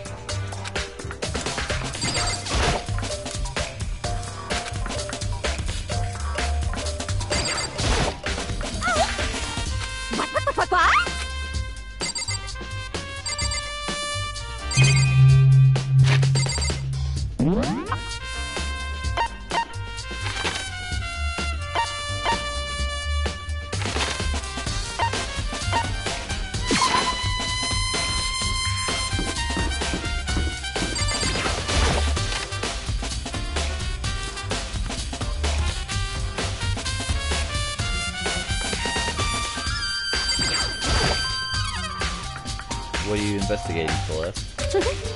Not investigating anything, precisely speaking. Simply going around seeing if Hero might be hiding somewhere. What about you? Well, you know, just checking this now. Main thing on my mind now is how someone could have moved Hifune's body. Let's see. Nothing was okay. When it disappeared, you were supposed to be in the nurse's office, right? Yes, indeed. Correct. Hina was not feeling well, so I stayed behind to look after her. But she seemed getting worse, so I took her to the bathroom.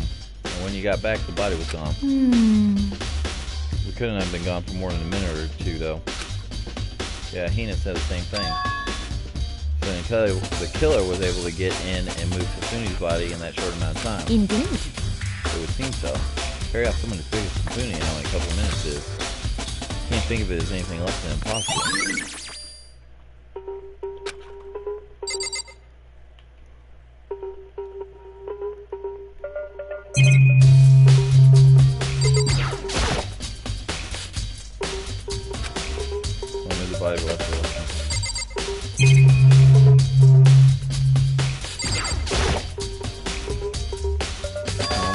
Wait, there's something inside. It's too small to be a handkerchief. It's a glasses cleaning cloth. And it got some kind of cartoon character on it. But it's also covered in blood. Oh, did you find something? Yeah, there's a clean cloth in the trash can. huh? Cleaning cloth. And it's all bloody. Whoever it belonged to must have used it to wipe up some blood. Who would need something like that? This idea. Yeah, me either, but I think it might be important.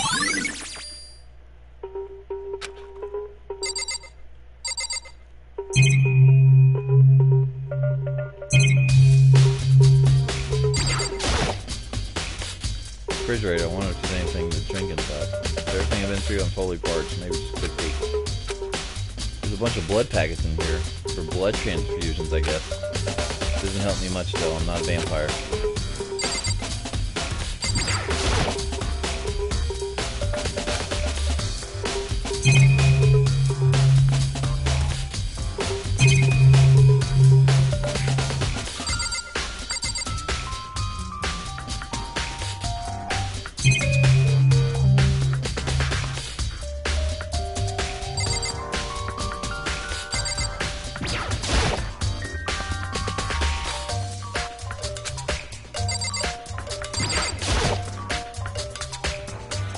When it disappeared, you two were supposed to be in the nurse's office, Yes, right? indeed.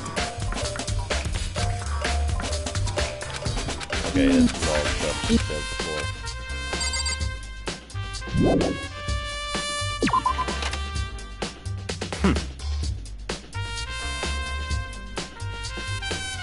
So this is where you were. I've been looking for you. You have.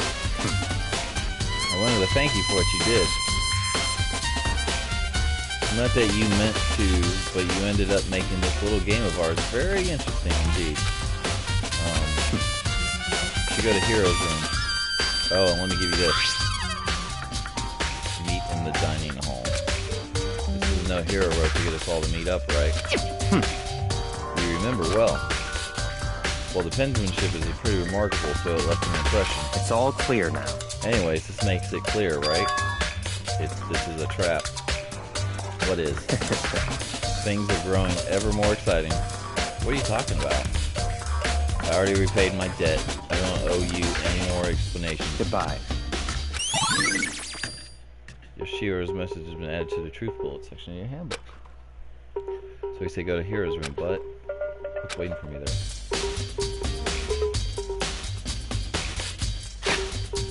The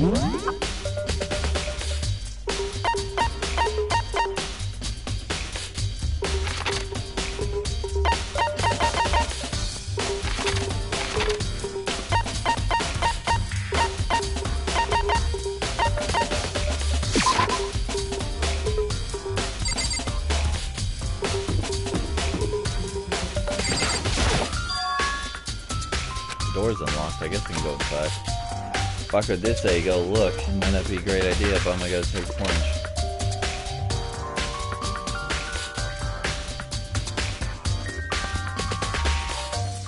This is Hero's room. There's all kinds of weird stuff in here.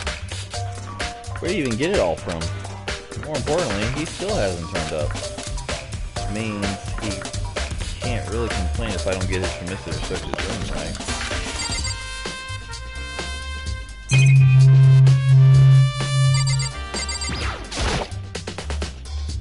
Surveillance camera.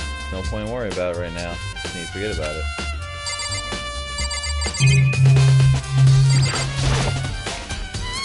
Normal bed, pretty much as the one in my room. Need just something in the cardboard box. Blueprints for something, and some things that are made out of looks like cardboard, plastic, and plaster. Is this Robo Justice? And it's in Hero's room. But wait, these blueprints. Something about them bothers me.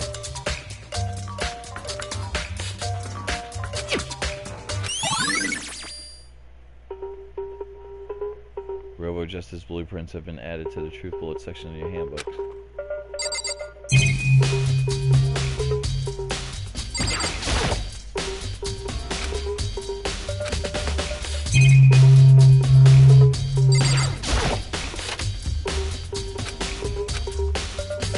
Pretty grungy though. I wasn't even back to get this dirty.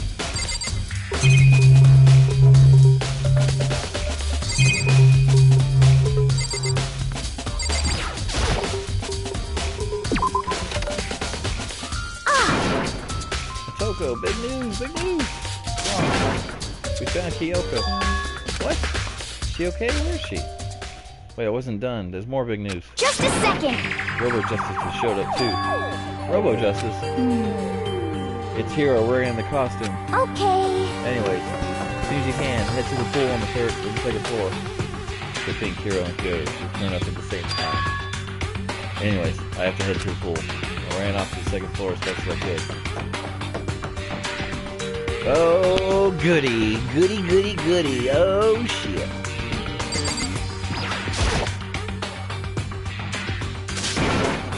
Kyoko, and... I mean... Phew, man, I've had the worst day. Hero? Right. I found Hero. He was jammed into the pool's room locker. Looks like he was fast asleep, so I kicked him and he woke up. Don't be mean! I still can't believe you kicked me. Could have been a little more gentle about it, like, I don't know, caress my face or something. What? That's creepy. Anyways, Kyoko, where have you been all this time? You just disappeared all of a sudden without a trace. Well, there was something I had to check up on. What do you mean? Never mind. I can't never mind. It's nothing. Never mind. Hey. More importantly, to said that, but does she have any idea? Does she know people think she might be spying for the mastermind? And? First of all, Hero, you need to explain to us why you're dressed like that. I mean... Well, I have no idea. 1 second I was asleep, I don't even know how that happened, and when I woke up, I was here. I don't care. Do something about that costume, it pains me just to look at you. Huh? Let me out of here! I don't know what's up with this thing, but I can't actually get it off. A little help? Why would you make something that you can't take off by yourself? You got it all wrong! I didn't make the stupid friggin' thing. It would seem... There's a clasp on the back that's keeping you from getting it off. It looks pretty sturdy. I don't think you can get it off your own. Well, we don't really have a choice. Let's help him. It took everyone's help, but slowly we were able to get Hero out of the suit. It took a few minutes, but eventually we got all the pieces off. Whew, free at last. Isn't this kind of weird how perfectly the suit fits Hero? So then... More to the point, nobody but Hero would be able to wear that costume. Wait, what? Hold on a second. Honestly. Don't bother trying to act innocent. The blueprints were in your room as well. Is that okay? In other words, it's obvious to everyone that you made this costume. That's true, I saw the blueprints myself. Yeah, me too. Could it be... Then it's obvious, the one who put on this costume and went around attacking everyone. That's terrible! Was Hero. Shall we tie him up and gag him? Just the worst. Good idea. We wouldn't want him killing anyone else. What? Tie me up? Hold on, guys. I think that's going a little far. That's right. He may be a suspect, but he deserves fair treatment. Yeah, I mean... attacking, blueprints, I have no idea what you guys are talking about. What the heck? You can't talk your way out of this. It's been decided. You killed them. What? Killed who? There's no idea what you're talking about. There must have been a fake Hero running around. What are you saying? You're the only one who can wear this costume. So who else could possibly be the costume attacker? What the heck? How do you know I'm the only one? Maybe you should try it on for yourself before you convict me. Okay. Fine, you gonna be a jerk about it? I will. Without missing a beat, Hina started putting on the Robo Justice costume. Huh. See? Look. See how loose it is? I mean, come on. I'm blind as a bat in here. Can't see my feet at all. I'm surprised you got anywhere in this thing. I'm telling you, it wasn't me! And not to mention, you totally can't bend at the waist. Seems like a pretty obvious oversight. That's not a very nice thing to say. I mean, it's not like I made it. I just got caught up in the moment. Well, either way, now we know for sure, right? I mean, it seems pretty clear that nobody but Hero could have fit into this dumb costume. In a huff, Hina took the suit back off again. Well, now you're all out of excuses. No, see, it's because you're a girl. If it was another guy, then... Otoko, go ahead. Okay. Against my will, I picked up the pieces off the floor and tried putting them on. It's no good, the arms are too long. There's no way I can wear this. Just a second! See, I told you it was impossible. You're absolutely right. It seems like this costume was made to fit Hero's body exactly. But... Then there's another costume. They must have one that looks exactly the same, but it fits them. Honestly. If you insist on this line of defense, then show us some evidence. What the heck? Evidence? You claim there's another suit, yes, then you must find it and show it to us. Huh? What the heck? Just the worst. Who cares? Hero's the only one without an alibi during this whole thing anyways. That's terrible! Which is how we know it was him. What? I mean, if that's really true, I have no idea what's been happening. Could someone, like, tell me? The Robo Justice costume has been added to the Truth Bullet section of your handbook.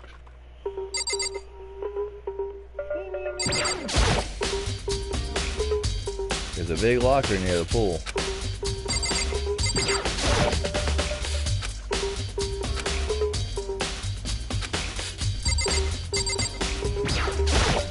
What the heck? If you don't mind telling me what's going on, how am I supposed to understand? think I figured that out, but somebody's been killed, right? Hey, Motoko, who was it? Well, 2 people were killed, Taka and Hifune. What?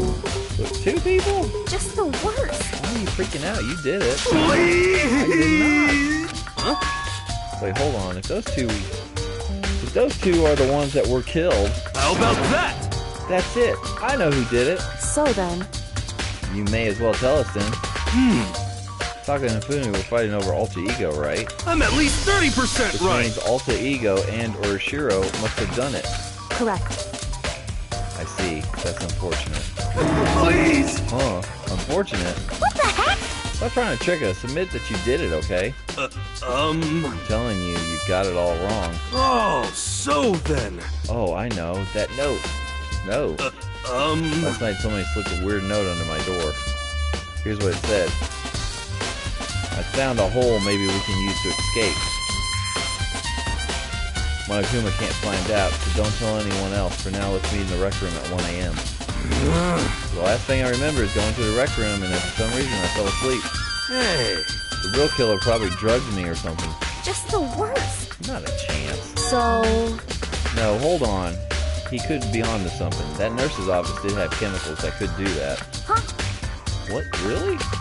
I told you, somebody's trying to set me up. A secret passage, a chance to escape. Someone wrote all that to trick me. Even if that's true, one must be dumb fish to bite every piece of bait that floats in front of you. Well, after being trapped here so long, even if you know it's a lie, you still gotta check, right? Yeah.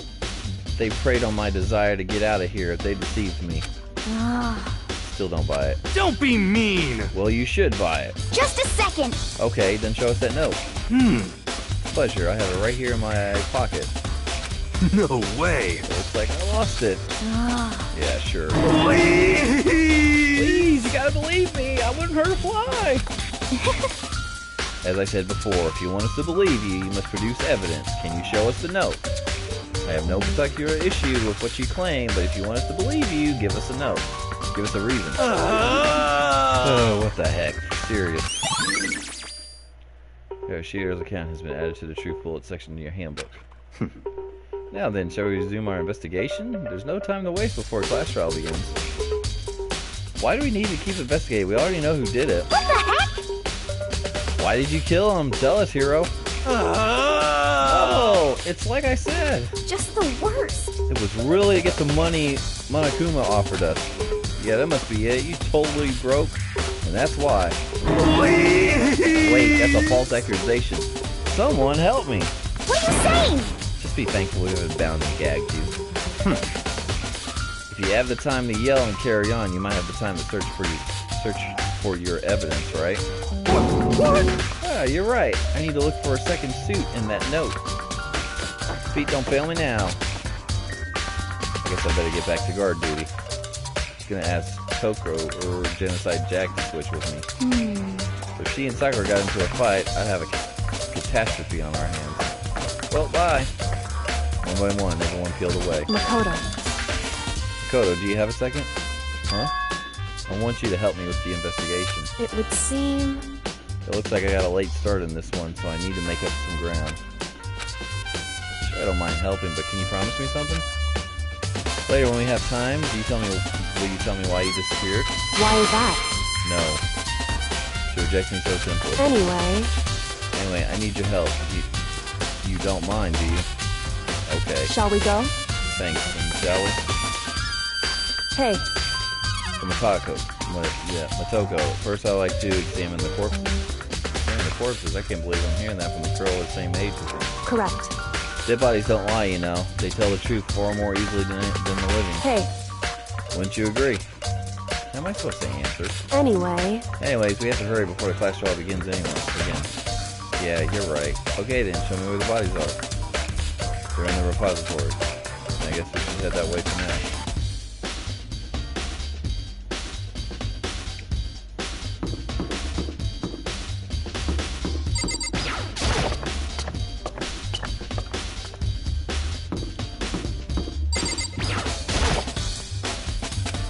Time's running out. We gotta go head to the repository.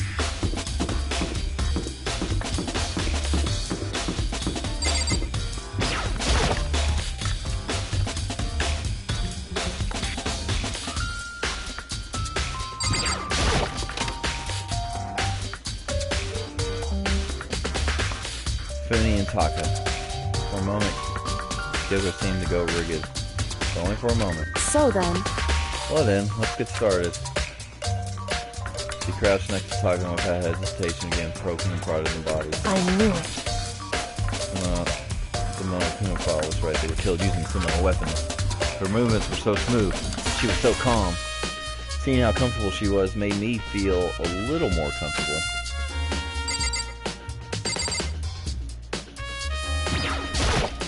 I see. Motoko, I found something. You Hey. did. You remember that wristwatch Taka always wore on his left hand? He did. Whew. Are you so obvious to the people around you? Do you dislike the other people that much? No, that's not it. Anyways, so you said he had a watch. So then... Take a look. It's broken, and you can see the hands aren't moving, right? This is most likely broke when he had his encounter with his assailant. And if you notice, the hands are frozen just past 6 o'clock. That would mean the watch was broken sometime just after 6. That's right. But last night, Taka's watch definitely wasn't broken.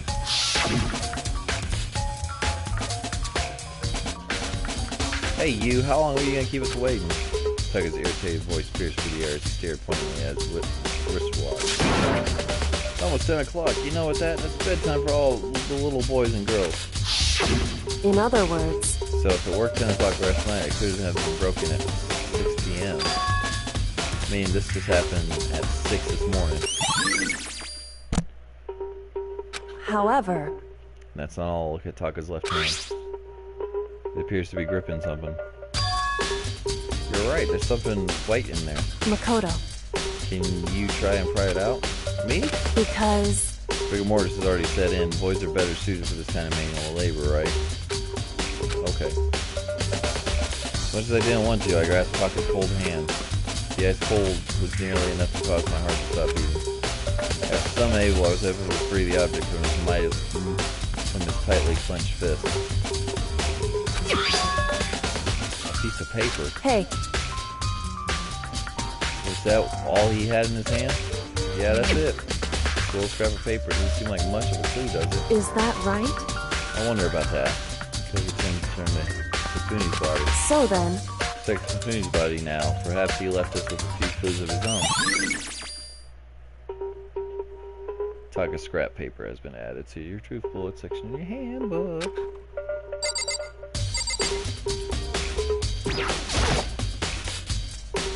Biggest problem I have right now is how the killer was able to move Hifune's massive corpse from the nurse's office where he was discovered here to the repository.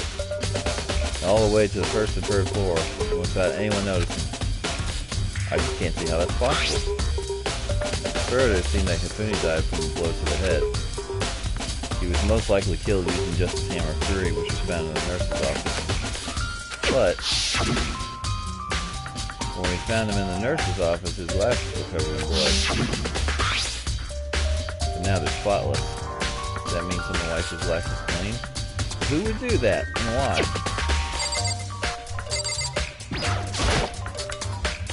So did you find anything? Indeed. I did, more than I expected, to be honest. Look at this. A wad of paper. That's right. Hifune had it hidden on him. Did it? Indeed. He stuffed it in his pants, so you can only assume he hid it on purpose. In his pants? Wait, so you... Why is that? It's just his pants. It's not like his socks or something. I don't know what that means. Hey. Anyway, take a look at the paper. Go ahead. Toko, open it up. Seeing how the stuff down his pants is like, it better be important or I'll never forget this. A note. I found a hole maybe we can use to escape. Monokuma said can't find out, so don't tell anyone else for now. Let's meet in the equipment room at 6 a.m. So... It sounds very familiar. That's it. It's the same thing Hiro said. Then he was telling us the truth. However... Although it's not exactly the same, is it? Last night someone slipped a weird note under my door. And here's what it said. Found a hole maybe we can use to escape. Monokuma can't find out, so don't tell anyone else. For now, let's meet in the rec room at 1 a.m. The time is different. Hiro told us that his note said to meet at 1 a.m. But the note they wrote to Hifune asked him to meet at 6 a.m. Is that right? Hold on, just because Hifune had the note doesn't mean he was meant for him. Huh? So... Part of it has been torn off, right? I think there's likely some meaning there. There's some meaning to the part of it being ripped. Of course, you could maybe explain a little more. Think carefully. Hey. Why would have you been clutching that scrap of paper so tightly? I have no idea. So then... What if it wasn't just a scrap of paper when it was holding it? What if it was something more important? And how would something more important like that become a mere scrap of paper? That's what you need to answer. Hey. And while we're at it, I should tell you one other thing. The two victims this time definitely had their e-handbooks on them. So the handbooks have nothing to do with how this murders were carried out. Not that there were any reason to think they were connected to the killings in the first place. So you're saying I don't have time to think about the handbooks at this point, right? Is that right? If you didn't have to think about them at all, I wouldn't have gone out of my way to mention it. All I said that they weren't used to help carry out the murders. Or maybe at some point, however, where handbooks may play a role. Handbooks may play a role. I don't think I understand. But if Kyo thinks this is important, I better keep it in mind. E-handbook has been added to the truth bullet section here. Blah, blah, blah, blah, blah. Uh-oh.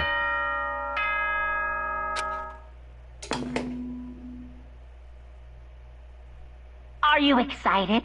Are you pumped? It's time for the class trial to begin! Like the bright burst of fireworks, like the flash of a soul clashing with life and death. And so, with no further ado, everyone please meet at the usual spot.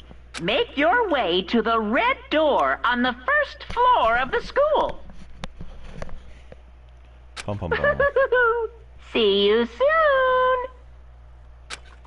soon. It would seem... It's unfortunate, but I suppose this is where our investigation comes to an end. You'll have to figure out the rest for yourself and come to a proper conclusion. Yeah, you're right. Shall we go? Well, we better get going. Okay.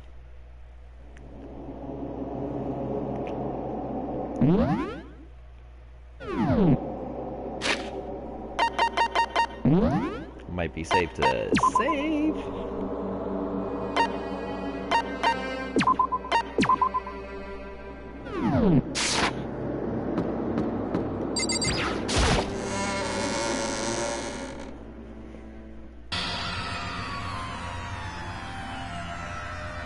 Everyone had heard Monokuma's proclamation, and they gathered by the red door. As soon as they all were there... Monokuma appears! Hello, hello, hello.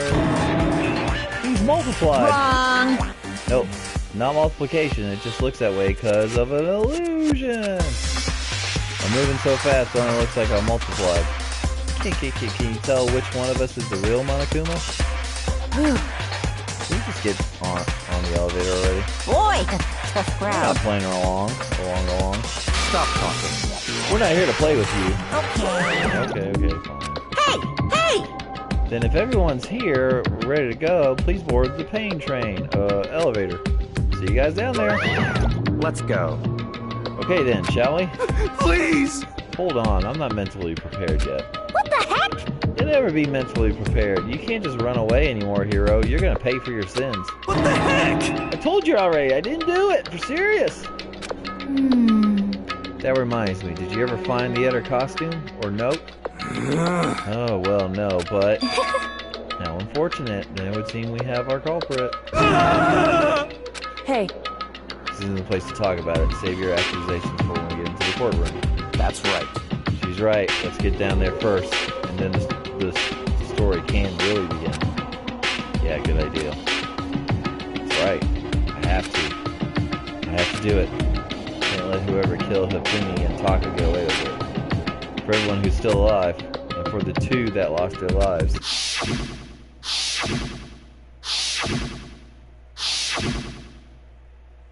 The one who killed Hifune and Taka. The one who killed 2 of our friends. The killer is someone right here. Damn. Just the worst. Hurry up and go so we can make Hero pay for his time. So you're listening? Wait till we get to the point when you begin to argue. It would appear the culprit has been confirmed. This trial will be over in no time. Hey. The story begins when we get down there. It wasn't me. You gotta believe me.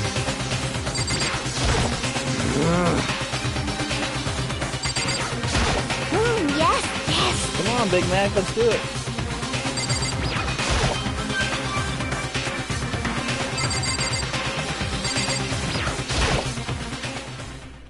Took one last deep breath and exhaled slowly as I began to walk towards the elevator. Dun, dun, dun, dun, dun, dun. Once everyone was aboard, the doors closed on their own and the steel box began to move. The clunking of the elevator kept us company as we fell further and further down. There was no going back. Until we settled all this, we couldn't go anywhere.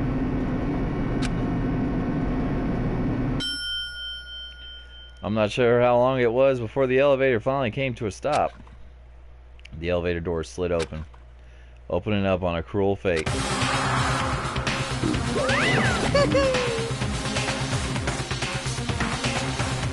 When I see all of you gathered together like this, I realize just how few of you there are left. Your school life is slowly reaching its climax. Just the worst. Only because of you. Why are you making us do such cruel things to each other? What? Do you really hate me so much? But I'm so cute. Come on. Stop goofing around and begin the trial. Don't rush me. Of course, I'm gonna start it. I would never be like, stay tuned for this action-packed class trial after commercial break. I never hold out on you like that. Okay, let's begin. Here are assigned seats. And so the curtain opened once again. A deadly judgment, a deadly deception, a deadly betrayal. A deadly riddle, a deadly defense, a deadly fate. A deadly class trial. Bom, bom, bom. Bom, bom, bom. Dun, dun, dun.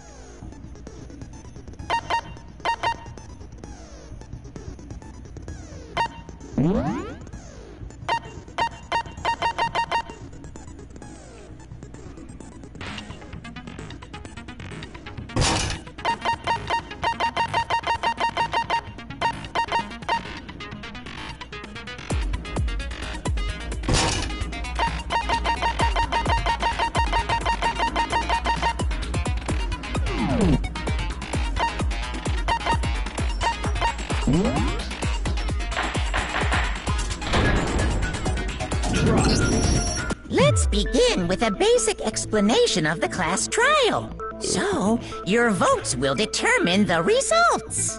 If you can figure out who done it, then only they will receive punishment. But if you pick the wrong one, then I'll punish everyone besides the blackened, and the one that deceived everyone else will graduate. Now then, to begin with... We already know who did it. Was that? It was Hiro. He does not have an alibi for when the murders took place, and we found him in that suit.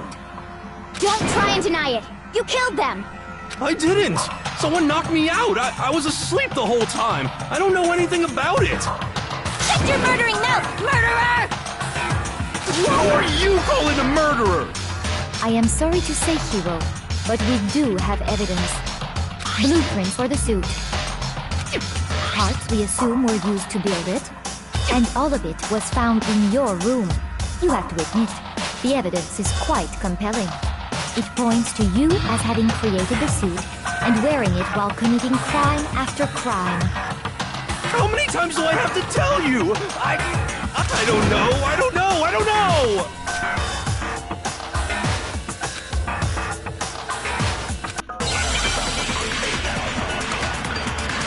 Oh, here we go. Make your goddamn argument.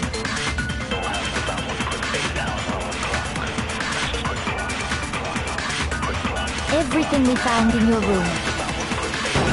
The blueprints, the suit parts, they are all proof enough that you are the culprit. I don't know anything about that stuff. It's not true. It's a conspiracy. Hero, why? Why did you kill them? No! Just hold on a second!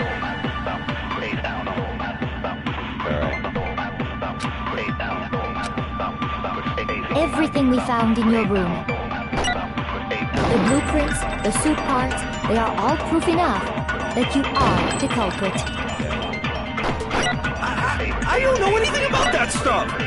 It's not true! It's a conspiracy! Hero, why? Why did you kill them? No! Just hold on a second!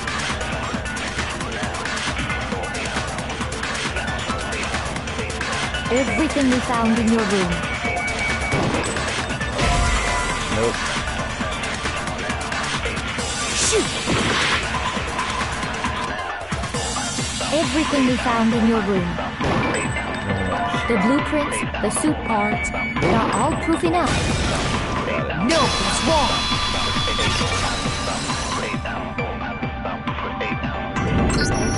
Are we sure Hero really made those blueprints? What do you mean? Well, take a look at this. It's the note that Hero wrote, asking everyone to meet up after Alter Ego disappeared. The handwriting's obviously different, wouldn't you say? When you compare it to the blueprints. There's no way you could think the same person made both of them. Unless that person made it a point to disguise their handwriting. No, the differences are bigger than that, I think. Come on! I'm not smart enough to think of trying to change my handwriting anyway. So Makoto, are you saying you don't think Hero's the culprit? And he's not the only one. I think Hero's innocent as well. Then who was in that Robo-Justice suit? Is it like Hero said? Was there really someone running around in a second suit? Bum, bum, bum. The suspicious individual hidden within the suit.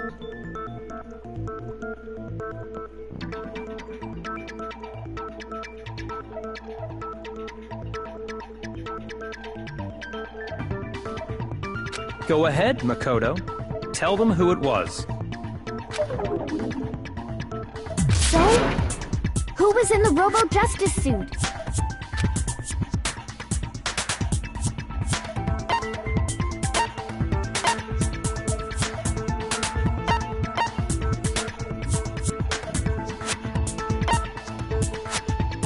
A gun! Other than Hero, I can't think of anyone else it could have been. Obviously, he was the one in that particular suit, and we never found any kind of second suit. Then there can be no doubt. Hero is the prime suspect. That doesn't make any sense. You just said Hero didn't do it. It makes perfect sense.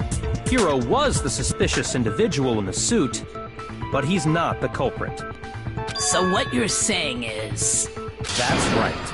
The culprit in this case has nothing to do with being in the Robo-Justice suit. What? Now that's a bold assumption! And what reason do you have to make such a statement? You do have a reason, yes? Of course. But before we get to that, there's something else we need to clarify first. So let's get that out of the way. Hey, stop trying to boss us around! All things have a proper order. So what is it? What needs to be clarified? Dun, dun, dun. We must clarify the method of transportation for Taka's lifeless body. It would seem that his corpse was moved using certain particular items. Makoto, can you tell us what they were? Of course I can.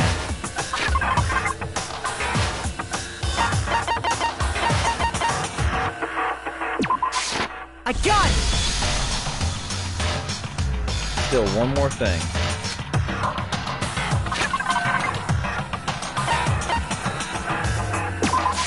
I got it! They were a dolly and a tarp, right? Dolly and a tarp.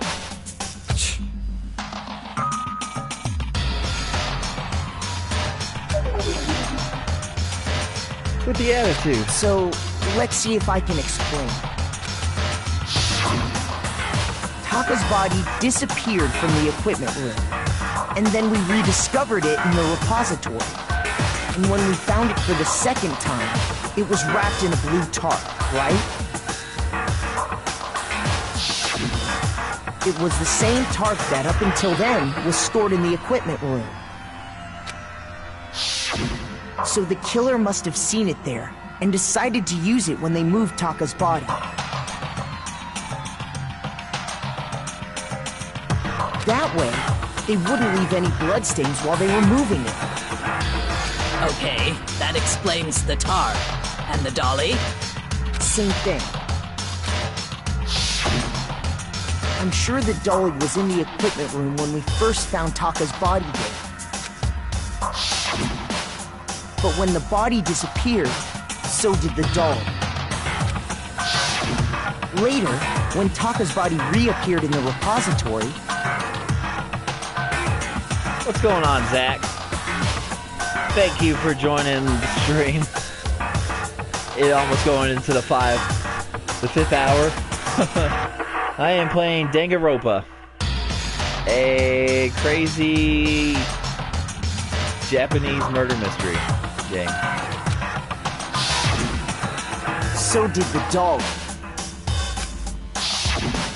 In other words, you think they used the dolly to move the body, am I right? But are you sure you are not mistaken? Huh? Are you absolutely positive the dolly was in the equipment room when we found Taka's body? That dolly was made specifically for moving large objects between the repository and the art room. It would be very strange indeed to discover it had made its way to the equipment room. Is it not possible that it was in the repository all along, and you simply didn't realize it? She's raised an objection. How do you respond? There is no shame in being wrong, and nobody expects much from you anyway. We have all accepted the fact that you rarely understand what is going on around you. Man, I'm growing suspicious of you. You need to cut this shit out.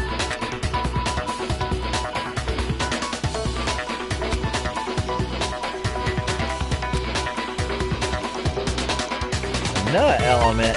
God, they're gonna make these bullet time things so confusing. Let's talk about reloading. Starting with this next bullet time battle, we're gonna add one more ingredient to the recipe. On the bottom of the screen, underneath the tempo marker, you'll see your ammo count. Up until now, there hasn't been really a limit on how you destroy your opponent's statements. But from now on, just locking on and pressing the triangle button won't be enough to handle them. Now it costs you one bullet to destroy a single remark. Once you run out of bullets, you can't destroy any more statements, no matter how locked you are. However, you can reload by pressing the square button. Just like locking on, you have to press the square button in time with the tempo marker.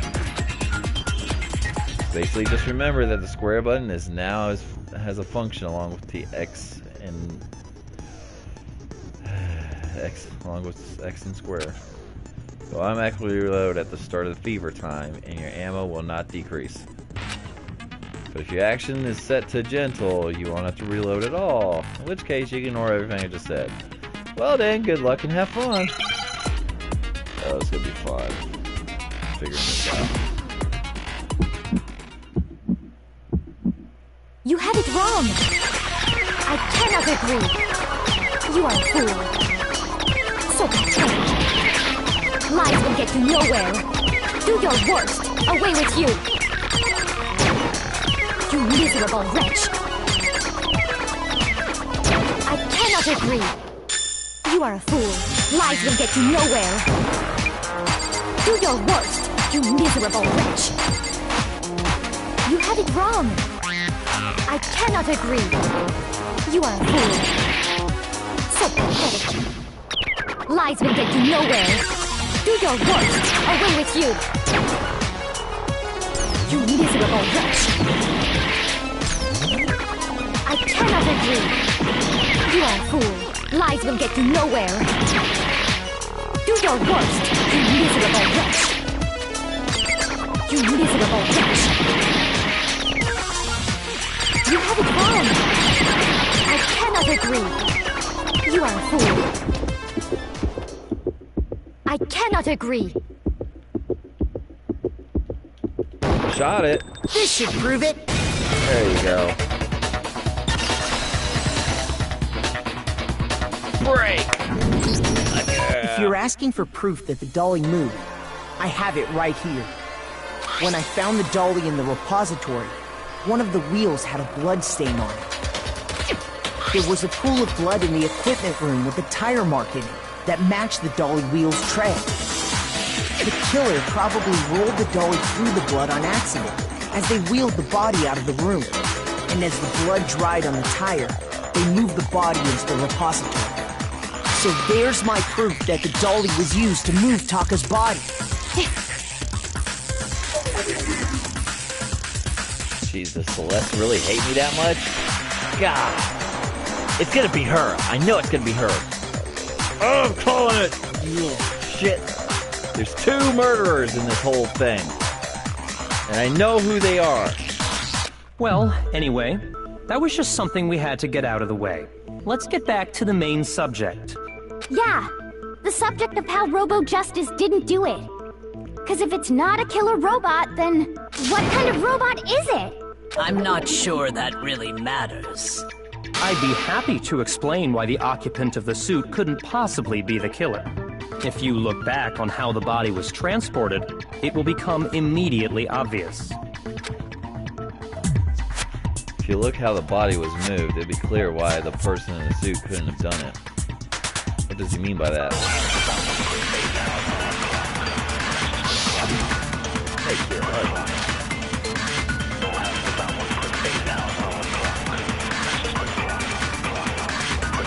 As we know, Taka was killed in the equipment room.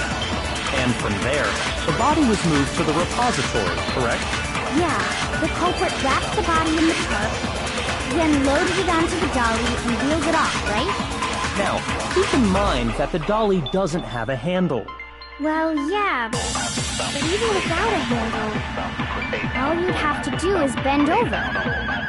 Then you could push the dolly no problem. So the killer just crouched down and carted the body off to the repository. If you accept everything we just said, then you must realize that whoever was in the suit couldn't possibly be the culprit. Sorry, I don't think I realize anything.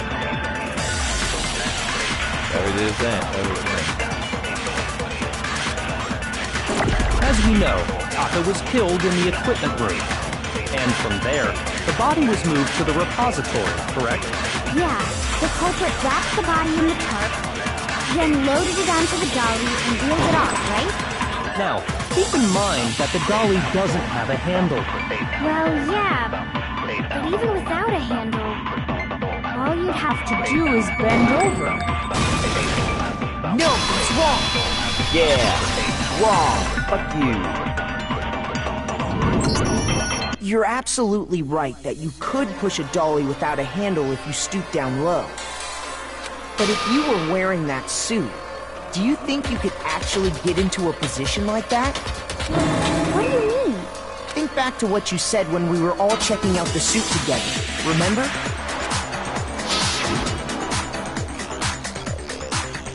I'm as blind as a bat in here. I can't see my feet at all. I'm surprised you got anywhere in this thing. I'm telling you, it wasn't me. Not to mention, you totally can't bend at the waist. Seems pretty obvious oversight. When you're in that suit, not only can you not see your feet, but you can't even bend at the waist. Am I right about that? Now that you mention it, yeah. It seems like it'd be awfully hard to push that dolly if you couldn't bend over. Well, What's to stop you from simply pushing the dolly with your feet? When you can't even see your feet? You really think someone could kick the dolly all that way? Yeah, it'd be totally impossible! Not that I can say for sure myself. On top of that, if you were wearing such a rigid, cumbersome suit, it's very unlikely you would have the dexterity to go about wrapping the body in a tarp. Well, I mean, isn't that just a matter of taking off the suit when you're ready to move the body?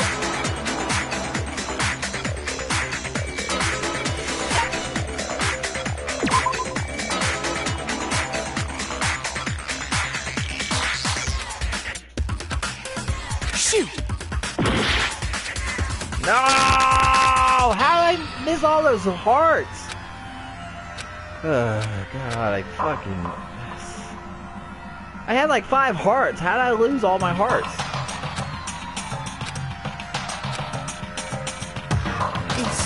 Is this... I refuse to give up yet! You're absolutely right that you could push a dolly without a handle if you stoop down low. But if you were wearing that suit, do you think you could actually get into a position like that? What do you mean? Think back to what you said when we were all checking out the suit together. Remember? Blind as a bat in here. I can't see my feet at all. I'm surprised you got anywhere in this thing. I'm telling you, it wasn't me. And not to mention, you totally can't bend at the waist. It seems like a pretty obvious oversight. When you're in that suit, not only can you not see your feet, but you can't even bend at the waist. Am I right about that? Now that you mention it, yeah. It seems like it'd be awfully hard to push that dolly if you couldn't bend over. Well, what's to stop you from simply pushing the dolly with your feet? When you can't even see your feet? You really think someone could kick the dolly all that way? Yeah, it'd be totally impossible! Not that I can say for sure myself. On top of that, if you were wearing such a rigid, cumbersome suit, it's very unlikely you would have the dexterity to go about wrapping the body in a tarp. Well, I mean, isn't that just a matter of taking off the suit when you're ready to move the body?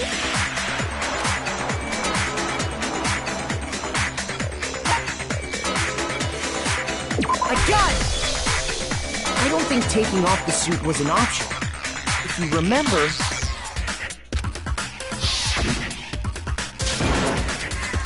I don't know what's up with this thing, but I can't actually get it off. A little help. Maybe we should make something that you can't take off by yourself. I didn't make the stupid friggin' thing. There's a clasp on the back that's keeping me from getting it off. It's pretty sturdy. I don't think you can get it off on your own. So they don't have a choice. Let's help them. That's true. It seems impossible to put the suit on or take it off without help. Then, you really can't take it off by yourself? Hero wasn't just making it up? Of course I wasn't making it up. If he could have gotten it off by himself, I don't think he would have let us see him wearing it. Showing up in the suit was basically an invitation for everyone to suspect it. Yeah, that's right! So, it's really, really true that Robo-Justice couldn't have moved the dolly? To be clear, whoever did move the body, it couldn't have been Hero in the robot suit, correct? No, wait. Just a second, if you please. Have you forgotten about the picture that I took? You all got a good look at it, did you not? The image of Hifumi being dragged away by Robo-Justice? If whoever was in that suit is not the culprit, how do you explain that? Besides, do you remember what the now deceased Hifumi said?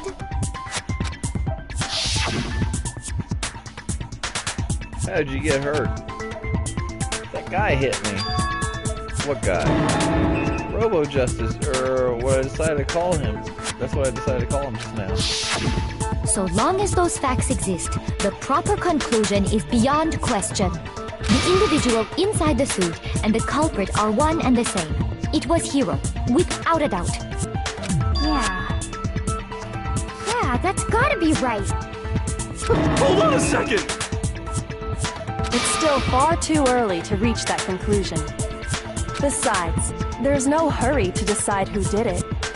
Before we rush to a verdict, shouldn't we explore every single possibility?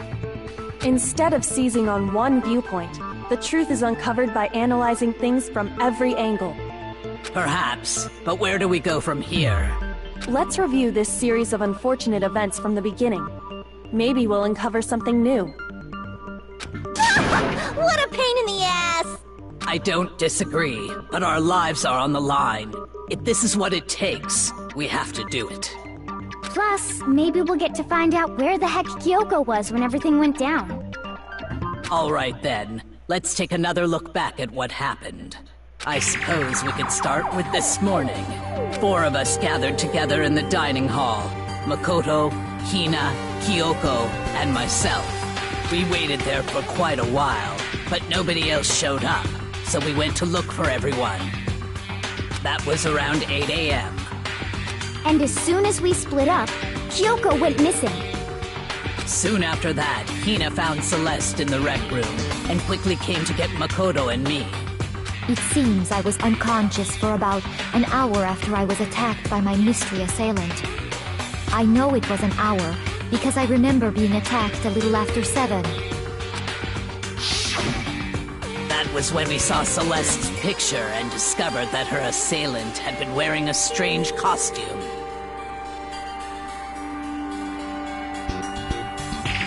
As it turns out, it was Robo-Justice. It also soon became clear that this same Robo-Justice had abducted Hifumi. We were soon joined in our search by Byakuya and Toko, and then went on to find Hifumi in the library. He was injured, so we took him to the nurse's office and resumed our search for the suspect. But not long after leaving the nurse's office...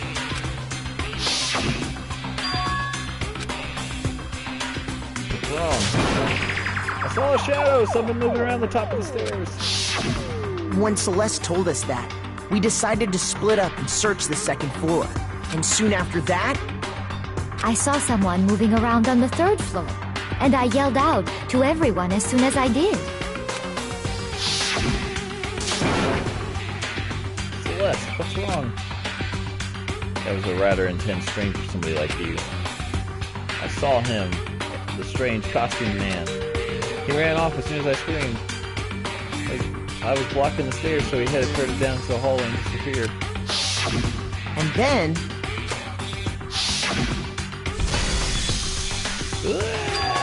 Huh?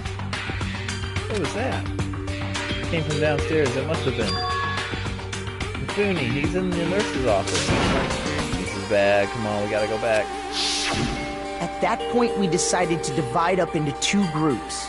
Celeste, Hina, and I went back to the nurse's office, while Sakura, Byakuya, and Toko chased after the suspect. When we got back to the nurse's office, we found Hifumi, dead. And that's when we heard the body discovery announcement. I left Celeste and Hina there and headed back to the 3rd floor to let the others know what had happened.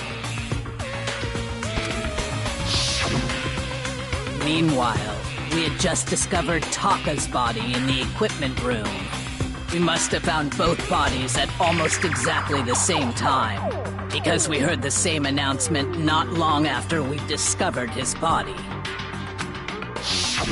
And that's when I told you guys about Hifumi. Then the 3 of us headed for the nurse's office. But right after we left the physics lab, we ran into Celeste, who'd arrived after us. And she told us something very surprising. Mifune's body had disappeared. We rushed back to the nurse's office and saw that she was right. Then we remembered we'd left Toko passed out in the equipment room, so we hurried back again.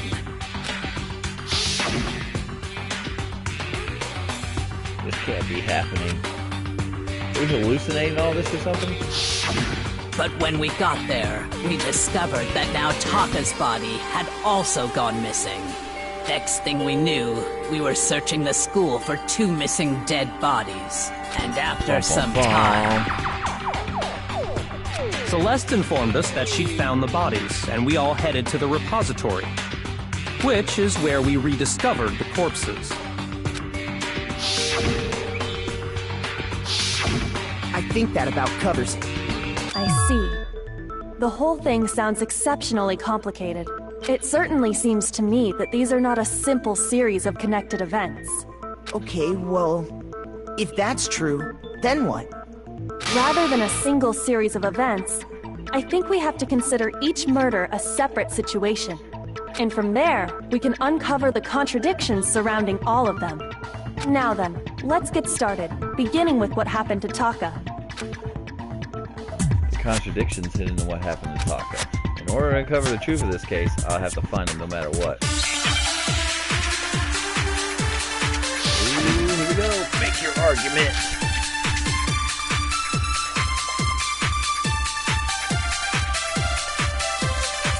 So, regarding Taka's death, I wonder if he died before Hifumi, or perhaps it was after? We already know what order they were killed in. Taka came last. Damn it. What makes you say that? Because of the numbering of the Justice Hammers. It's true that Hifumi was killed with Justice Hammer 3, while Taka's death came from a swing of Justice Hammer 4. See? So it's obvious Taka came after.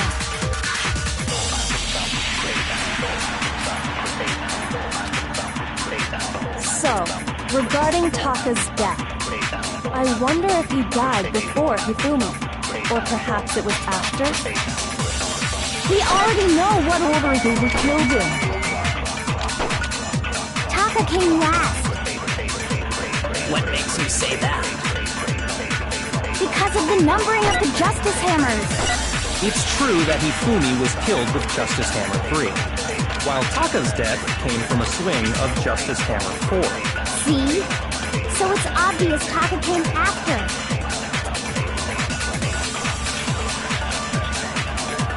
So, regarding Taka's death, I wonder if he died before Hifumi, or perhaps it was after?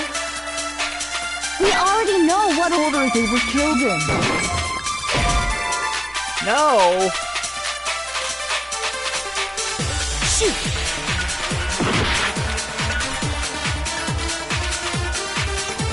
So, regarding Taka's death, I wonder if he died before Hifumi, or perhaps it was after?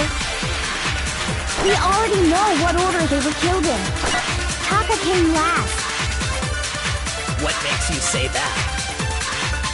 Because of the numbering of the Justice Hammers. No! Oh my god!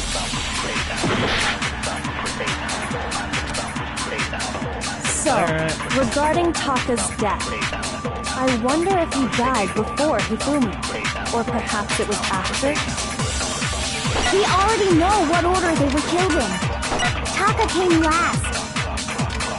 What makes you say that? Because of the numbering of the Justice Hammers. It's true that Hifumi was killed with Justice Hammer 3, while Taka's death came from a swing of Justice Hammer 4. See? So it's obvious Taka came after.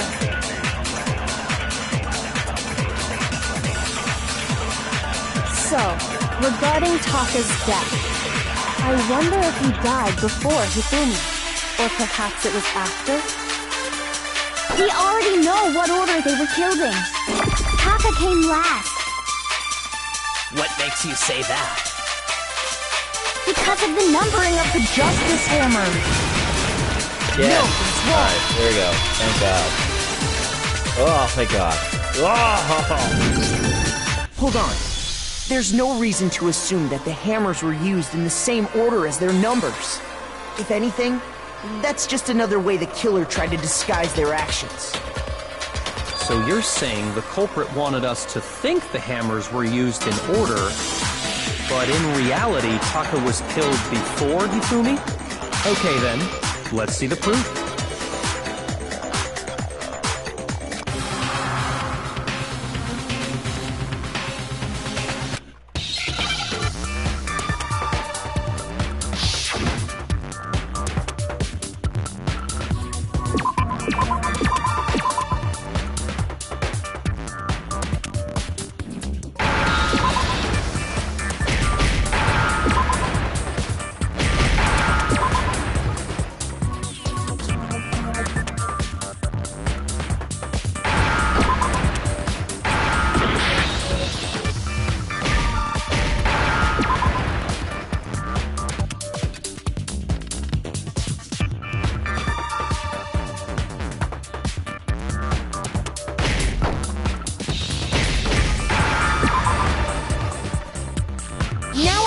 And...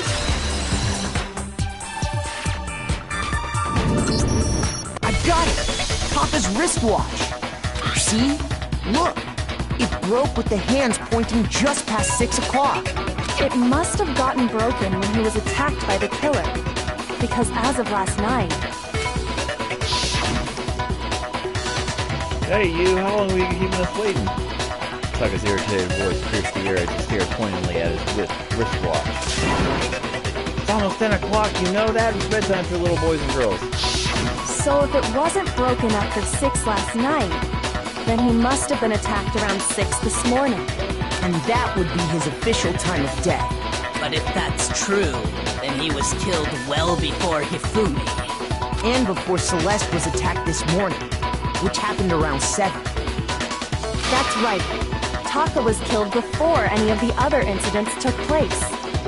That simple fact slipped past all of us.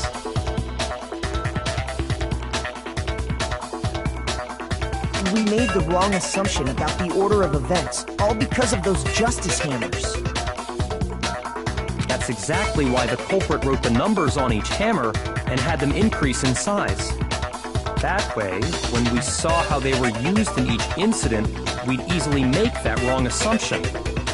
Now, if Taka was killed around 6, then everyone's alibis for his murder go out the window. Because when he was killed, we hadn't met up in the dining hall yet. That may be true in the case of Taka's murder, but all of our alibis still hold true for Hifumi's death. That's right. With him, at least, we're all safe.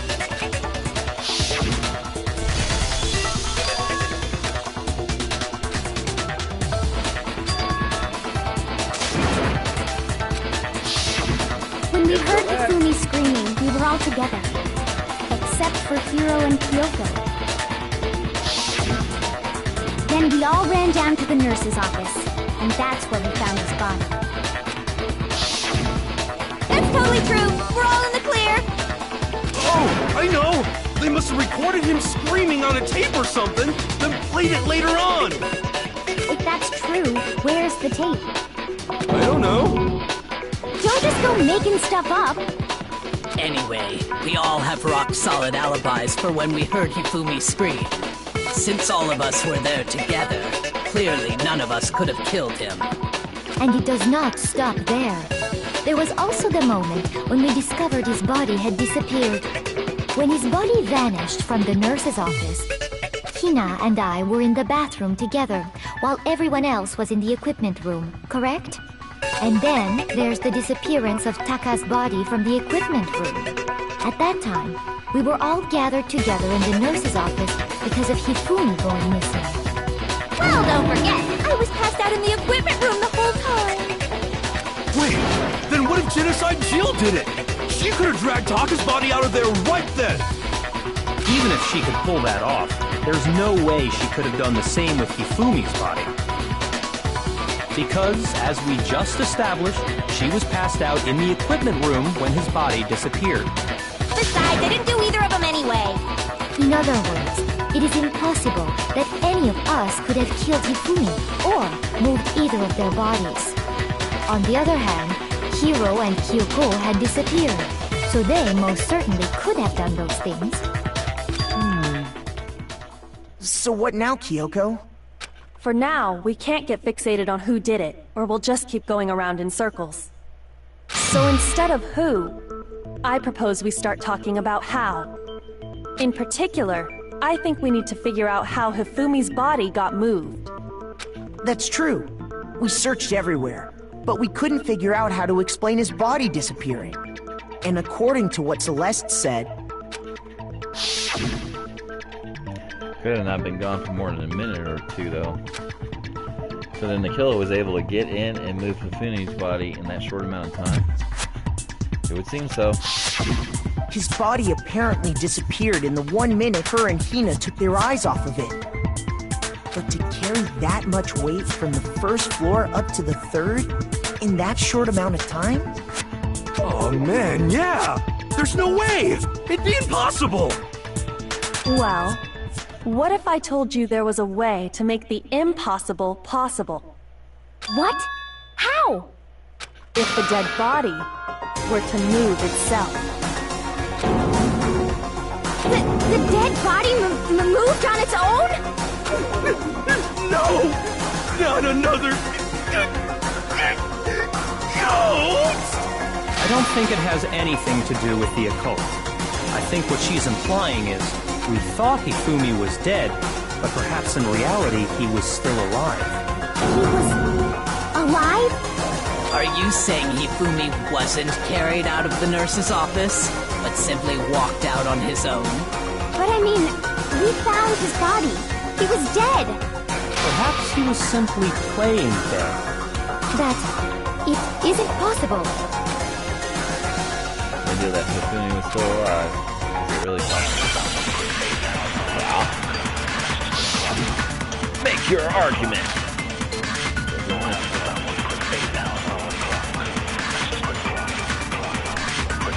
Are you saying that when we first found Hifumi in the nurse's office, there's a chance he was actually still alive?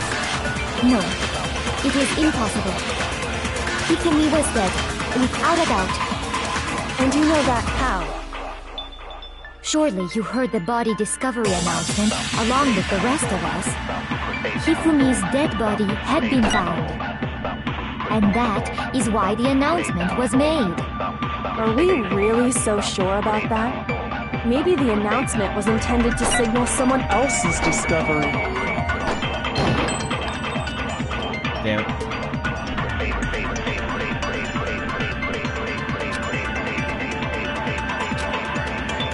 Are you saying that when we first found Hifumi in the nurse's office, there's a chance he was actually still alive?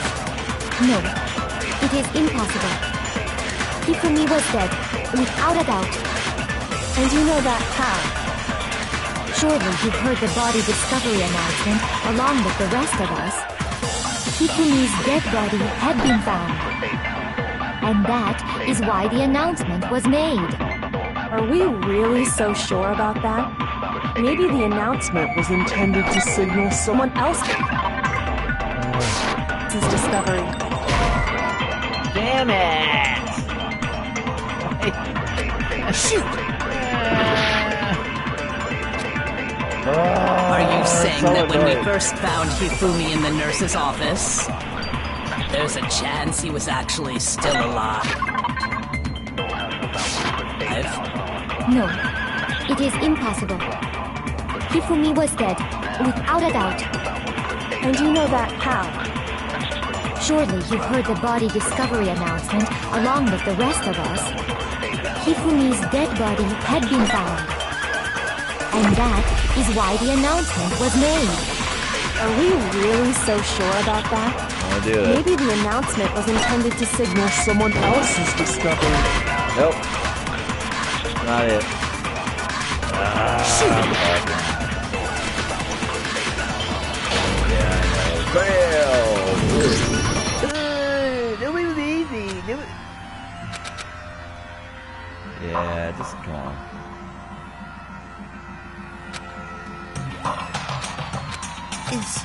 Is this real? I refuse to give up yet!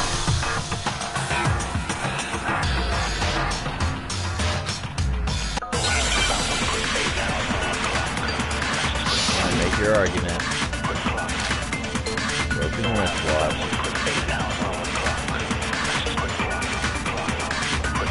Are you saying that when we first found Hifumi in the nurse's office, there's a chance he was actually still alive? Why? Shoot! Oh, this game. Are you saying that when we first found Hifumi in the nurse's office, there's a chance he was actually still alive? No, it is impossible.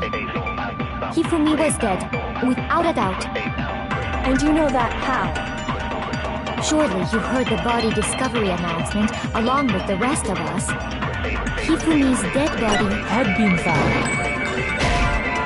How?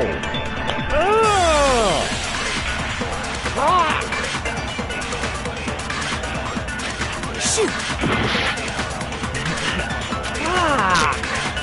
saying that when we first found Hifumi in the nurse's office, there's a chance he was actually still alive? No, it is impossible. Hifumi was dead, without a doubt. And you know that how? Surely you heard the body discovery announcement along with the rest of us. Hifumi's dead body had been found. And that is why the announcement was made. Are we really so sure about that? Maybe the announcement was intended to signal someone else's discovery. Ow! Oh my god, game! Shoot! Are you saying that when we first found Hifumi in the nurse's office, there's a chance he was actually still alive? No, it is impossible. Hifumi was dead, without a doubt. And you know that how? Surely you heard the body discovery announcement along with the rest of us. Hifumi's dead body had been found. And that is why the announcement was made. Are we really so sure about that? Maybe the announcement was intended to signal someone else's discovery. I don't know. Like, what the fuck? This is driving me insane. Oh, God. Are you saying that when we first found Hifumi in the nurse's I'm just office, like guessing right now. Because there's it's like, a chance he was actually still alive? see, that didn't work. So it's not that. Shoot! Come on, just do your stupid little thing with the fucking bear. God, it's so annoying.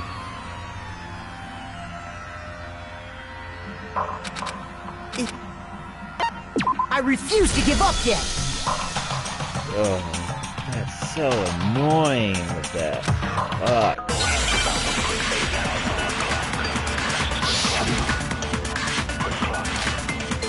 Broken wristwatch. What did you give me? Are you saying that when we first found Hifumi in the nurse's office, there's a chance he was actually still alive? No, it is impossible. Hifumi was dead, without a doubt. And you know that how? Surely you heard the body discovery announcement along with the rest of us.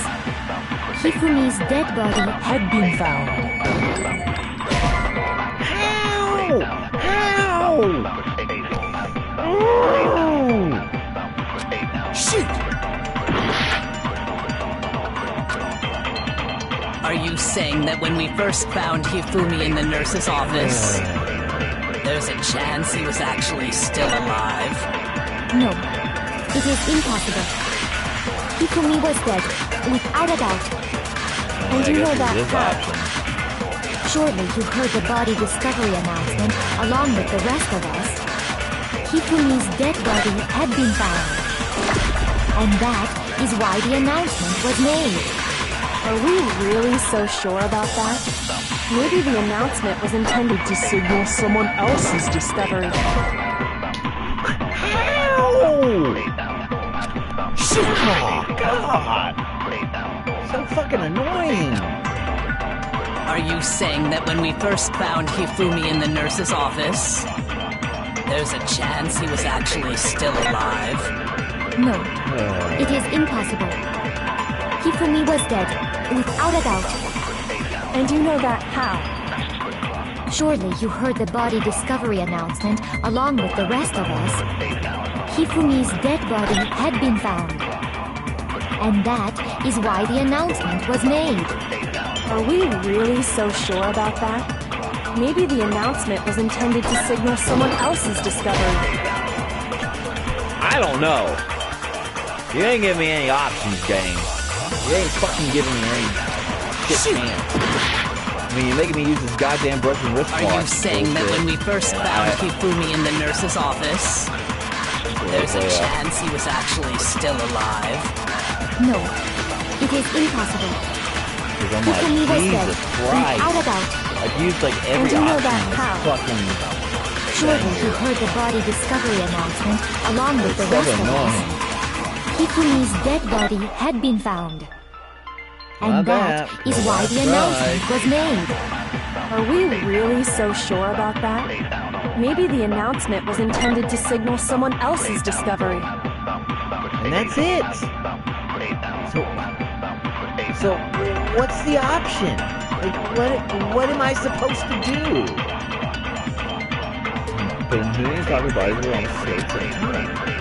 Are you saying that when we first found Hifumi in the nurse's office, there's a chance he was actually still alive? No, it is impossible. Hifumi was dead, without a doubt. And you know that how? Surely you heard the body discovery announcement along with the rest of us. Hifumi's dead body had been found. And that doesn't work. And I don't understand why. I don't understand how. I don't fucking stand. Shoot! I don't fucking understand. Are you saying that when we first found Hifumi in the nurse's office, there's a chance he was actually still alive? No, it is impossible. Hifumi was dead, without a doubt. This doesn't work, I don't know. And you know that how? Surely you heard the body discovery announcement along with the rest of us. Hifumi's dead body had been found. I don't know. I don't fucking know. Oh my god. Shoot!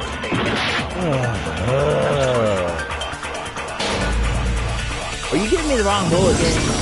Am I supposed to even do that with the fucking thing? Because, like, good lord, that's so annoying. I refuse to give up yet! Come on. Oh my god. This case is frustrating. Because I feel like I've exhausted every option here. And it's not letting me progress.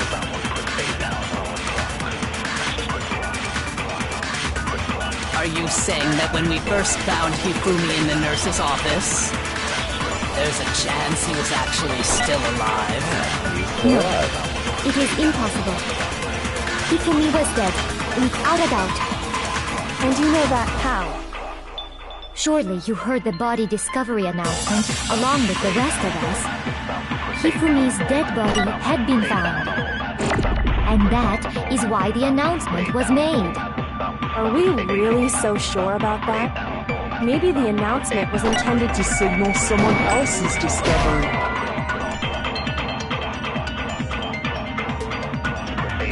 Shoot!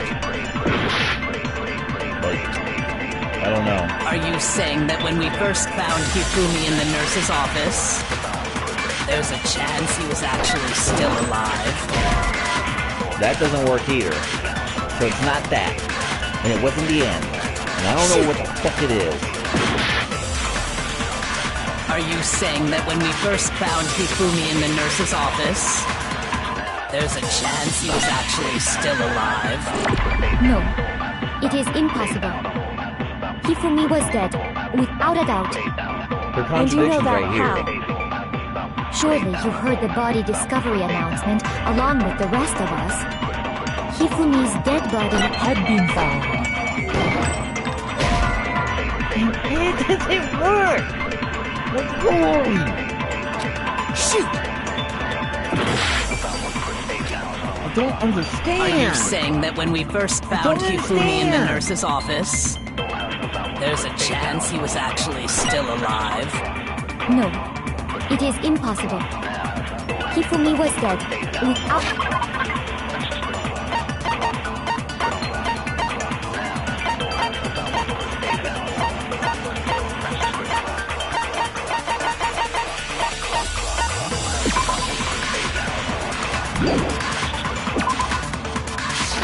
Out.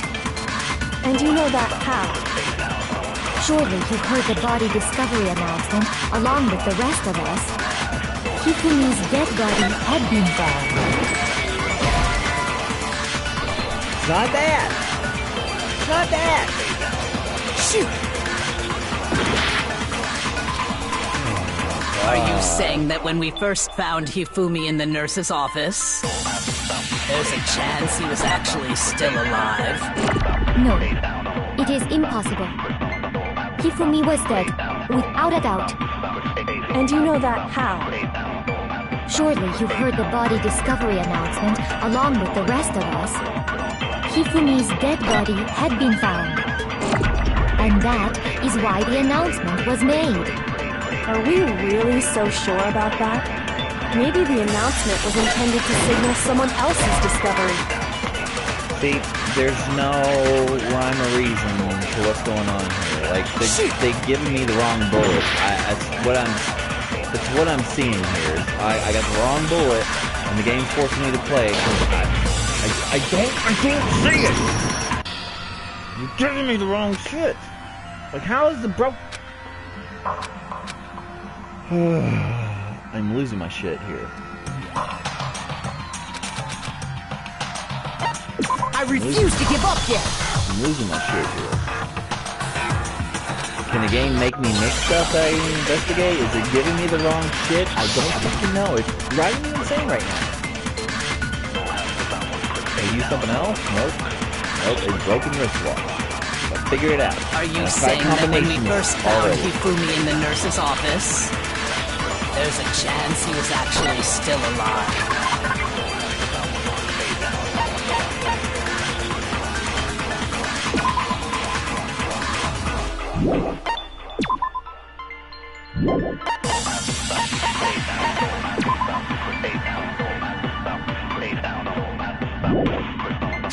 No, it is impossible. Hifumi was dead, without a doubt. And you know that how? Surely you've heard the body discovery announcement along with the rest of us. Hifumi's dead body had been found. I don't get it. Like, what? Oh, what is it? What the fuck Are is you it? saying that when we first found Hifumi in the nurse's office, I haven't hit. there's a chance he was actually still alive?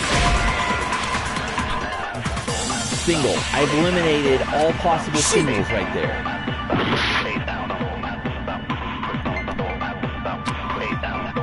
Are you saying that when we first found Hifumi in the nurse's office, there's a chance he was actually still alive? No, it is impossible. Hifumi was dead, without a doubt. And you know that how? Surely you heard the body discovery announcement along with the rest of us. Hifumi's dead body had been found. And that is why the announcement was made. Are we really so sure about that? Maybe the announcement was intended to signal someone else's discovery.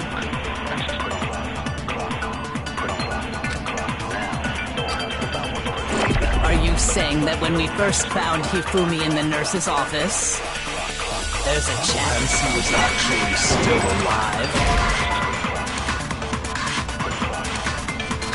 Shoot! Are you saying that when we first found Hifumi in the nurse's office, there's a chance he was actually still alive? No, it is This impossible. one's annoying. Hifumi was I think dead, I figured it without out. a doubt. That's fucking And you know that annoying to do how? it that way. Surely you heard the body discovery announcement along with the rest of Hifumi's dead body had been found. And that is why the announcement. Are we really so sure? Maybe the announcement was intended to signal someone else's discovery.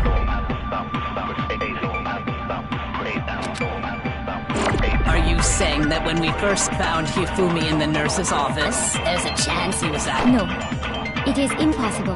Hifumi was dead. And you know that how?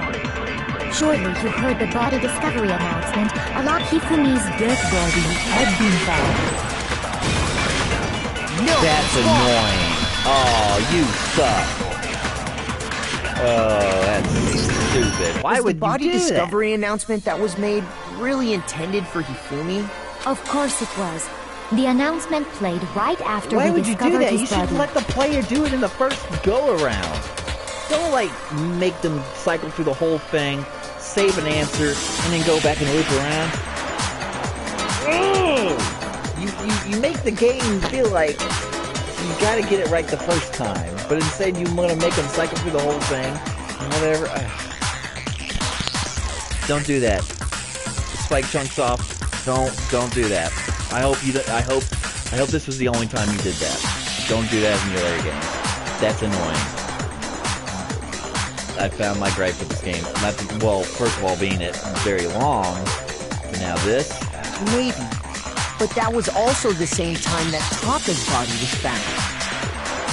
That's right. It wasn't long after finding his body that we heard the announcement. So there's a good chance we've made a mistake in there somewhere. I think we've confused whether the announcement was for Hifumi or Taka. First of all, if 2 bodies had been found, there really should have been 2 announcements. Maybe Monokuma simply got lazy and rolled them together into one. What do you say, Monokuma? Any comment? Well, it's a very sensitive issue, so I can't go into too much detail. But what I can say about the body discovery announcement is that it's only broadcast when 3 or more people find a dead body for the first time. That didn't answer our question, man. We're asking if you're a lazy bum. No, actually, that was plenty. Huh? He said it's only broadcast when a body is discovered for the first time, which means even if we find the same body again later, he won't make the announcement again. If that's true, then why was the announcement made again later on? Huh? Later on? Exactly. We heard the body discovery announcement twice.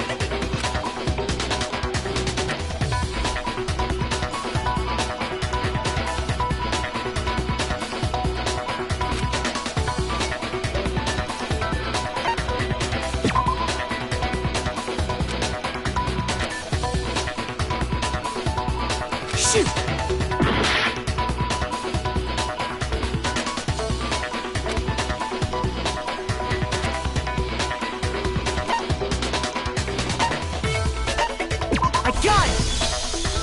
We heard it a second time in the repository, when we rediscovered the 2 bodies.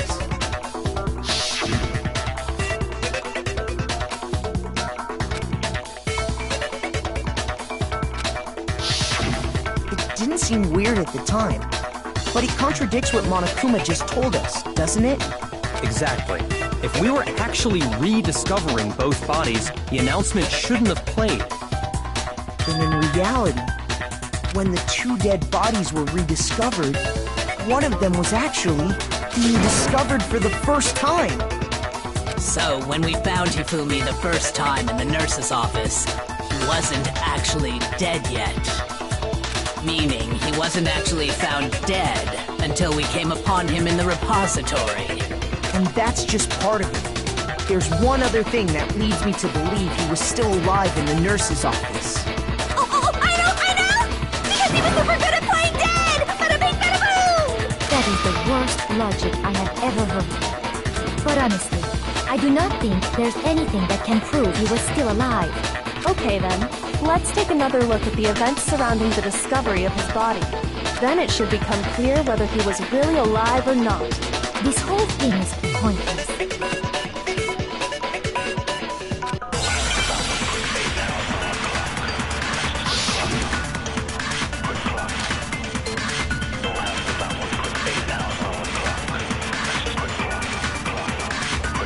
Well, here's one thing we do know. The first time we found Hifumi's body was in the nurse's office. And then, while me and Celeste were in the bathroom, his body disappeared. And the next time we saw his body, it was in the repository. But when you compare his body before being moved and his body after being moved, other than the change in how it was positioned, there was no notable difference. No, it's wrong!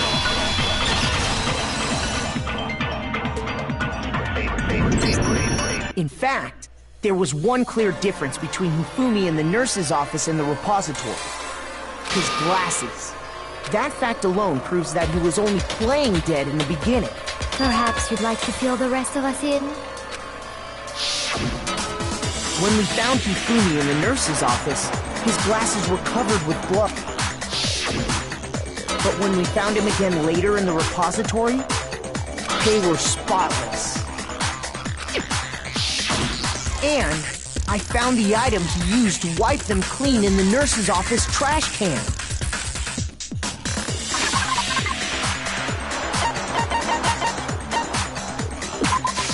I got it!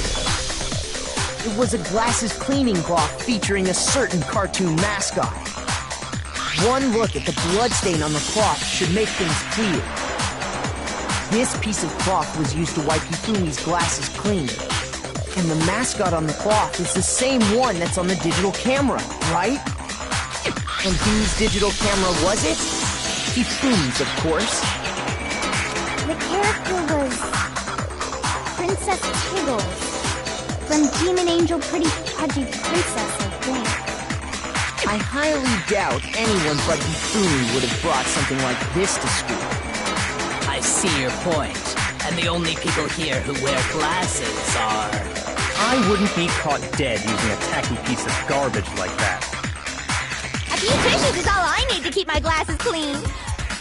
Then there's no question. It belonged to Hifumi.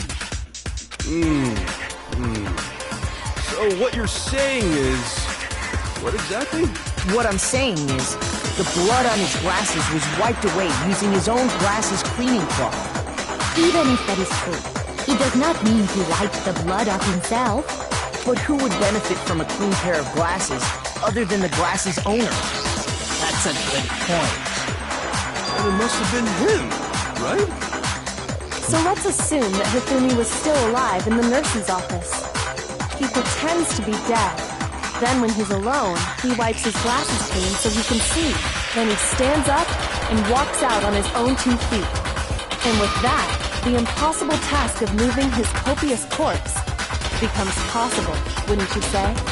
But then, if he was just pretending to be dead, what was with all that blood? Was it paint or something? The fridge in the nurse's office contains packs of blood for emergencies. He probably used one of those. He figured if he was gonna play dead, he should go all out, so he just dumped it everywhere! But he got crazy with it and had to wipe his glasses off when he was done! God, what an idiot! And if Hifumi was still alive at that point, the disappearance of Taka's body is easily explained. It should be perfectly obvious who must have moved Taka's corpse. I got it! It could only have been Hifumi. While we were all gathered in the nurse's office, he went to the equipment room and took Taka's body. That also explains how the door to the repository got locked. The door was locked? Well, after the bodies disappeared, we all went looking for them, right? So me and Sakura headed for the repository. But when we got there, the door was locked. And the repository door can only be locked from the inside. Which means, when Hina and Sakura got to the repository... And it could only have been Hifumi, who'd just finished stashing Taka's body there. He convinced us all he was dead, and when he saw his chance, he dragged Taka's body to the repository. So, Hifumi wasn't just another victim in this case. He was one of the assailants. But that means he took part in the murders. I just can't believe it. If you're having trouble, would you like me to show you one more piece of evidence? There's more? Oh, absolutely. The single biggest fact pointing to his involvement has yet to be revealed. You know what I'm talking about, right, Makoto? The item he took off of Taka's lifeless body?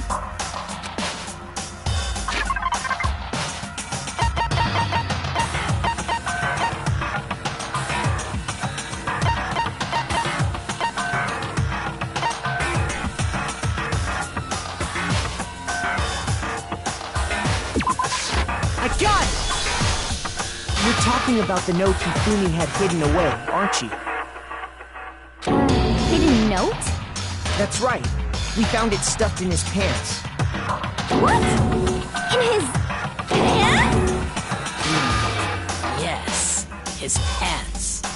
Okay, well, forget about the pants for now. Take a look at what the note says. Found the hole maybe we can use to escape. Monokuma can't find out, so don't tell anyone else for now. Let's meet in the equipment room at 6 a.m. That's the note I was telling you about! The one that told me where to go! Huh?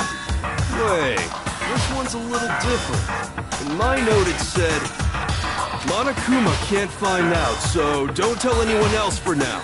Let's meet in the rec room at 1 a.m. See. Then this note isn't the same one Hiro got. It's not the same? In other words, the killer got in touch with another person besides Hiro. And that person could only have been... I got it! That's right! Taka! The killer used this note to draw out Taka and murder him. Hello? Over here! Objection! Objection! I don't really understand what's going on, but Hifumi had that letter, right? So whoever wrote it wasn't drawing out TikTok, they were drawing out Huffy! Just to be clear, TikTok is Taka and Huffy is Hifumi, right? Ugh! Yes! Why must you ruin it every time?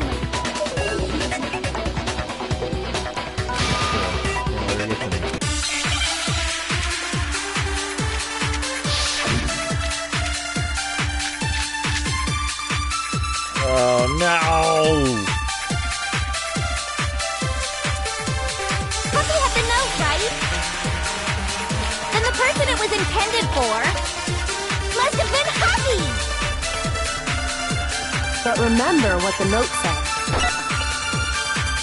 What time did it say to me? 6 a.m. The time doesn't matter! The note has nothing to do with TikTok!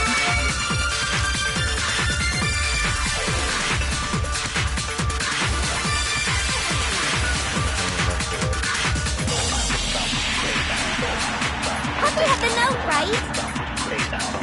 Then the person it was intended for must have been Huffy!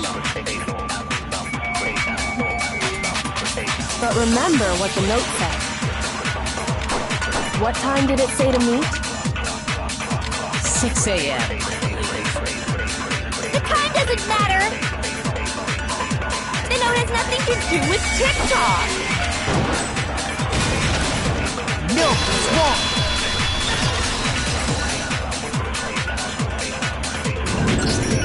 No, there absolutely is a connection. What the hell are you talking about? The note said to meet at 6 a.m., which is the same time Taka was murdered. You've already proven that using his wristwatch. But there's more. Look where the note says to meet. The equipment room, right? Which is where Taka was killed. I see. So, Taka was murdered at both the time and place written in the note. I think that should be plenty to show that this note was definitely meant for Taka. Well, when you put it like that... No further objections! Then someone used that note to trick Taka. Just the same as me. The culprit really is a cold-blooded monster. Telling people they found a way out. But if they gave the note to Taka, what was Hifumi doing with it? Stuffed down his pants, no less! Most likely, Hifumi stole it off Taka's corpse after he died. Huh? He stole it? Where's your proof? Go ahead, show us.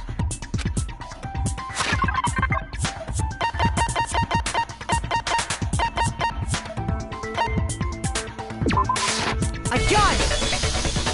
When I searched Taka's body, I saw that his lifeless hand was gripping a small scrap of paper. If I'm right about this, the sheet of paper this piece came from is... I knew it! It fits perfectly with the note we found hidden on Hifumi. Then Taka's scrap and Hifumi's note. Yup, they're from the same piece of paper. Hifumi had the note meant for Taka, while Taka's corpse still grasped a small piece of that note. There's only one way to explain it. Taka died clutching the note, Hifumi tried to free the note from its death grip, leaving behind only one small scrap. Did I get all that right? That means Hifumi knew the note was important. Exactly. Which proves that he was an accomplice in the murder. Whoa. Yeah. After seeing all this, Hifumi was super involved in this whole thing for sure. In fact, he was behind the whole thing. In fact, he's still alive! Sorry, no. When we found him in the repository, Hifumi was truly and completely dead. The second body discovery announcement proves that. So then, who killed Hifumi? Whoever did is the mastermind, the true killer. He was killed in the repository. So he must have been killed not long after transporting Taka's body. So, he must have been killed after Taka's body vanished, but before we found both bodies in the repository. During that time, we'd all split up and were searching for Taka's missing body. In other words, during that time, none of us have alibis.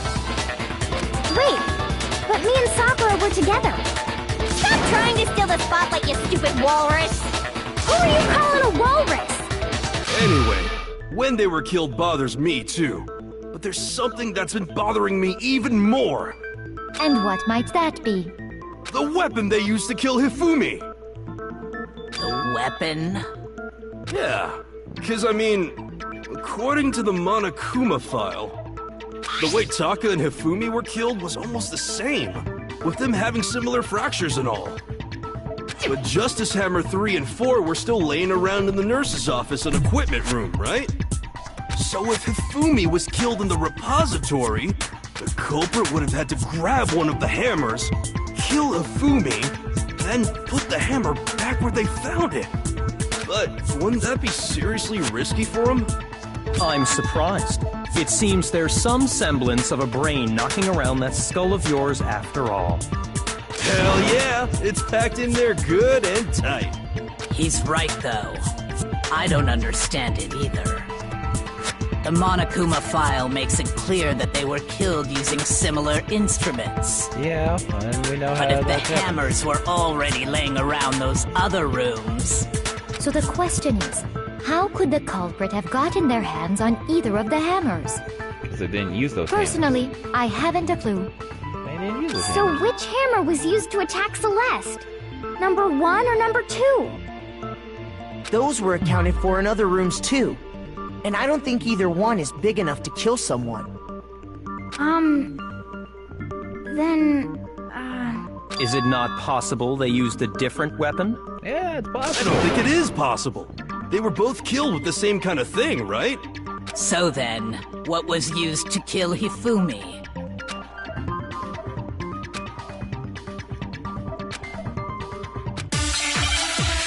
Oh, the argument is clear. It's the hammer that got washed. Or the mallet that got washed. Spotless hammer, yep. See, I knew it. What was used to kill Hifumi?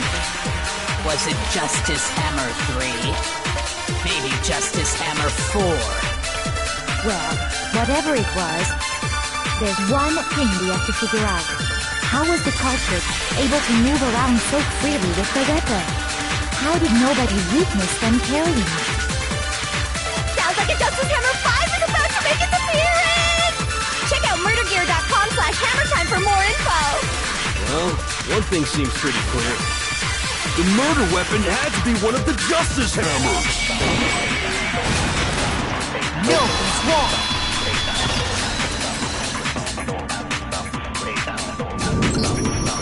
The murder weapon wasn't a Justice Hammer at all. No, it was something completely different. But, seriously? A different weapon? Specifically, a hammer from the repository. The killer could have easily used that to kill Hifumi. Now, all the hammers in the repository were covered in flecks of grit and debris. But for some reason, one of them had been scrubbed clean. And the reason it had been scrubbed clean was most likely because it was used to commit murder. If the hammer got covered in Hifumi's blood, of course they'd have to clean it off. I'd also like to point out that the repository has all kinds of hammers. Big ones, small ones, and even some flat mallet-like ones. I think whoever made the Justice Hammers used those as a basis for their design. If that's true, that would explain the Monokuma file's note about the wounds being similar. So Hifumi moved Taka's body to the repository, where someone then used a hammer to kill him. Whoever did that is the true killer. The one Hifumi was working with. And the one who betrayed him. Hold on a moment. I still think it's strange to assume someone was working together with him. The way the graduation rule works, there is no benefit to helping someone else carry out a murder. So the idea that anyone would work together like that is simply ludicrous. We talked about this, did we not?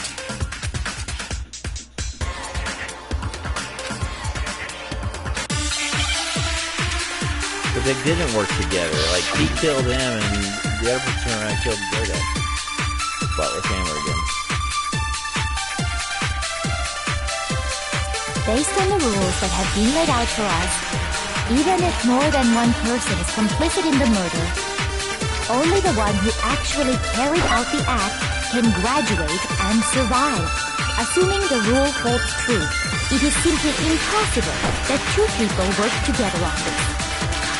That is how the rule was explained to us. But that only really applies if there's one murder, right? In this case, however, there were two murders.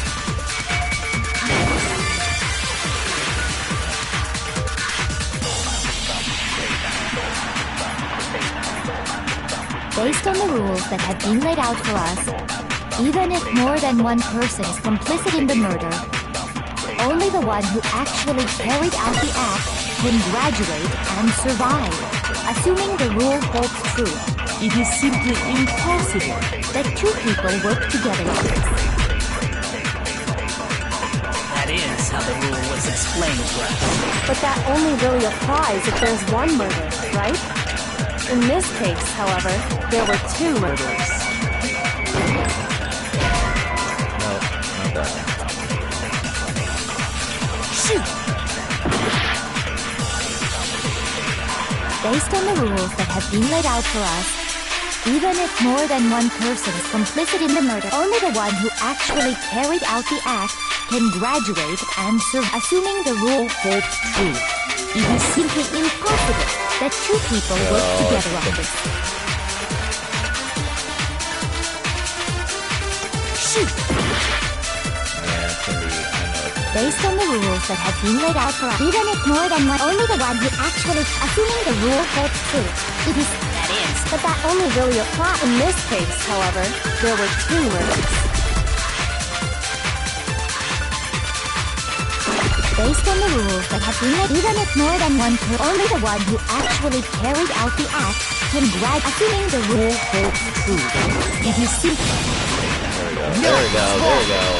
They did it again. They did it again. I hate that bullshit. God damn. Since there were two murders, it's at least plausible that more than one person was involved. What do you mean? If there'd only been one murder, then yes, the idea of an accomplice isn't really worth considering. Naturally, if only one person can be saved per murder, an accomplice has no risk versus reward benefit.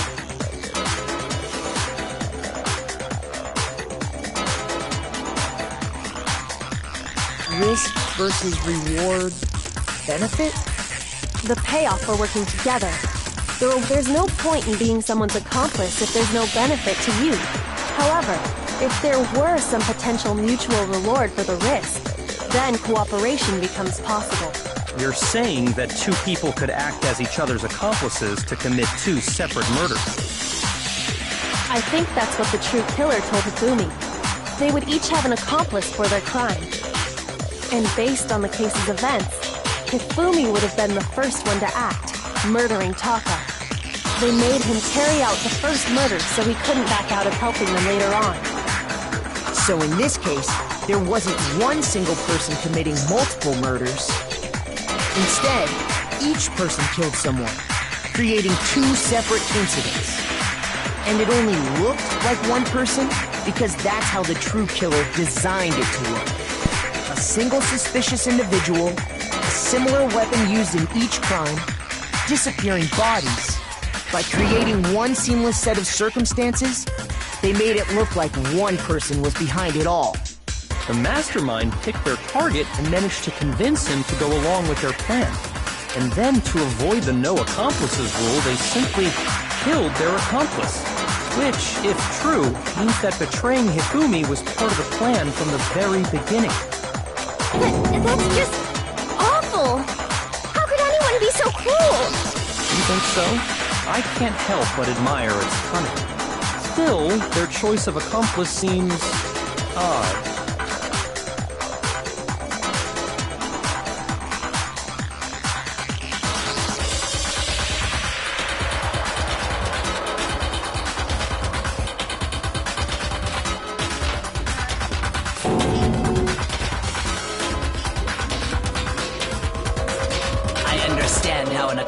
Could be involved. But then, who was the one pulling Hifumi's strings? That's problem numero uno right now!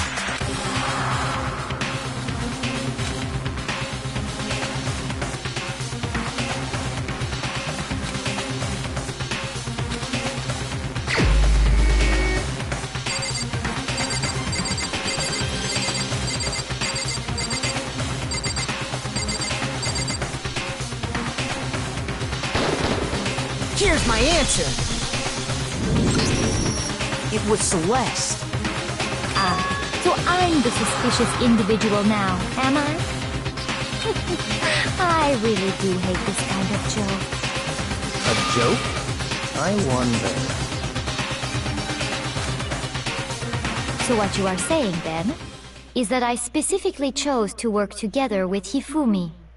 The idea that I would choose to spend any amount of time interacting with him... I knew it was you crazy bitch. Ugh! That I would go within 10 feet of that shit for brains, that lazy, worthless goddamn idiot! She's losing it. Pardonnez-moi. Just to be clear, there is evidence to support it. Is that so? It is. Throughout the investigation, there was certain behavior that was common only to the two of you. Considering what we've learned so far, it only further proves that the two of you were working together.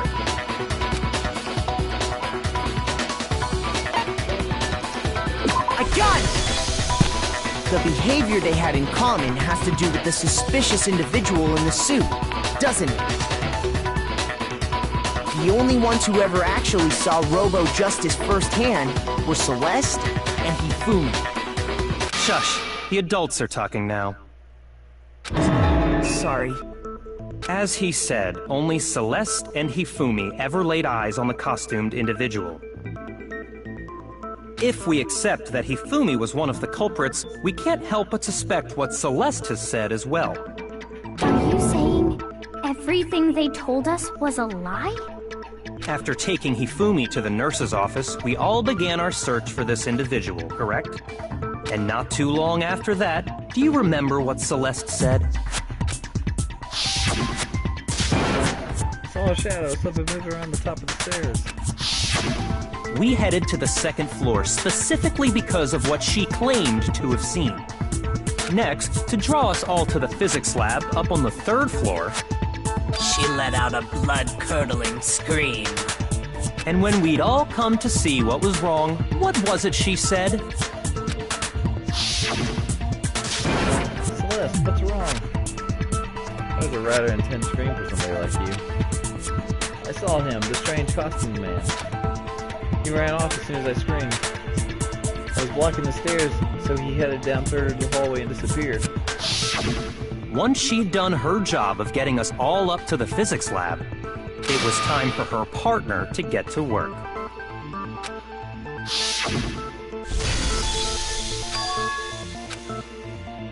What was that?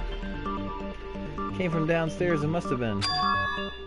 Hifumi, He's in the nurse's office. This is bad. Come on, we gotta go back. It was to get us to divide into two groups. So that we would discover both bodies at the same time? In fact, Celeste was precisely the one who proposed that we split up.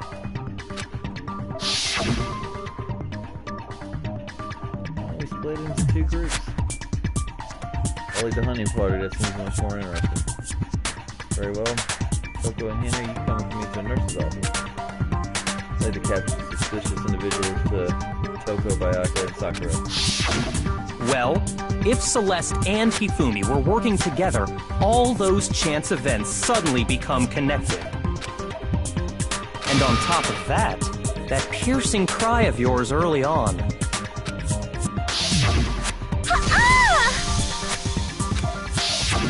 That was to signal Hifumi, wasn't it?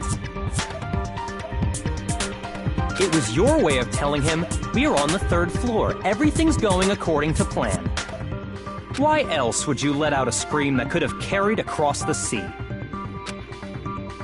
I just realized another strange thing. When we found Hifumi in the nurse's office, who we now know was only pretending to be dead,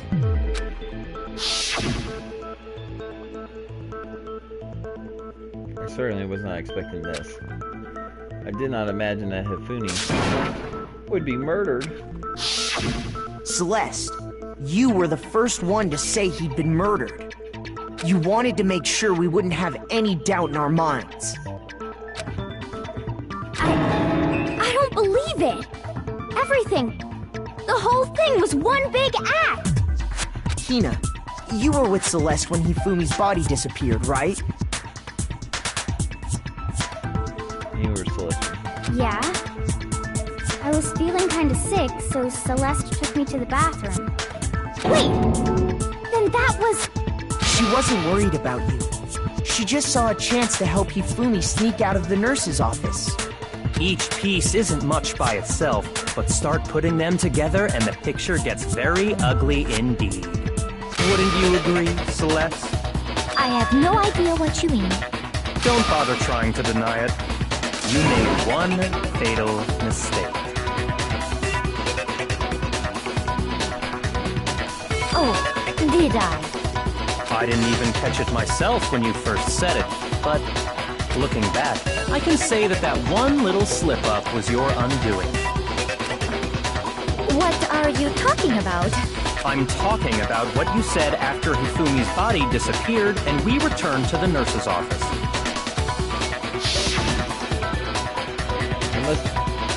They must be really enjoying this.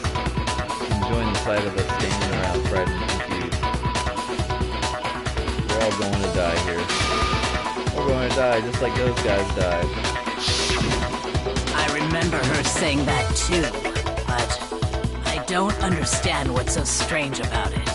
Then pay attention. Sakura, Toko, and I were first to discover Taka's body in the equipment room. Then Makoto showed up and told us Hifumi had been killed, so Sakura and I left with Makoto. Once we were in the hall, we ran into Celeste, and the four of us headed to the nurse's office. Now, the entire time we were together, none of us said anything about Taka being dead. Think about it. Celeste's comment doesn't make sense. It was completely out of place. Yeah, I see what you're talking about. Although I don't really get what it means. You hear that, Celeste? Everyone's having some trouble understanding. Could you repeat what you said? If you're really not the culprit, you shouldn't have any problem repeating it, right? Becker said that Celeste's comment doesn't make sense. So what is the alert alluding to?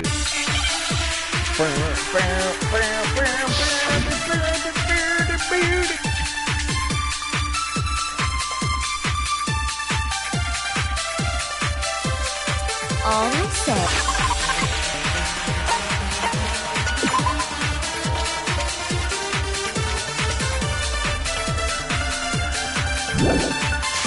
It was. They must really be enjoying this. Enjoying the sight of us standing around, frightened and confused. They must be positively related. We are all going to die here. We are going to die, just like those guys died. And that is all I said. And that's all it takes to finish this. It's what was so strange about Celeste's comment.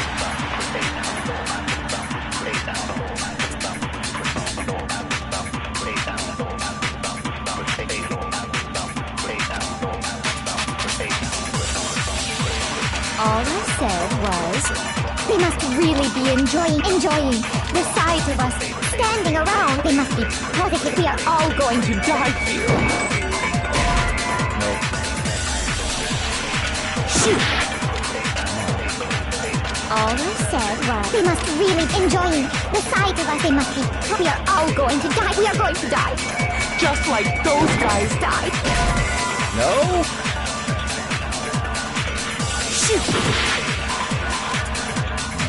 All I said was, they must really be enjoying this. Enjoying the sight of us standing around, frightened and confused. Yeah, it's a multiplier. Fucking hell.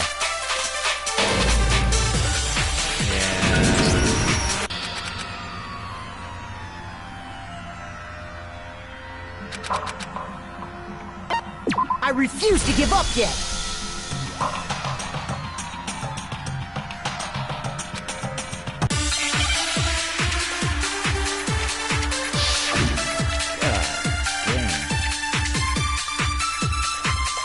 All I said was, they must really be enjoying the sight of us. They must be. We are all going to die. We are going to die. Just and that is all I said. And that's all it takes to finish. What was so strange about Celeste's comment?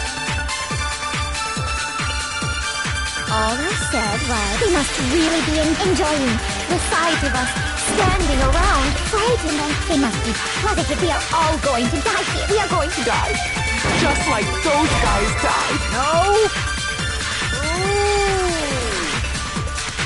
Shoot! All I said was, they must really be enjoying the sight of us standing around, frightened. They must be positively. We are all going to die here. We are going to die, just like those guys died. And that is all I said. And that's all it takes to finish it. What was so strange about Celeste's comment? Shoot! That was the strange part about all I said was, they must really be enjoying the sight of us standing around, frightened and confused. They must be positively. We are all going to die here. We are going to die, just like those guys died. And that is all I said. And that's all it takes to finish this. It's obvious what was so strange about Celeste's comment.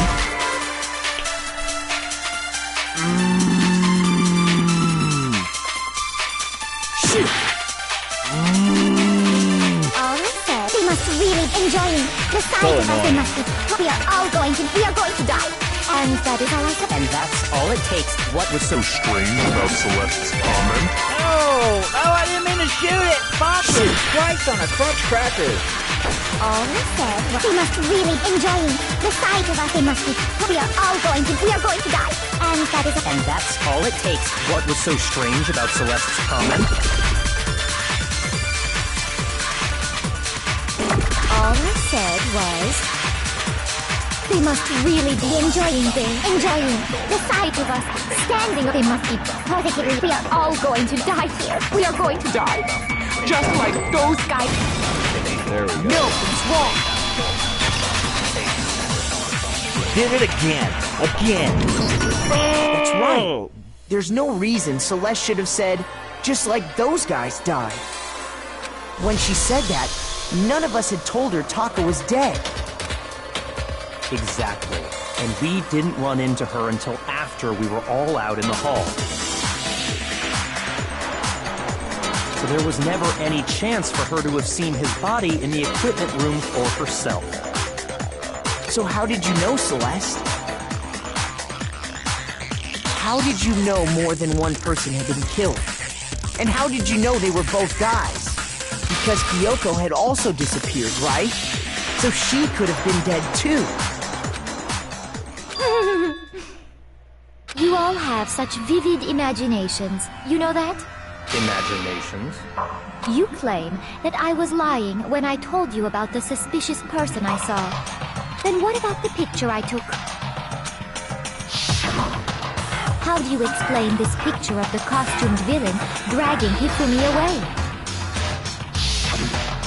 It has to be some kind of setup, right? So let's put the suit on, and then she used the camera's timer to set up the picture. Have you so quickly forgotten? You are the only one who could have possibly fit into that suit. Plus, I happen to know that this particular camera does not have a timer. In other words, it is an unassailable fact that this is a picture of Hifumi being dragged away. If everything I told you was a lie, how can this picture exist? Simple. Are we sure that's really a picture of the suspect dragging Hifumi away? What could you possibly mean by that? Surely there are other explanations than the one you've offered up. No, there is no other explanation.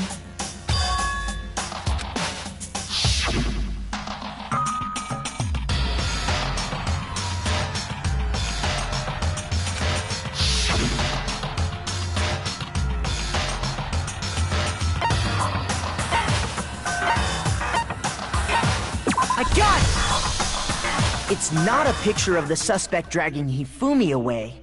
I would say it's a picture of Hifumi dragging the suspect away. That's certainly within the realm of possibility. The one being dragged off in that picture isn't Hifumi, but the person in the robot suit. We've simply been led to believe that it's the other way around. And the strange costume might only exist to lead us astray even farther. If you saw someone wearing something like that in this situation, of course you'd notice and be suspicious. That's what happened! You put me to sleep and made me out to be the bad guy in all this! Such a thing is utterly impossible. Hifumi was dragging him away? Ridiculous. Is it? I don't think it's ridiculous at all. Then shut your mouth and allow me to educate you.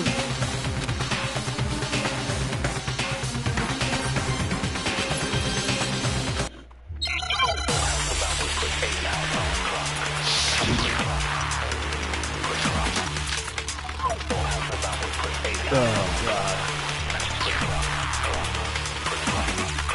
You dressed me up in that suit after I passed out! Then you just draped me across Hifumi and had him carry my weight! You tried to make me look like the bad guy! Like I said, ridiculous. As you can see in the picture, the suspect is standing perfectly upright. If the person inside the suit was unconscious, there's no way they could stand up straight like that. Then the fortune-telling idiot is the culprit after all! No way!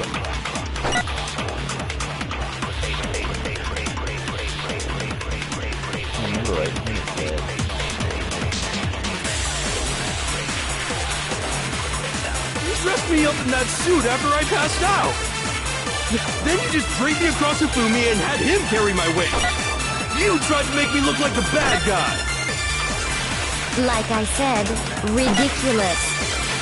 As you can see in the picture, the suspect is standing perfectly upright. If the person inside the suit was unconscious... No? Shoot! You dressed me up in that suit after I passed out! Then you just draped me across Hifumi and had him carry my weight! You tried to make me look like the bad guy! Like I said, ridiculous. As you can see in the picture, the suspect is standing perfectly upright. If the person inside the suit was unconscious, there's no way they could stand up straight like that. Then the fortune-telling idiot is the culprit after all! No way!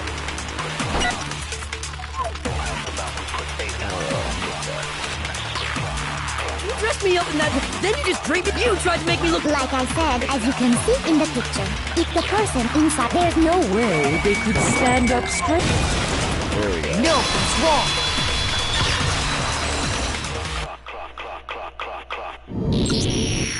No. Even if the person inside the suit were unconscious, they could still stand up like that, because that Robo-Justice suit had a certain characteristic.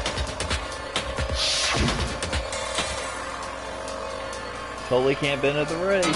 Pretty obviously, actually, seems like a pretty obvious oversight. That's right! They totally made a mistake when they made it, so it couldn't bend at the waist.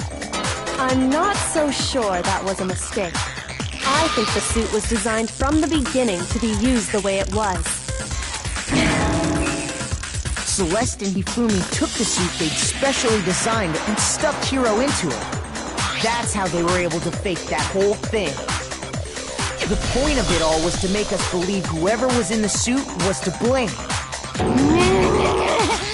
Well then, I suppose this is checkmate.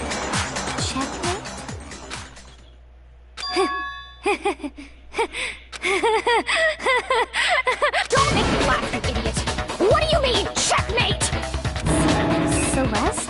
Clearly! You want to cram me into your little guilty box? Well, there's one little problem. Have you already forgotten what Hifumi told us as he lay dying?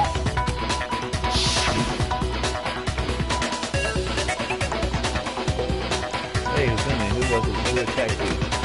Who tried to kill you? Who killed me? That's right, I remember their name.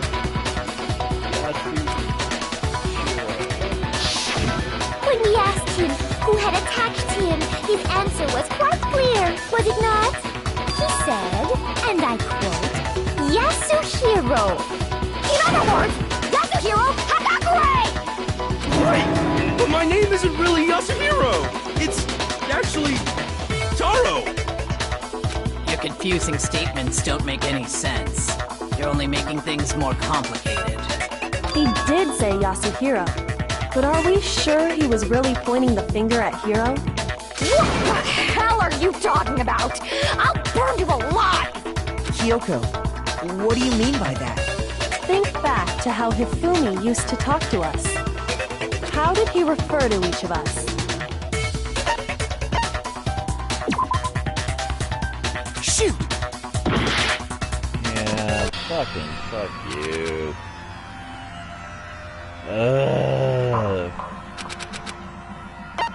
I refuse to give up yet!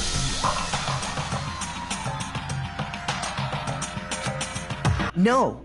Even if the...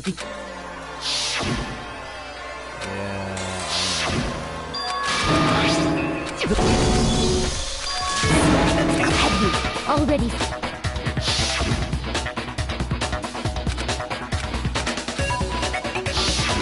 When we asked him who had attacked, he said, and in other words... He did say Yasuhiro. What the heck? Kyoko, what do you mean by that? Think back to how Hifumi used to talk to us. How did he refer to each of us? I got it! That's right! Our last names! He called us all by our last names! Exactly. I know I heard him say Mr. Naegi more than once, for example. So if Hifumi did mean to say Hiro's name, he would have said his last name, Hagakure. I'm sure it was just incidental. By chance, his first name. Indecent? Don't talk. Random chance. Now isn't that a convenient explanation? No, there's no reason to think he would have said the name any different than normal. But he must have run out of energy before he could say any more. So Hifumi was trying to tell us the last name of whoever killed him? But the name he said doesn't apply to anyone here. Well, no. Hold on.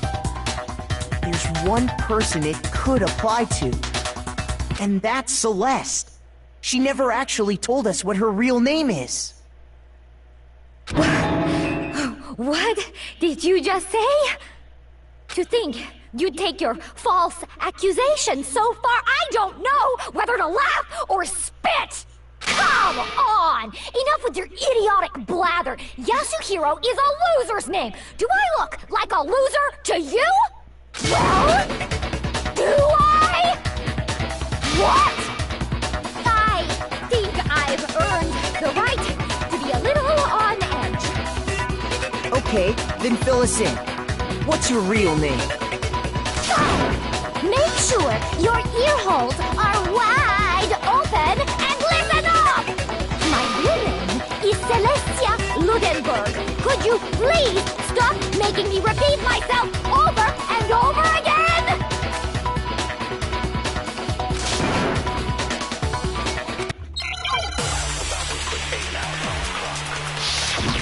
Make your argument.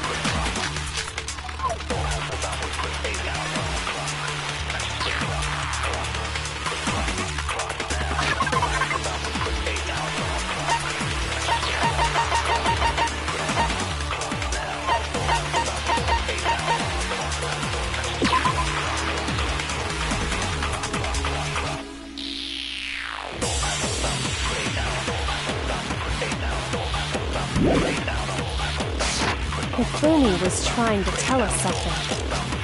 He wanted us to know the killer's last name, Yasuhiro. If there's one person here who might have that last name, It would have to be you, Celeste. You haven't told anyone what your real name is. how many times do I have to tell you? Name is... Celestia Ludenberg, god damn it! How long do you plan to go on pretending? I'm not pretending. It seems you have no way to contradict me. No, it's wrong.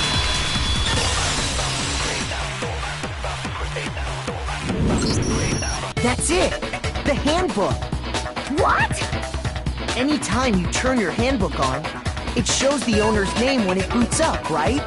Monokuma told us all about it before. This handbook is absolutely vital to a healthy school life, so don't lose it. When you start it up, it will display your name. Always make sure you have the right one. And this is not your everyday notebook, so it has many more uses than that. So all we have to do is check her handbook, and that'll clear up everything. That's how we can find out Celeste's real name. That's an invasion of privacy. I refuse to cooperate. Celeste, can you please just tell us what really happened? Please, just tell us. Even when I'm put in check, it's just my nature not to give up. Because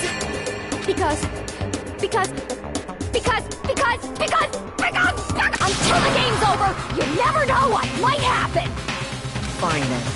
Let me settle it. Let me go over the case again, from the beginning, and shed light on all your crimes. And that'll bring everything to an end.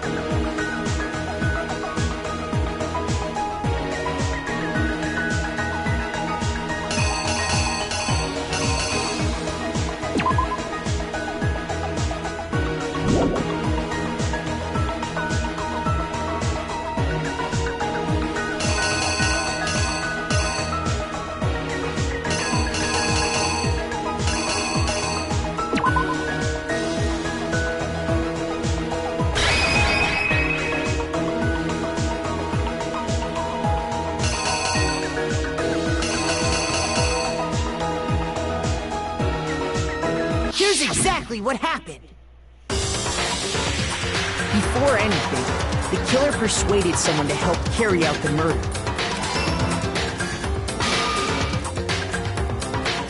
Hifumi, with an accomplice, the killer was able to execute a number of otherwise impossible schemes.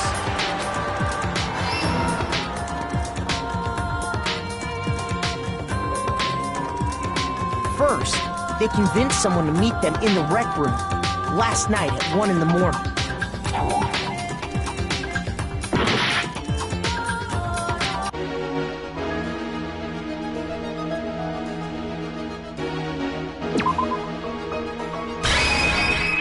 Here's exactly what happened.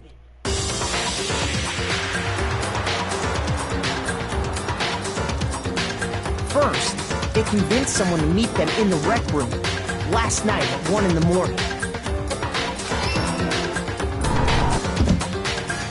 That someone they met with was Hiro. The murderous duo intended to pass Hiro off as the prime suspect. So when they met up with him, they drugged him, knocked him out, and stuffed him into the Robo-Justice suit.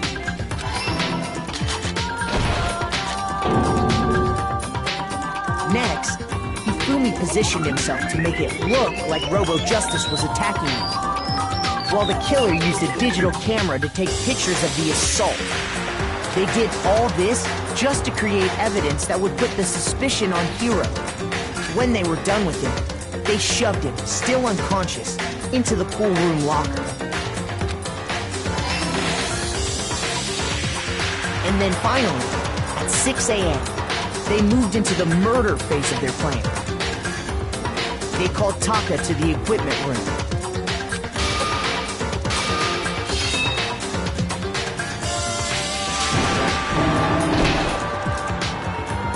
And that's where Hifumi killed him, making it the scene of the first murder.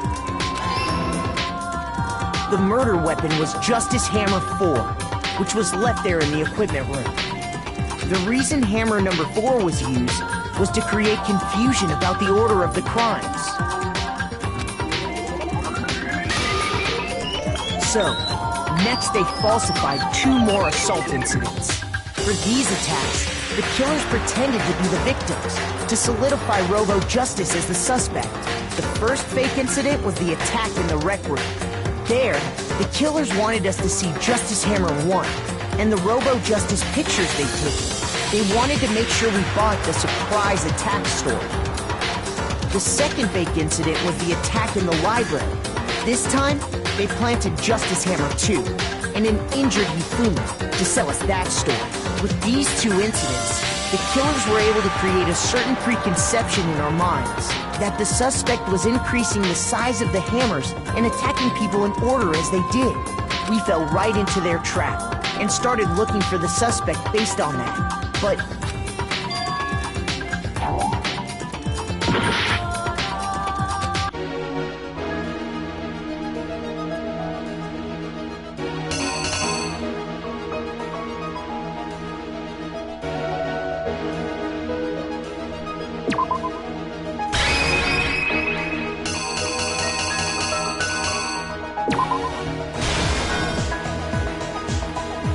the killer is you! So, next they falsified 2 more assaults. The first fake incident, there, they wanted the second fake incident was this time with these 2 that the sudden fell.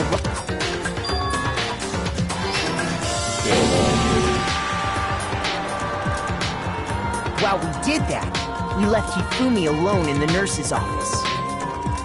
This was exactly what Hifumi was hoping for. Took a blood packet from the refrigerator and Justice Hammer 3 and turned the room into a crime scene. in which he himself had apparently been brutally murdered. He let out a scream to draw us back, and when we returned, that's what we found. Meanwhile, the other group that had been out searching found Taka's body at the same time. So when we heard the body discovery announcement, we naturally assumed it was for Hifumi. We left the nurse's office, and Hifumi once again took advantage of the situation. He simply got up and made his escape.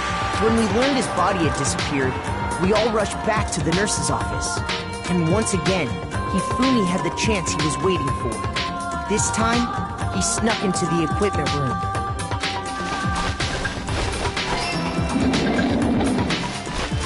He wrapped Taka's body in a tarp and used the dolly to move it all the way down to the repository. That explains how each of the bodies disappeared. But even Hifumi didn't know what the true killer had in mind for their final act.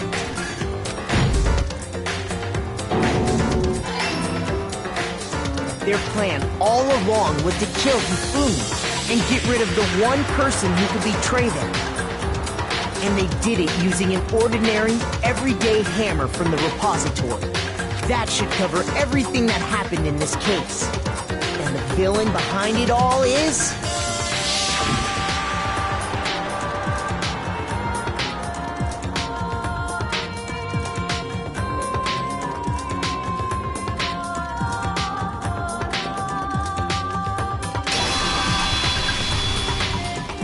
Celeste! Sorry, you lose.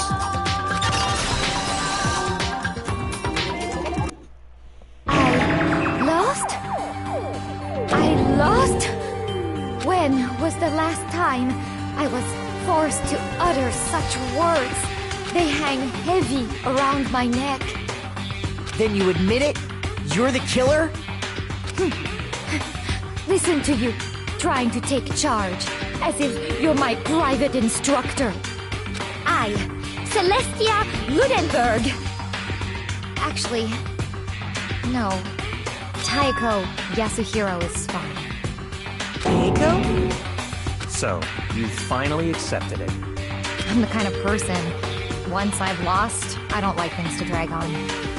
Interesting.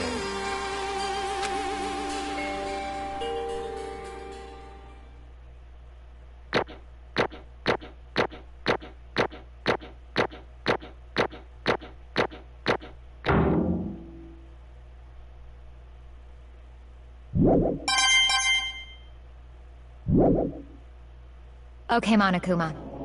I'm ready to begin. Or, no, I suppose this is the end, isn't it? It is indeed the moment we've all been waiting for. Time to vote. Okay? Okay. If you would, please locate your lever and cast your vote.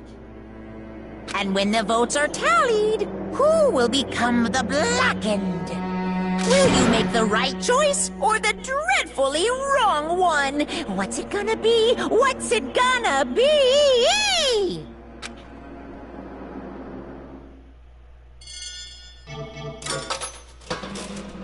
Dun, dun, dun.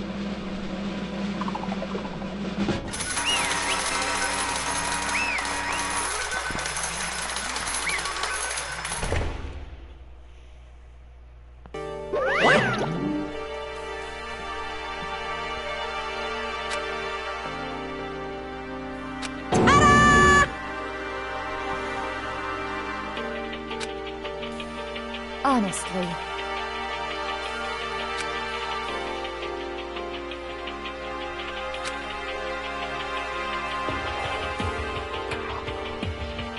Fumi's ineptitude was beyond all my calculations. I knew it. So you really did approach Hifumi with this plan. How did you get him to agree? I can't imagine he would have happily agreed to commit murder. I'm sure she relied on her specialty. Lying. Specialty, don't make me laugh. I didn't have to lie to get him to agree. So then... Then did you use, you know... I knew you'd figure it out, Kyoko. Absolutely right. To get Hifune to act as my accomplice, I used her. For everyone who's still left, I avoid mentioning it by name, but it was the one thing Hifune and Taka were both super into. She means... Is she talking about alter ego? Say what? What are you talking about? Just a second. Don't interrupt. We're in a very important conversation here. Totally out of the blue as usual. How sad. In other words... And you're the one that stole it. Indeed. That's right. I see. He used it to drag Hifune to plan you come up with. Right again. Last night after we had our meeting about how I disappeared, I paid Hifune a little visit. What are you doing here? Actually... I was hoping I could talk to you alone. It's about what I was stolen. I know who did it. What? Are you okay with this? It was Taka. He stole it. So then... And I have proof. Would you like to see it? Turned out I found a use for the digital camera. I'd taken, went to Taka's room earlier and took pictures of it there. I deleted the pictures as soon as I showed it to Hifune, of course. Damnation! How did he do it? He was supposed to yell if either one of us... She was supposed to yell if one of us got close to her. You are correct, which is why Taka forced me to steal it. Say what? As for me... Please forgive me. He threatened me. He did. As for me... He came to my room last night unannounced, and then, it's hard for me to even say, he abused me. What? And he took the pictures and said if I did not do as he asked, he would show them to everyone. So I had no choice. Damnation! That's a crime. An absolute crime. I knew he'd gone a little crazy, but... Say what? I never imagined he would go that far. It was amazing how completely he bought it. I can't express how enjoyable that was. I'm about to say something I never said before in my life. I'm gonna kill him. I'm going to fucking kill him. Fuck! Most unfortunate. Wait, please. If you go now, you'll be playing right into his hands. Huh? Actually... Taka is planning to use her to escape. And he has made you his target. What? Escape? You don't mean... Taka is going to try to kill you. Indeed. And also he can keep her to himself. This completely unforgivable! Honestly. We can't allow him to continue with these barbaric acts. Absolutely not. How could I? She... I swear I will save her! Actually... Then would you like to join me? It just so happens I've come up with a plan. I devised a way to reclaim what he has stolen and escape from this dreadful school. And with that, it is complete. What are you talking about?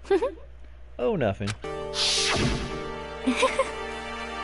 Penny agreed, and second thought, the effect that item had on him was remarkable. The power of love. Even though love is twisted as it still can drive people mad, it would seem. You disgusting. I see. I have another question for you. Was that strange costume Hifune's creation? Indeed. Yes, it was a real pain in the butt, too. All I had to do was to make something and hide the face and general body size. I had no idea he'd make something like that, but it's my fault for picking him in the first place.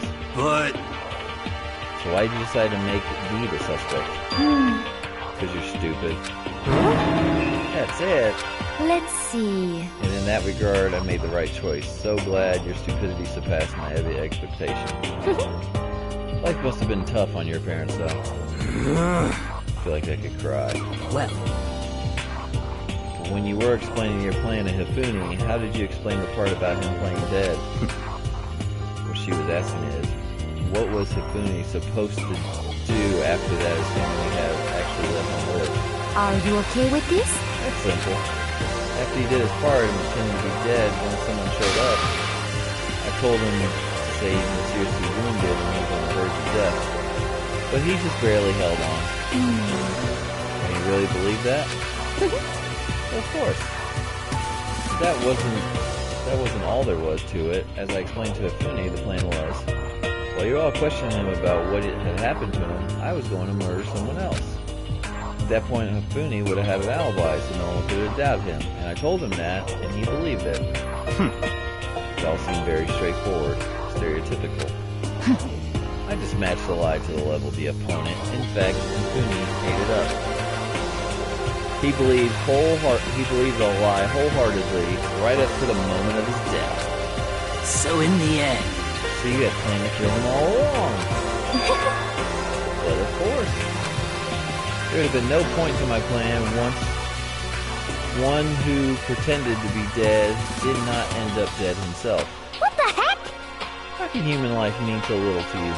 Well, that's a non-issue. I simply did everything in my power to win. Don't be mean! Now don't sound like Bakua. I wonder about that. No, he derives his pleasure from the thrill of the hunt. In that aspect, we are nothing alike. Why? Then what made you take things this far? What the heck? Was it really just for money? Are you talking about the $10 million Monokuma offered us? That is a lot of money, it's true. But that's not all there is to it. From the moment our new lives began, my only thought has been escape. But all along you've been saying how we have to accept living here. You little Obviously, bitch. that was a lie. You little bitch! Hey! I couldn't take it. I hated it from day one. More than anyone else in here. You little bitch! I wanted to get out. Every day was fresh torture. And do you want to know why? Huh? This is fine. Because I had a dream. And accepting life here would have meant nothing less than giving up on my dream forever. Honestly. And there was no way I could ever do that. In the underground world of gambling, I risked my life to make a metaphorical killing. As for me... And it was all for that dream. What was that dream of yours? Isn't it wonderful? To live in a European castle. A castle?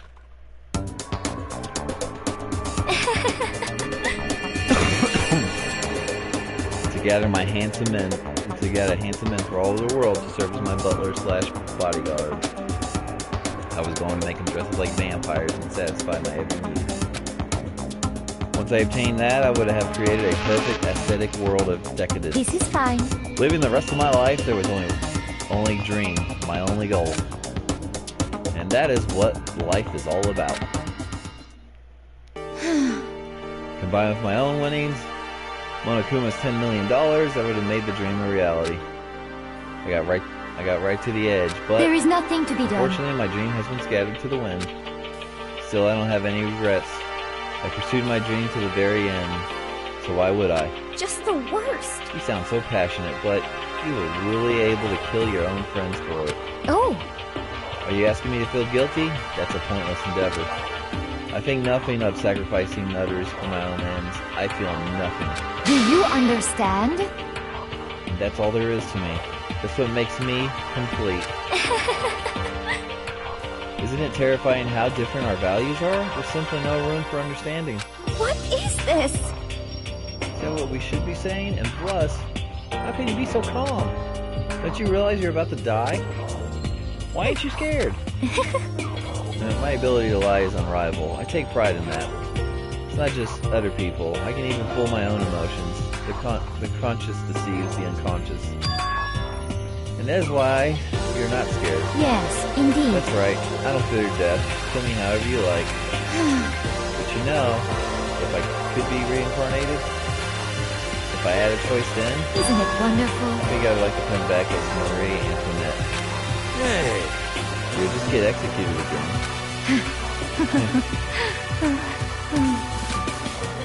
Celeste smiled then. And when she did, she looked like... It looked like to me a poor effort to force it. She claims she could fool her own feelings, but that statement itself, it must have been her final lie. And that weak, fake smile is what betrayed her. Chills! Chills! Kills! Okay, now let's get rolling. The black and disturbed the pizza must pay the price. Now then, I've prepared a very special punishment! For her, the ultimate gambler. Let's give it everything we've got! It's punishment time! I guess I'll let Kyoko hold on to this. What? Will it really give you the hope you're looking for? I can't say I ever saw it that way. Which is why... Actually, it's not important. Well then... Take care, everyone. Perhaps we'll meet again. In another life.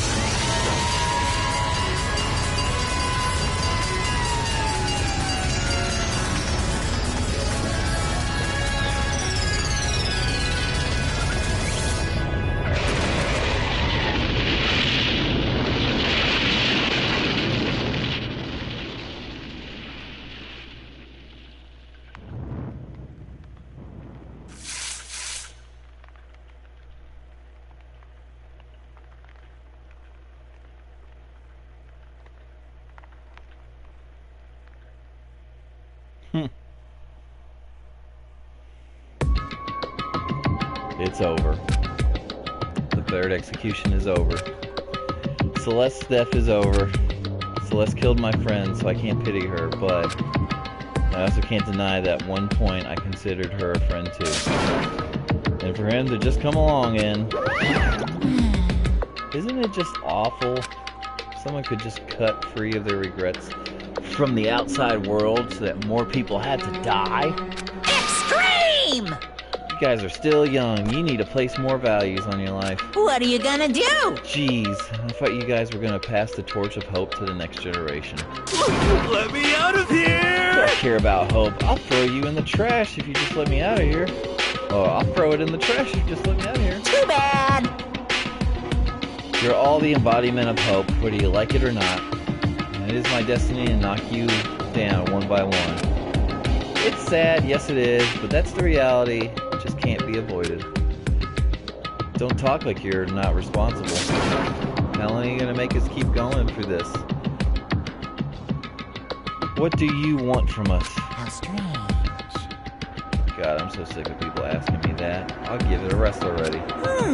So anyways, Kyoko did see you get some kind of... Kyoko, did I see you get some kind of key type object from Celeste? Hey! Hey! So, what's the deal with that? What?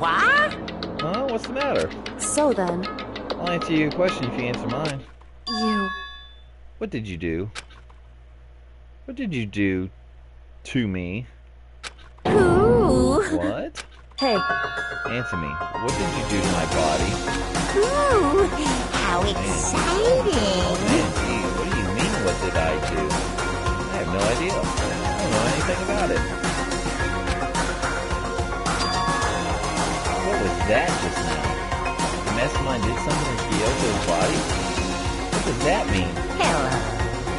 Ooh, things are getting kind of awkward. I think it's about time I got out of here. Well? Meanwhile, you guys can go on enjoying your school life. If you get lonely, give me a shout. Not that I'll do anything about it, of course. See ya later! See ya!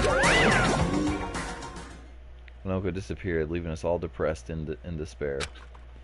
Although it wasn't all despair, there was one small hope. Hey, Kyoko. Monokuma already mentioned it, but what was that key that Celeste gave you? So... Most likely. It's the key to one of the dressing room lockers. Huh? What then that means? Celeste probably hid it in there. Hey! I suppose sometimes it's easier to miss what's right beneath your nose. Well then, we better go check. Indeed. Good idea. We left the courtroom and rushed to the dressing room. As we approached the dressing room, Kyoko looked back at us and said, Hey. I'm going to go on alone from here. Everyone else head to the dining hall. I'll check in with you later. What? Why exactly are you going alone? So... Do you even have to ask? She spoke. She glanced quickly at the surveillance camera. Come on. That's not what I mean. Why you? Still a risk of a spy, you know. Then I'll go too. What? You? Please let me go. Staying here arguing is just going to draw more attention to us. Goodbye. Do whatever you want. Thank you, Bakura. Well then. It's up to you now. Yo! I go to the dining hall, okay? So Motoko and Kyoko are gonna go together? Does that mean what I think it means? Okay. Good luck, Motoko. Girls like her are total pushovers when you show a little backbone. Try to forget what Hina said. Everyone headed to the dining hall, leaving me and Kyoko there, alone. Shall we go? Well, shall we? Yeah. So then... We need to get into that locker. Kyoko took the key for us to get in here and lock the locker. When that's the locker up, swung open, we saw. You're really cool.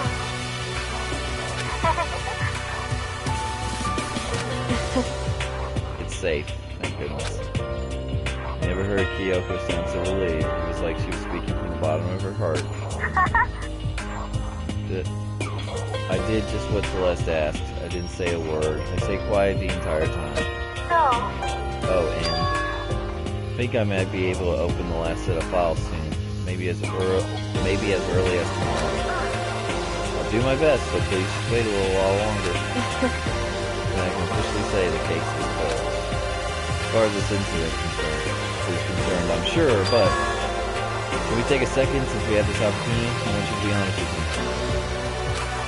Kyoko, please tell me, what are you trying to do all on your own here at the school? You... Is that why you wanted to come in here with me? However... Regardless, it's something you need to know. However, it's not something you need to know right now. I don't need to know. It just made me even more worried. What? Worried? Like what happened during the investigation this time? You disappeared, and we didn't see you again. Without warning, without explanation. When you do that... Indeed. It's only natural that you think I'm a mastermind spy, right? And you too. No. I believe in you. What? You believe in me?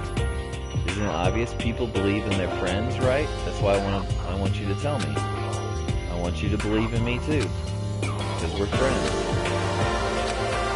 I understand. It's true. And maybe I can believe in you. Just a little bit more. Then That's fine. Fine, I'll tell you. I'll tell you why I've been disappearing and where I've been going. You see, what I heard from Kyoko then was, well, frankly, it kind of blew my mind. Right after I told Kyoko I believe in her, she told me a story that was, well, almost unbelievable. I decided I had to confirm what she told me with my own two eyes, so I waited for nighttime to come. And when it did, I went into action.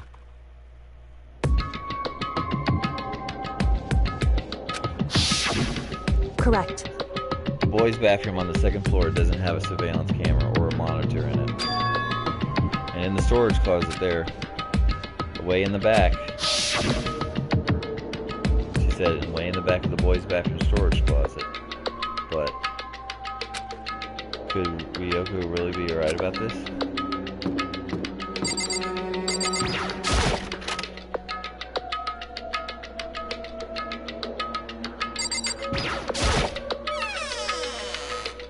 It's just a normal storage closet as far as I can tell. The secret Kyoko told me about, could it really be hidden here?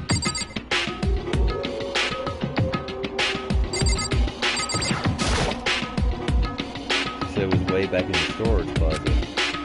I mean, seriously. Without thinking, I placed my hands to the back of the storage closet. And suddenly, as if I were being yanked in. At the same time I heard that sound, I fell through the wall. Had no idea what was going on.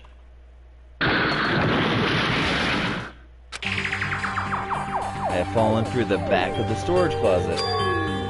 Huh?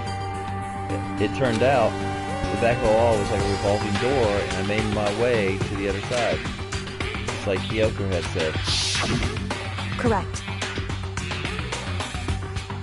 The boys' bathroom on the second floor of the storage closet. And way in the back of that closet was a secret room. This secret room. But what's in here?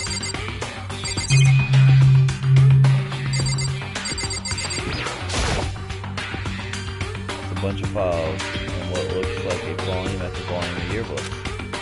They're all covered in dust. Look at everything. One file edge of the bookcase caught my eye. Pope's Peak Academy Student Registry. This is the only thing that's here not covered in dust. Has anyone been looking at it recently? I took the file into my hand. But before I had a chance to look at it, I put the paper file of the file and turned my attention to it. What's this? You must not leave. Must not leave. That's kind of weird. I could understand if it says I can't leave, but you must not leave? What is this? My head feels funny. Strange sensation. It's like deja vu. Those words, you must not leave. We've seen them somewhere before, but I can't quite remember. What do I know?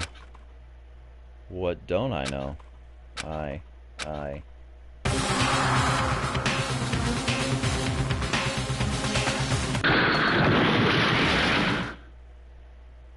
Strange sound rang out through my head. Felt like I was shaking my brain back and forth, and then darkness. I don't understand what's happening. I don't know what started it. It's all over. And with that, I opened my eyes. I didn't know how long it's been. Yeah. Ow. Apparently something hit me and I lost consciousness. That's all I understood. The dull throbbing thing in my head proved that much, at least.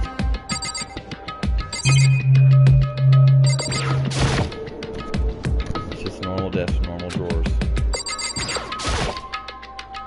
Empty bookshelf. Huh, empty. Gone. It's all gone. The yearbooks, the student registry, and even the note had fallen on the floor. It's all gone. What does this mean? When my brain refused to do any more work. The insistent pain began to spread across the rest of my body. For now, I should go back to my room. Get some rest. My body was heavy with pain. My mind heavy with thought. I dragged myself back towards my room. Somehow I made it back to the first floor of the school. Yeah. The farther I walked, the more I felt. Things are getting blurry. I can't see in front of me. I couldn't stop myself from collapsing right here, and after that... Huh? As if from the vast distance I heard a sound. It was faint but undeniable. That sound. It's coming from the gym. So I desperately hauled my shaky frame towards the gym. The sound got stronger and stronger. What's going on? It can't be nothing. Here, in the gym?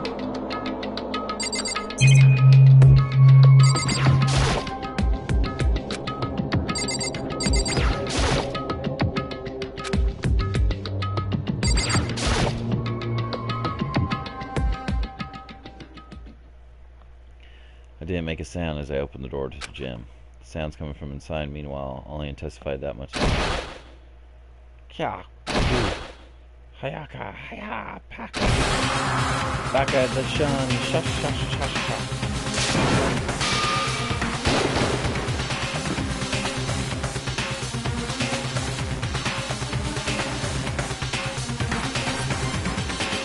Before me raged the battle beyond anything humanly possible. No one side not human, that's for sure, but regardless, I couldn't stop staring. I forgot to move or even breathe. Why, you? What do you think you're doing? I asked you a question. What's the meaning of this?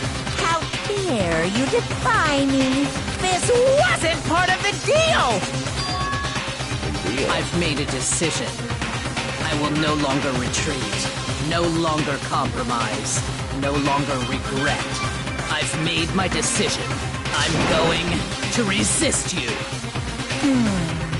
Okay, but you do realize what will happen if you go through with this, right? You haven't forgotten, have you? What I'm holding hostage? What am I looking at? What am I hearing? A hostage?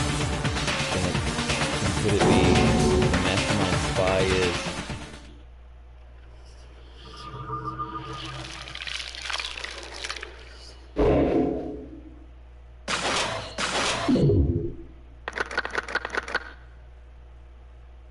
Final 7. Down the 7. To be continued. You receive the Super Robo Justice present.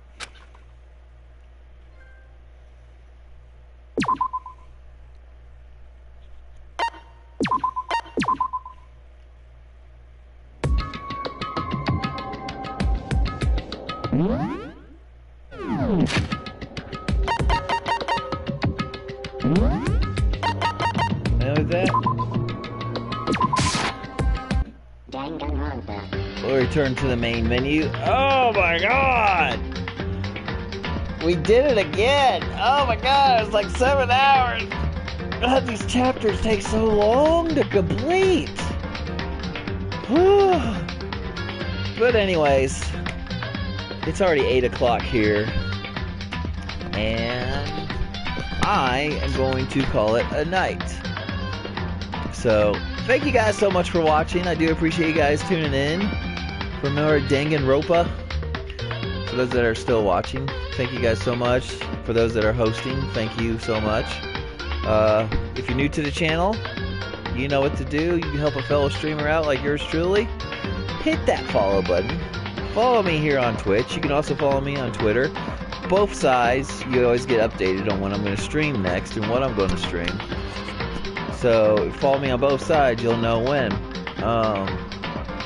I'm a variety streamer. I stream every weekend, normally on Fridays, Saturdays, and Sundays.